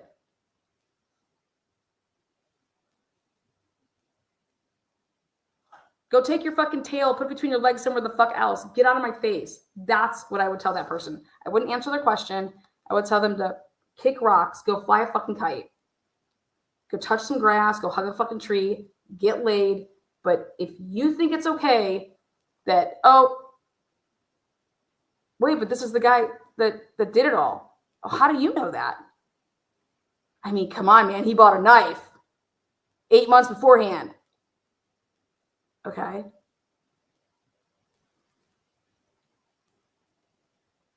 How'd they find that out? No offense, but you can make anybody look guilty with circumstantial evidence. You can. So I'm going to need some good ass shit. And then once you have your good ass shit, you're going to hear me doing this, shaking my motherfucking bell.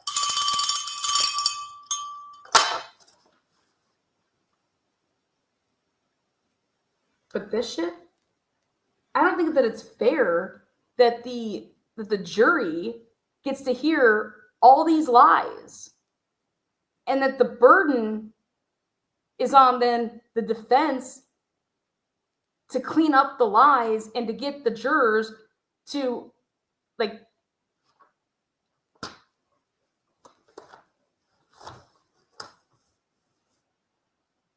I mean, this trial is going to be wild. This trial is going to be off the chain.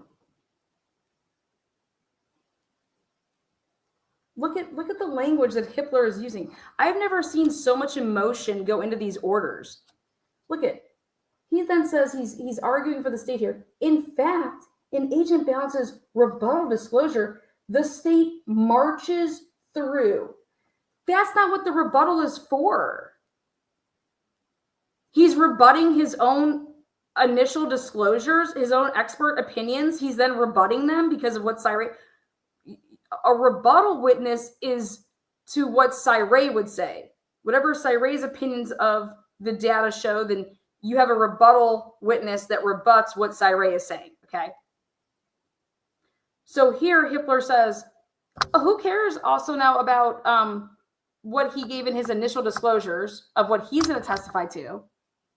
Because over here in the rebuttal section of what was disclosed, the state just marches through each concern outlined by Mr. Ray, offering additional explanation about what Agent Balance considered, including the handoff data and why. Well, Cyree already answered that though. Like, you don't pick and choose when you use handoff data.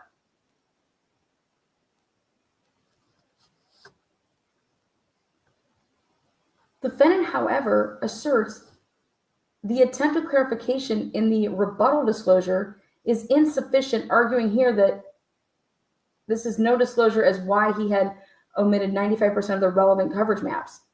For his drive testing, no analyzing or mapping of the handoff data and no documentation provided of the cast report's peer review process. However, the fact remains the defendant has all the facts and data that Agent Balance relied upon to form his opinions. And this is where I say, here it is, the famous words of Hitler, and this is where his orders just blow up in his face. And so, just like the other ones before, when he said, they didn't rely on Ridge Road, he gets hit with a dick. They did. Well, here, this is his hit with a dick sentence right here, where, however, Judge Hitler is saying, you have everything that Nick Balance relied upon to form his opinions. And so the hit with a dick moment is nope, because he had the timing advance records. And it'll come out.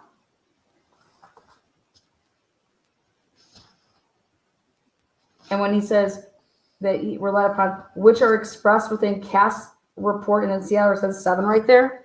So when you go down here and you read 7, it says a draft of the cast report was disclosed to the defense in the early stages of this case. Do you guys know what the draft report is of this case? That's the report that says that the phone is not utilizing anything at 247. Like, it's done. It was subsequently peer reviewed, and the final cast report was issued and disclosed in July of 2024.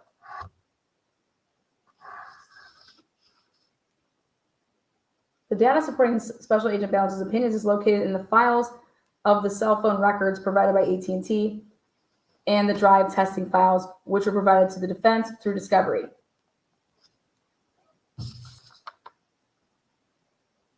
while his methodology might not be set forth with as much specificity as Mr. Ray would like, Rule 16 does not require that detailed methodology be provided. Guess what, guys? In Idaho, it requires merely opinions, facts, and data for those opinions, and the witness's qualifications. Well, the data for those opinions, Ray is saying that there is no data for his opinions. The data that he is using, I mean, it's right here.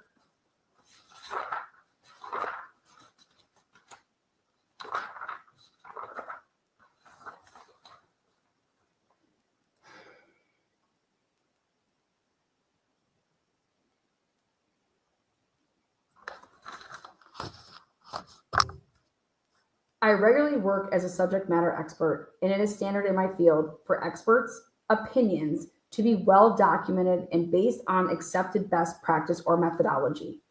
The facts and data. See this? The facts and data, Hippler, right? And what are you saying that needs to have happen here in Rule 16? It does not require that the detailed methodology be provided. It requires merely opinions, facts, and data. You see that, you little fucker? I'm so sick and tired of this bald prick who's lying. And that's why Ray said, you have to be a fucking imbecile to literally read what the defense and the state has provided in this case in its plain language, in your face, Hippler, and you would have to be purposefully ignoring what's been going on in this case.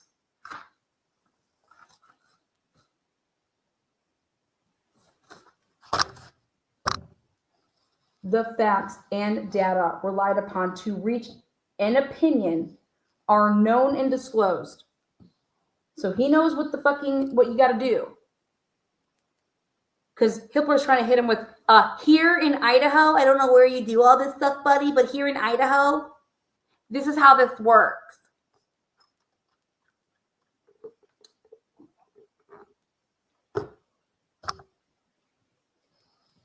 Special Agent Balance's work is a departure from the field standard. He has not disclosed his methodology and analysis for his opinions. And then he breaks it down as to why and what's missing. And he says, this is partially due to contradicting methodologies that have been disclosed. So he's disclosed things, and the stuff that he's disclosed, wait, what? Oh, they've been contradicting each other? Yeah, because of what he put out in the fucking probable cause, you dumbass. So then what he's saying now, wait, was the phone off or was the phone on? Because back in 2022, you told Payne to put in his little pencil to paper and write that the phone was off at 2:47. Now you're saying that you were able to, the phone wasn't off and that it was connecting to all this towers and sectors for an additional 7 minutes. How the fuck do you fuck that up so bad? And the answer is that you didn't fuck it up so bad. You buried the 7 minutes. That's all. Let's call a spade a spade. You lied in a probable cause affidavit. This is particularly due to vague work product, absence of any real substance as to facts and data. No way, Ray, is that what you just said? That there are no facts and no data.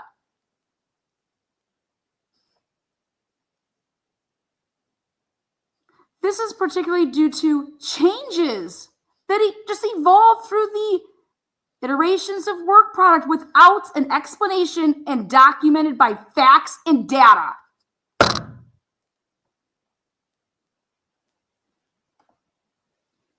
Disgusting.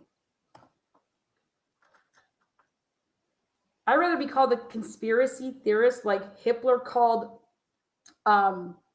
Ray, than to be slapped with a bag of dicks every time you put out an order and the state comes up from behind, okay, and Key West boomerangs you and then tells you literally with a week to 30 days what the defense was just arguing. Yeah, it was the Ridge Road camera. Yep, we knew that. Yep. We got to Brian Cover not by identifying him from any of the fucking shit. It was IGG. Now we need you to give us a sanitized, tip. How's that going to work exactly? It's not.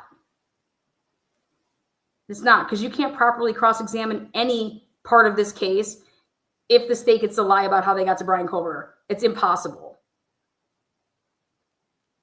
And this is why I love you, Lana. You're the Bella. So,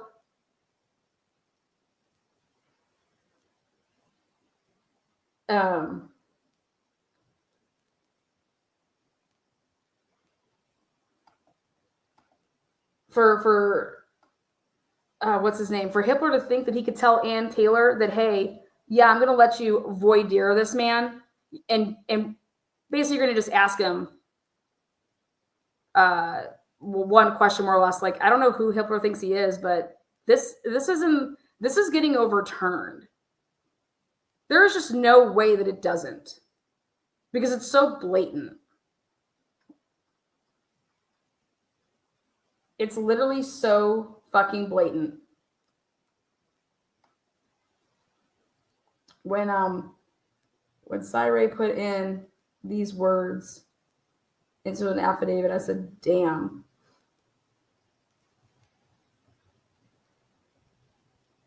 He said, let's see where it was. 325, I think it was.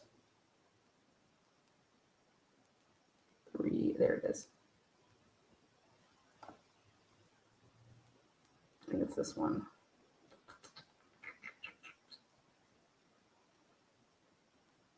Oh, wait, it's the other one.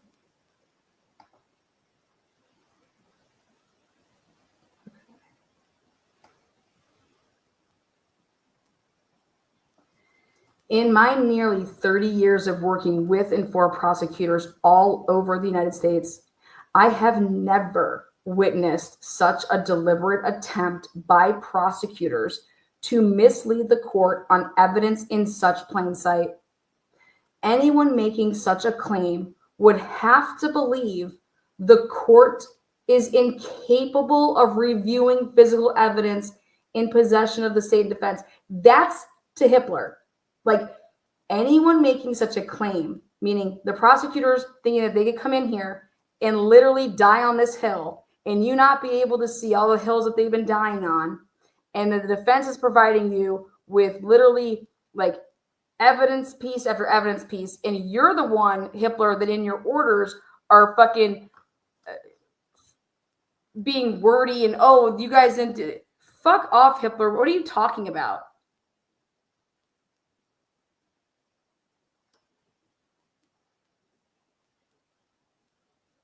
Anyone making such a claim would have to believe that the court is incapable of reviewing physical evidence in possession of the state and defense.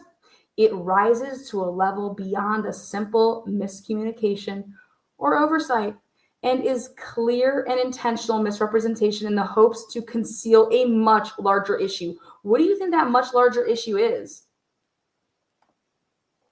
What could possibly be much larger?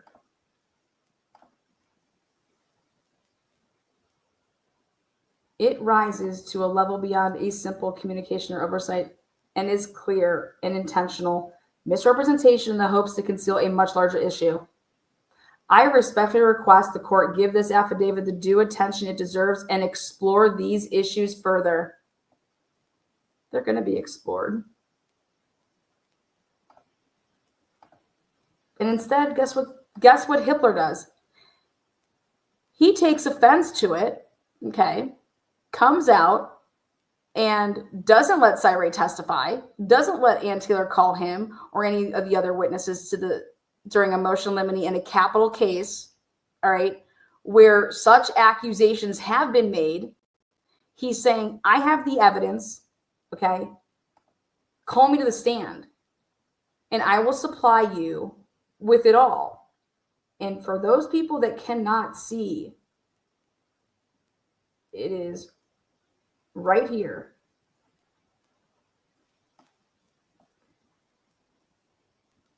I have firsthand knowledge and experience in working with individuals at AT&T associated with these other programs. One such individual is Boyd Jackson. Mr. Jackson is a program director at AT&T who manages many of the programs I'm referencing. Mr. Jackson is the primary contact for the FBI when requesting records outside of the standard GLDC process. Mr. Hippler had the audacity to lie to the public that was watching, because he's over here like, nobody reads the docket. So I'm just going to tell the courts that, and the public that, and fuck the record, by saying that Mr. Cy Ray thinks that he can just write all this shit in affidavit and not give up any names or anything. The name's right there. And then he says that the state is correct in their claim that AT&T GLDC did not provide law enforcement with the AT&T timing advance reports until May of 2023. As a matter of fact, in May of 2023, the working group known as GLDC had only begun their storage of timing advance. However, it says right here, in 2022, the FBI obtained AT&T timing advance records from another source outside of GLDC. During this investigation, not some other one from fucking years ago, during this investigation, law enforcement obtained the following timing advance records, and it lists them.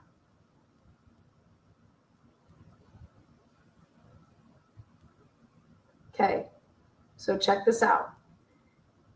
The AT&T timing advance data in this case was obtained by the Federal Bureau of Investigation using an internal source at AT&T, Mr. Boyd Jackson, who is not associated with the GLDC working group. GLDC was not used to obtain this data. They're even talking about the 3,800 dumps, okay? They're talking about Kaylee's or Maddie's and Xana's record from AT&T, Jack D's records from AT&T. Do you understand that Steve Gonsalves said in an interview that the FBI went and got cell tower dumps from days that were not on the murder day, that were before the murder day, to see what cell phones were in the area during the middle of the night? Then that's when it talks about, yeah, you know, they were looking for, you know, numbers that, like, you know, if it was a Montana number, if it, you know, you can go and listen for yourself. So normally what you have is you have a cell tower dump that happens between 3 and 5. Mr. Gonsalves is saying that the feds, in this case, went and got cell tower dumps on days that it was not the murder, and that they were before. And so then you have to ask yourself, if you want to talk about the 7-day bullshit, well, if they're requesting stuff, let's say on the 17th of November, and they can only go 7 days before that, then that'd be to November 10th.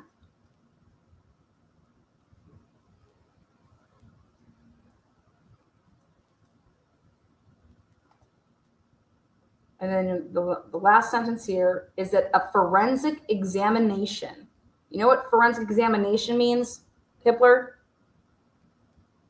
A forensic examination of the AT&T timing advance records in the state's possession. That means the state's possession. He doesn't say in the defense's and state's possession. He says a forensic examination of the AT&T timing advance records in the state's possession show Mr. Jackson's association with the reports. proving that the feds, okay, did not use GLDC for anything.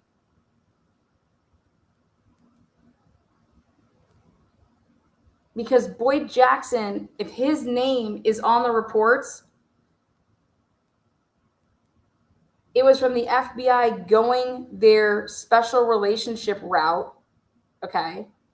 And so what they did is that they served GLDC with bullshit, okay? Here, yeah, put this in here, put this in here, put this in here. When you're, go ahead and do this December 23rd.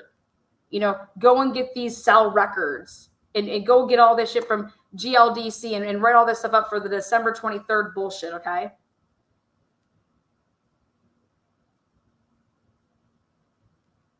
Knowing that you're basically covering your tracks, okay, to make it seem like you didn't get to Brian Culver any earlier than what you're saying in December 19th, okay? Because Agent Balance was using their personal FBI connection with AT&T through Boyd Jackson and got them way the motherfuck earlier. Okay?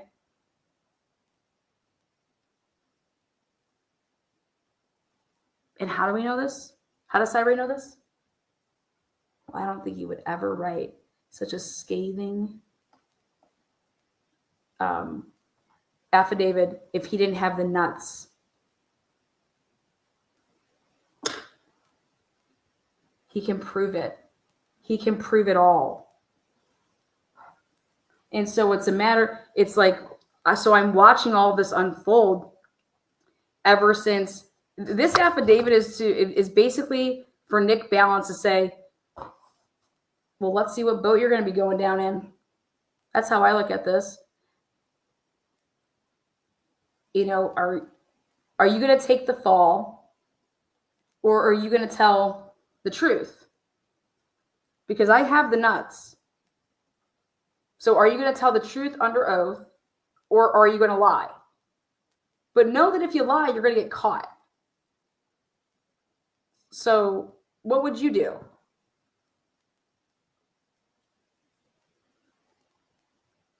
What would you do?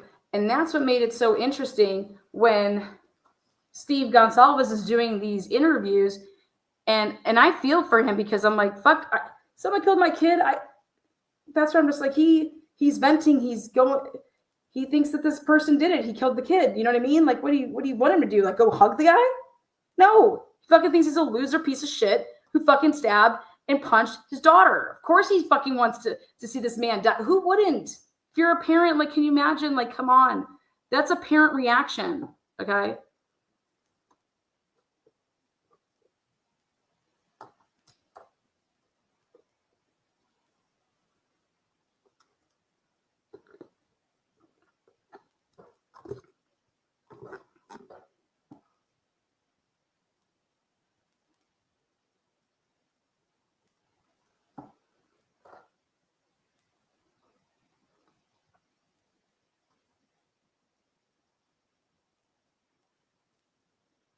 I mean, really, what is Nick Balance going to say?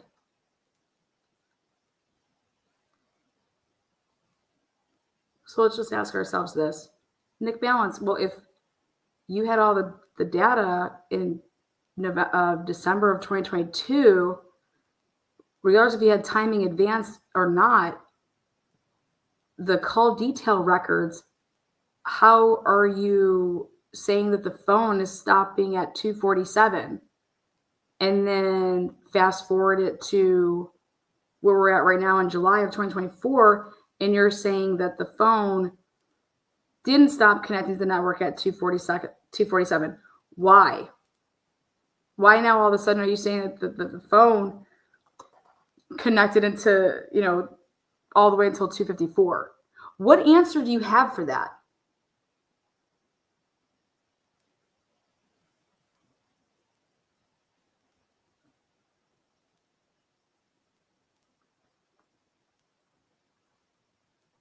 Why would you tell Moscow Police Department that to put in for the timing advance through GLDC if you already had Brian Koberger's timing advance from Boyd Jackson?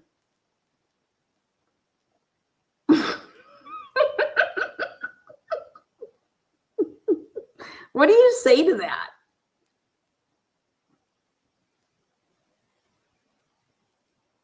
But because of your relationship with Boyd Jackson, I mean, you knew that in December of 2022 that GLDC does not provide timing advance. So why would you tell Mallory to make sure that Ashley Jennings writes in, make sure you ask for the timing advanced? You know that you can't get that through GLDC.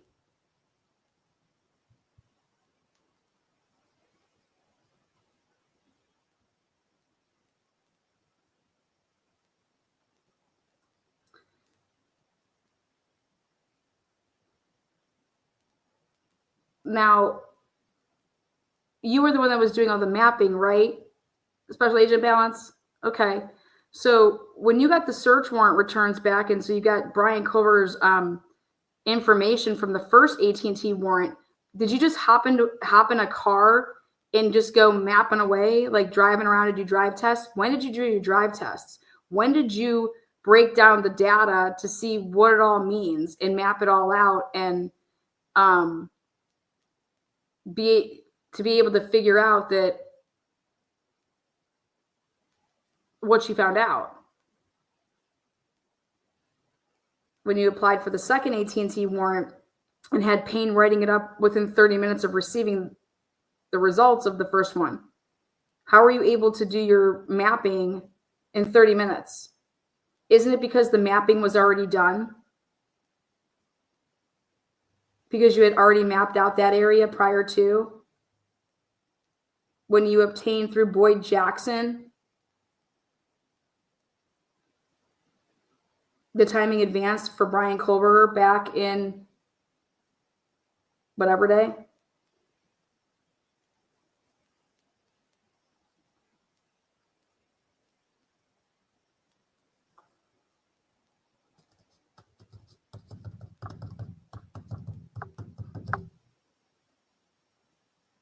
Yeah, problems.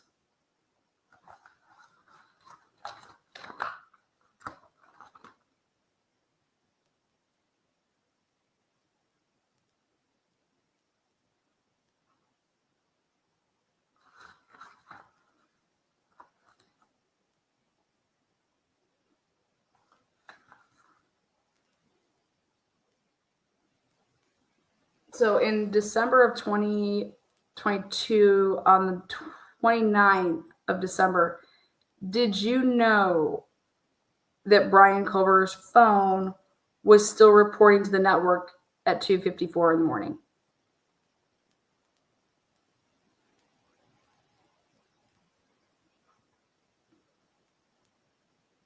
That's what I can't wait to hear you say yes or no to. And I hope to God you say fucking no.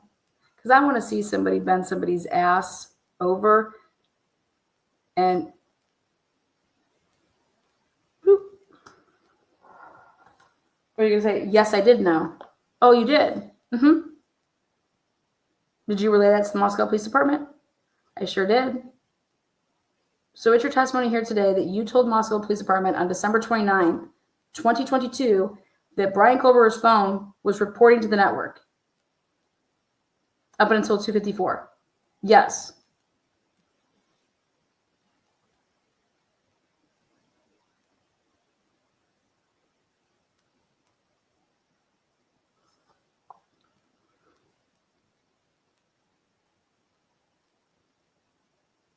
And you never looked at the probable cause affidavit to submit that for the second warrant to see that he was saying that it wasn't reporting? And isn't it true that you were already following Brian Koberger? So why did you need to put a trap, turn, and chase on him if you already had eyes on him to the feds and you're following him around like a little fucking fairy? So why did you need another pen, trap, and trace when you already have eyes on him and you're already following him around?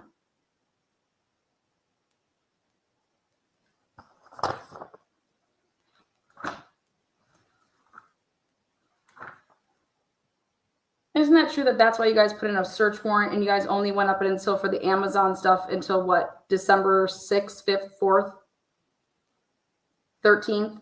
When was it? Because when Mowry put in for the search warrant for Amazon for Brian Culber's shit, he basically mirrored your shit, right? And if you're going to try to find a replacement sheath, wouldn't you go all the way up until December 29th until the motherfucker was arrested to see if he would have bought any type of replacement between December 2nd and December 29th? Why would anybody write up a search warrant and stop on the 6th of December? It's because he copy, cut, and pasted your search warrant that you did for the FBI portion of the fucking shit that you're doing with the FBI with the subpoenas, right? And he just copy, cut, and pasted that shit and put that in that shit in May of 2020 or April of 2023, right? Because anybody with a brain, if you're trying to find out if somebody bought a replacement sheath through Amazon, they would have went all the way to the day that he was arrested. You wouldn't just say to yourself, well, I think I'll just stop on the 6th or the 12th or the 3rd of December that he would have bought this replacement. Well, unless you already had that prior knowledge.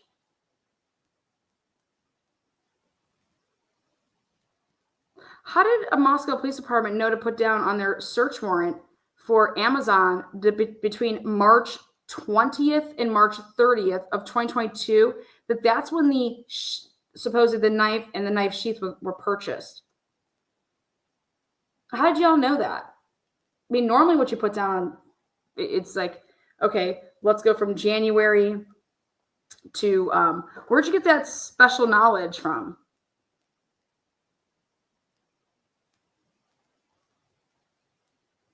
The FBI, right?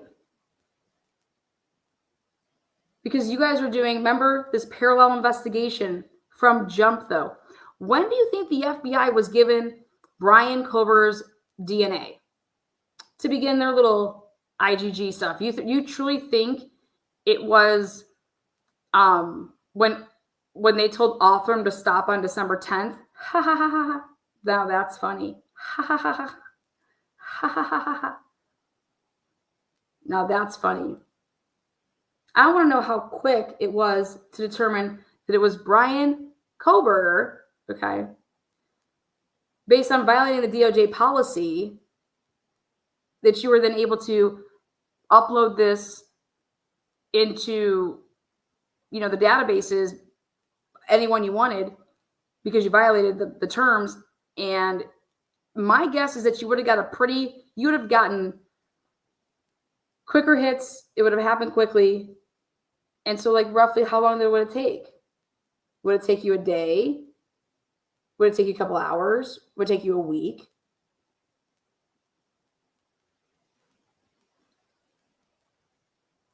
So why do you think that they didn't want the chain of custody? Like, when did the FBI get Brian Culber's DNA?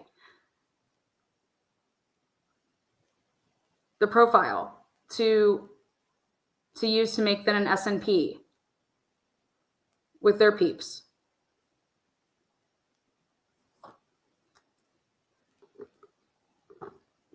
Do you guys really think that they had Othram shut it down on December 10th? Okay, hey, the FBI is just going to take over. Send all of your work there. That's not even protocol with that whole fucking shit show. That's not how that works. You don't send the fucking shit to the FBI. That's not how it works. That's not the agreement that they signed with Othram and with Idaho State Police. That's not how that shit works.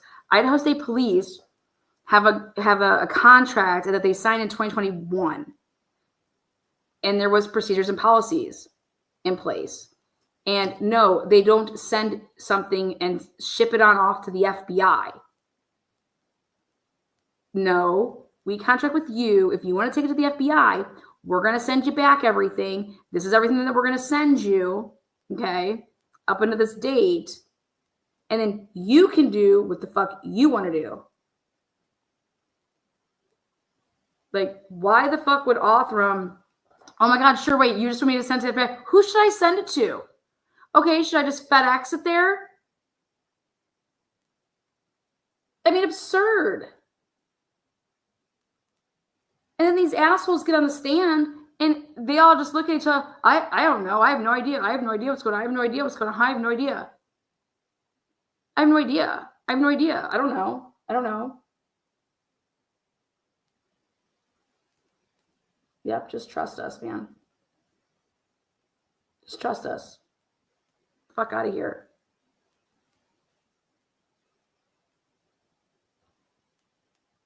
You know what this, you can't have it both ways.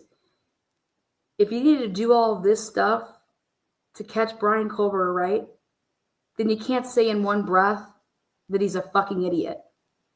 Because you guys had to break your own fucking policies and the law, and you had to violate our rights as citizens to do all this, right?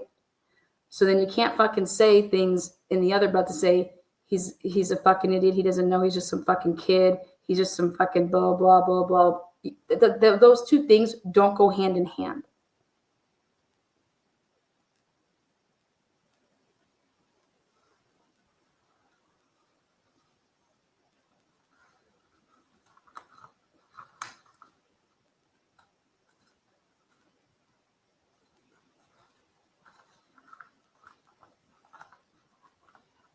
Do you know if I was sitting at a desk and somebody came and I worked for the feds or I worked for a police department, someone came up to me in my department and said, hey, I need you to help me work on this. And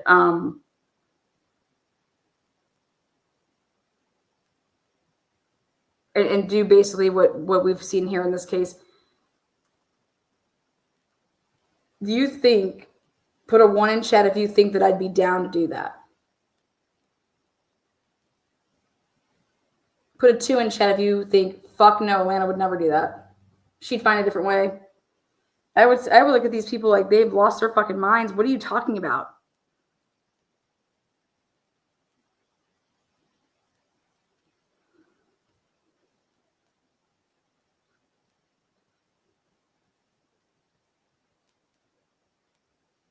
Well, if we don't do it this way, this dude, we're never going to get him. He's going to be killing again, blah, blah. And wait, he's going to what again? He's going to do what? What?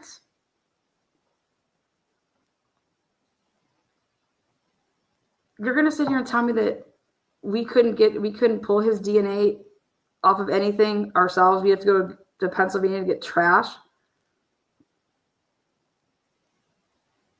Well, no, it looks like we're just going to have a team following him around. When he comes back to, for school, I mean, you're going to be watching him. He ain't going to do anything, right? You're watching him. You have four fucking people on him. We're going to figure all this all out, and we're going to see how to do this. Okay?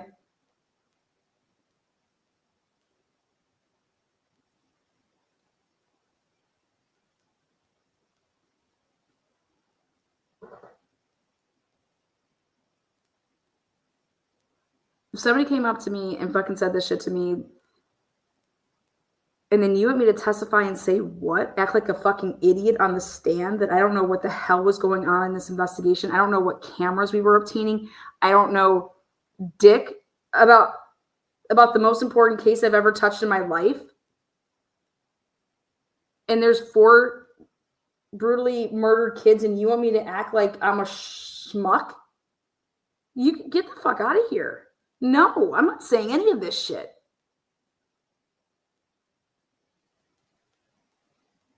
You guys have noise complaints going on. This is a quadruple homicide. You're not answering questions with no's, I don't know, I can't recall. Then you shouldn't be doing the job. Then you suck. And I don't want people like that protecting my kids. I don't want people like that protecting my rights. I don't want people serving and protecting us that are like that. But here we are, just, we fire people at Burger King when they fuck up a goddamn cheeseburger. Here we are promoting shitbags. Yeah, Carrie Roberts. Oh, I misunderstood the question. You can commit perjury and just say, oh, well, I totally misunderstood the question. Really? Because what did you misunderstand when you answered the question that was asked of you? How could you misunderstood it? If you misunderstood it, you wouldn't have given the answer that you gave, you dumb bitch. Do you know how hard it is to be in a courtroom and literally, how do you prepare for somebody that's going to lie? How do you prepare for that as a lawyer? You have no idea what people are going to say. That's how the world is right now in the courtroom. People are just saying and doing whatever the fuck they want. And then you're a lawyer over here like, what the fuck? We know that's not true, but how, what?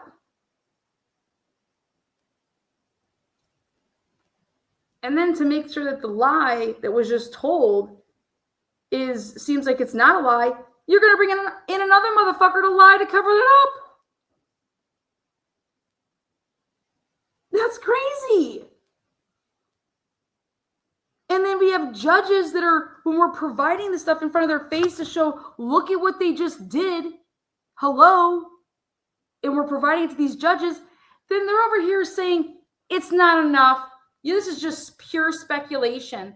Well, let's fucking get them in here and ask them some questions. If it's just pure speculation, they should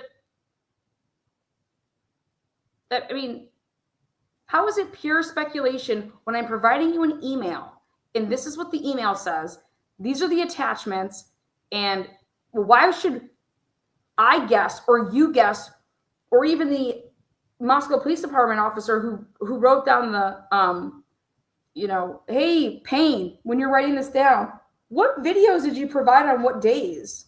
It doesn't say here in Immo's report. But I don't think Ann Taylor wanted to tip her hand to too many things. Or maybe I'm giving Ann Taylor way too much credit.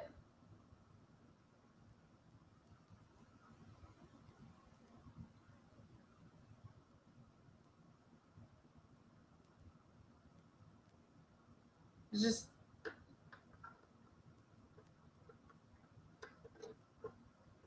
All right, guys, I'm out. 5 hours I gave you. 5 hours of nothing but pure. It's all connected. This lie, 145, Ethan and Xana not being home, but acting like they're home. One answer for it. The car. The car that they would have been in. It's the only answer that's acceptable. Why you would lie about that.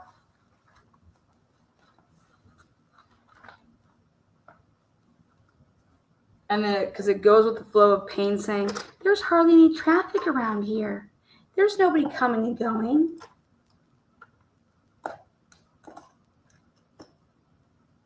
It's all lies. And I just think, why do you have to lie so much to get this guy? And the mainstream media is over here like, Lana, why are you ignoring all of these so obvious things? It's like, you don't have any of those quote unquote so obvious things without all these fucking so obvious goddamn lies. So what the fuck comes first, you guys? The lies come first. Which got you to the so-called all these obvious things that you guys say is so obvious. No, I think it's absurd. If he fucking goes in there and stabs 4 people and he's flying all over the place and punching people and stabbing multiple times, and then he's flying around, he's going so fast and doesn't cut himself, then flies out of the house, is so lucky that, hey, these broads just don't call 911, even though I'm a fucking intruder and masked man, and I'm fucking covered in blood, even though I'm all in black. It's wet. And then I have something wrapped in my hand because Steve said last night, oh, he just grabs an article of clothing to wrap the fucking bloody knife in my hand. What? Okay, so somebody's clothing was missing? Or where was this bloody item found then that they wrapped the knife or whatever? Then I get into my car that I have all dextered out, taped down with plastic to get in and to hear from every FBI person and every forensic person that I talked to would have said that car would have either been shown signs of a cleanup in it that used all these chemicals, or there's going to be some trace left. Then I go home to shower and scrub myself all the way down, whatever. Why didn't they take apart his shower? Like the tub, all the drains.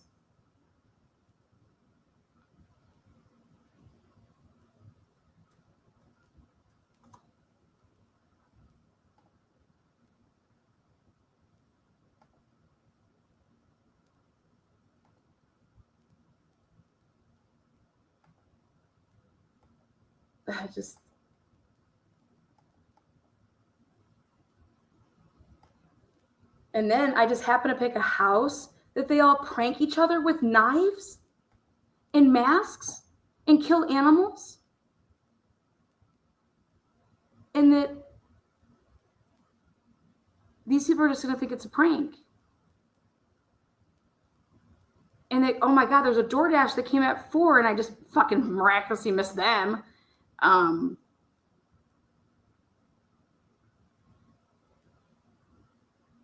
if I'm stalking this house so many times, I know how many bedrooms there are. I know where they're at. Dylan opens her door 3 times and I'm hearing this person just keep opening and closing her door. And then she sees my unibrow, but I'm just like, fuck it, dude, I'm too tired. I can't even deal with that hoe. No, I would think that she's about to call the police if I don't kill her. So I got to take her out. And why would I ever walk past the one door in the house the most amount of times and never fucking open it?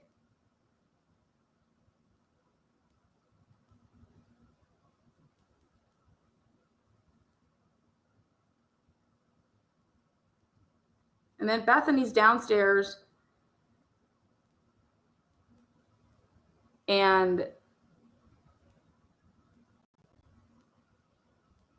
I've been stalking the house so many times. I know that's the front or the first main level. I know there's bedrooms on that level. According to Steve Gonsalves, you can just go on and look for apartments and they have all the floor plans out nowadays. He would know all of this stuff.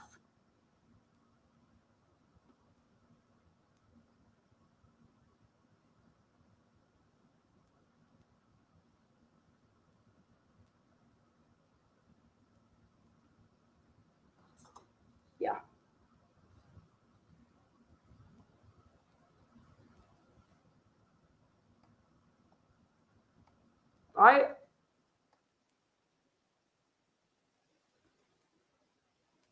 Then now think about this then. Then the FBI and the police decided to come in and just royally fuck shit up.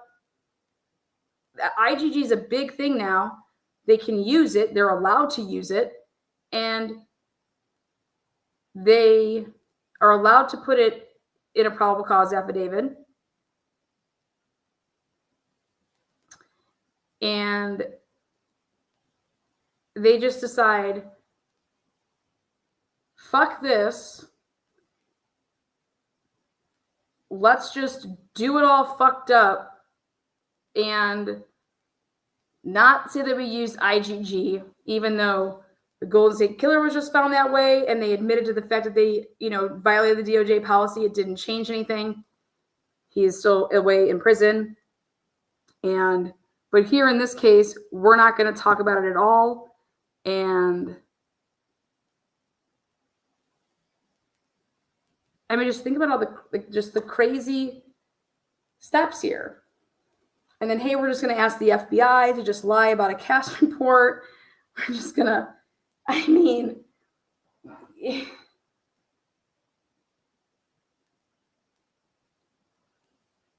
you're going to sit here and tell me that Payne said that they were debriefing each other twice a day, in the morning, at night. And you're going to tell me that they're not talking about what the fuck their moves are going to be, or when they get a lead, or how we're going to go about this, or, discussing, okay, do we think it's one person? Could it be multiple people? I mean, this happened so quickly. And once you start wondering, how the fuck did these girls not die? Why were they left alone? All these type of things would just be happening And I don't know. But hey, we're the crazy ones because we're pointing out the lies. I'm just pointing out the lies. Ryan Clover could be guilty as fuck. Okay? So guilty. But we're not even there yet. We can't even get past the fact that the whole PCA is complete and utter trash. All of it. All of it. Even to the point that when Xana and Ethan came home, how the fuck could that be trash? Well, learn something new every day about this case, and that's a lie too. All right, guys. Peace out, Girl Scouts. Take care. Thank you so much. Moderators, everybody that stayed up with me. It's only midnight in, what's it? On the West Coast. You guys are loving it. Yeah, there's nothing that we can pretty much do. We're just going to sit back and watch it all blow up. For some reason, 1,300 of you people stayed around the whole time. Thank you.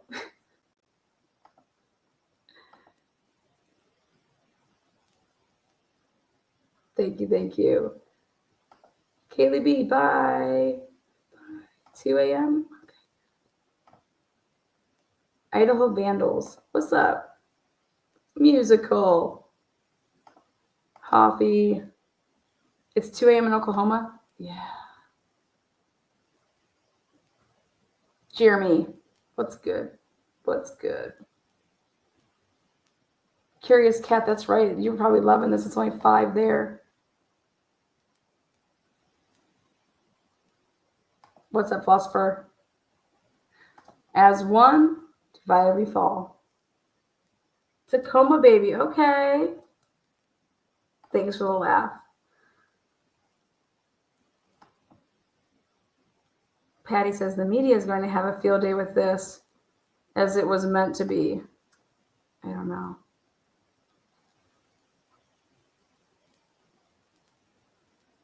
Well, the media just took all of my information here for the past 5 hours, and we'll break it up, and everybody else is going to make little shorts off of it for 5 and 10 and 12 minutes. So I'm just here to do your work, guys. I'm all good.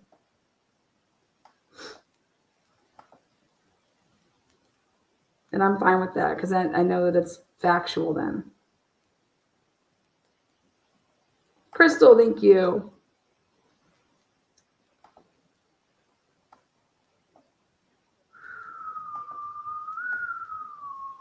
Donna, what's good, girl?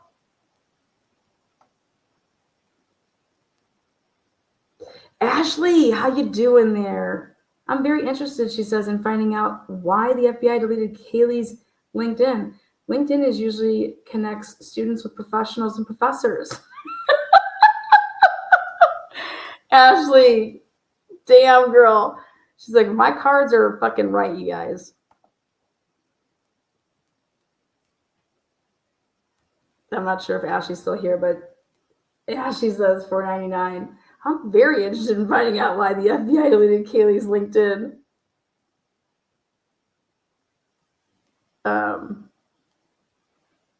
Thanks. Ashley's loving it.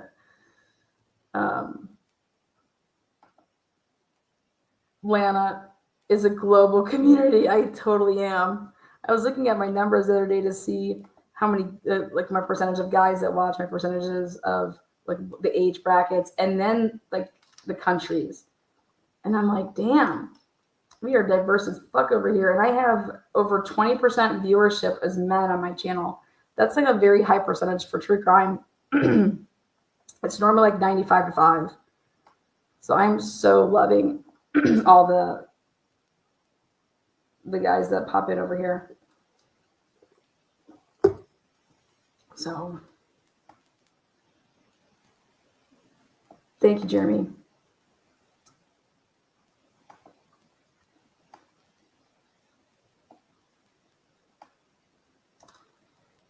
But I agree with Ashley when she wrote, she's like, well, I'm interested to know why the FBI would, do anything with LinkedIn.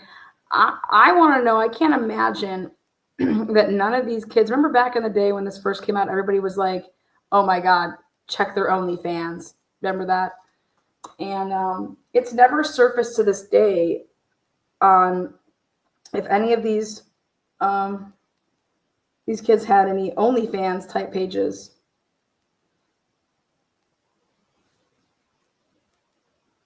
And I can just tell you that I know that the houses next to them, the girls that were living over there in that area, the Queens of Kings and whatever, they were on all those sugar daddy sites. I know that for a fact. I have all the documentation for that. So, but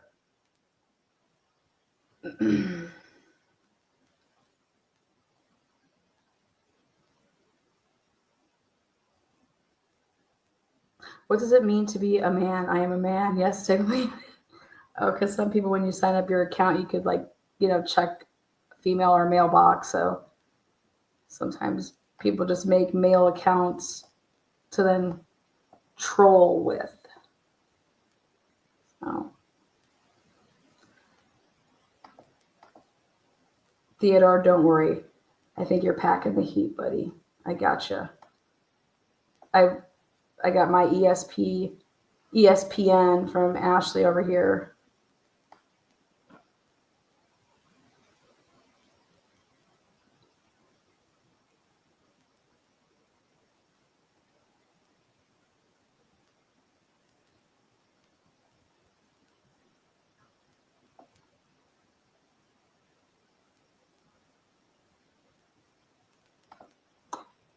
All right, guys. Peace out. Bye.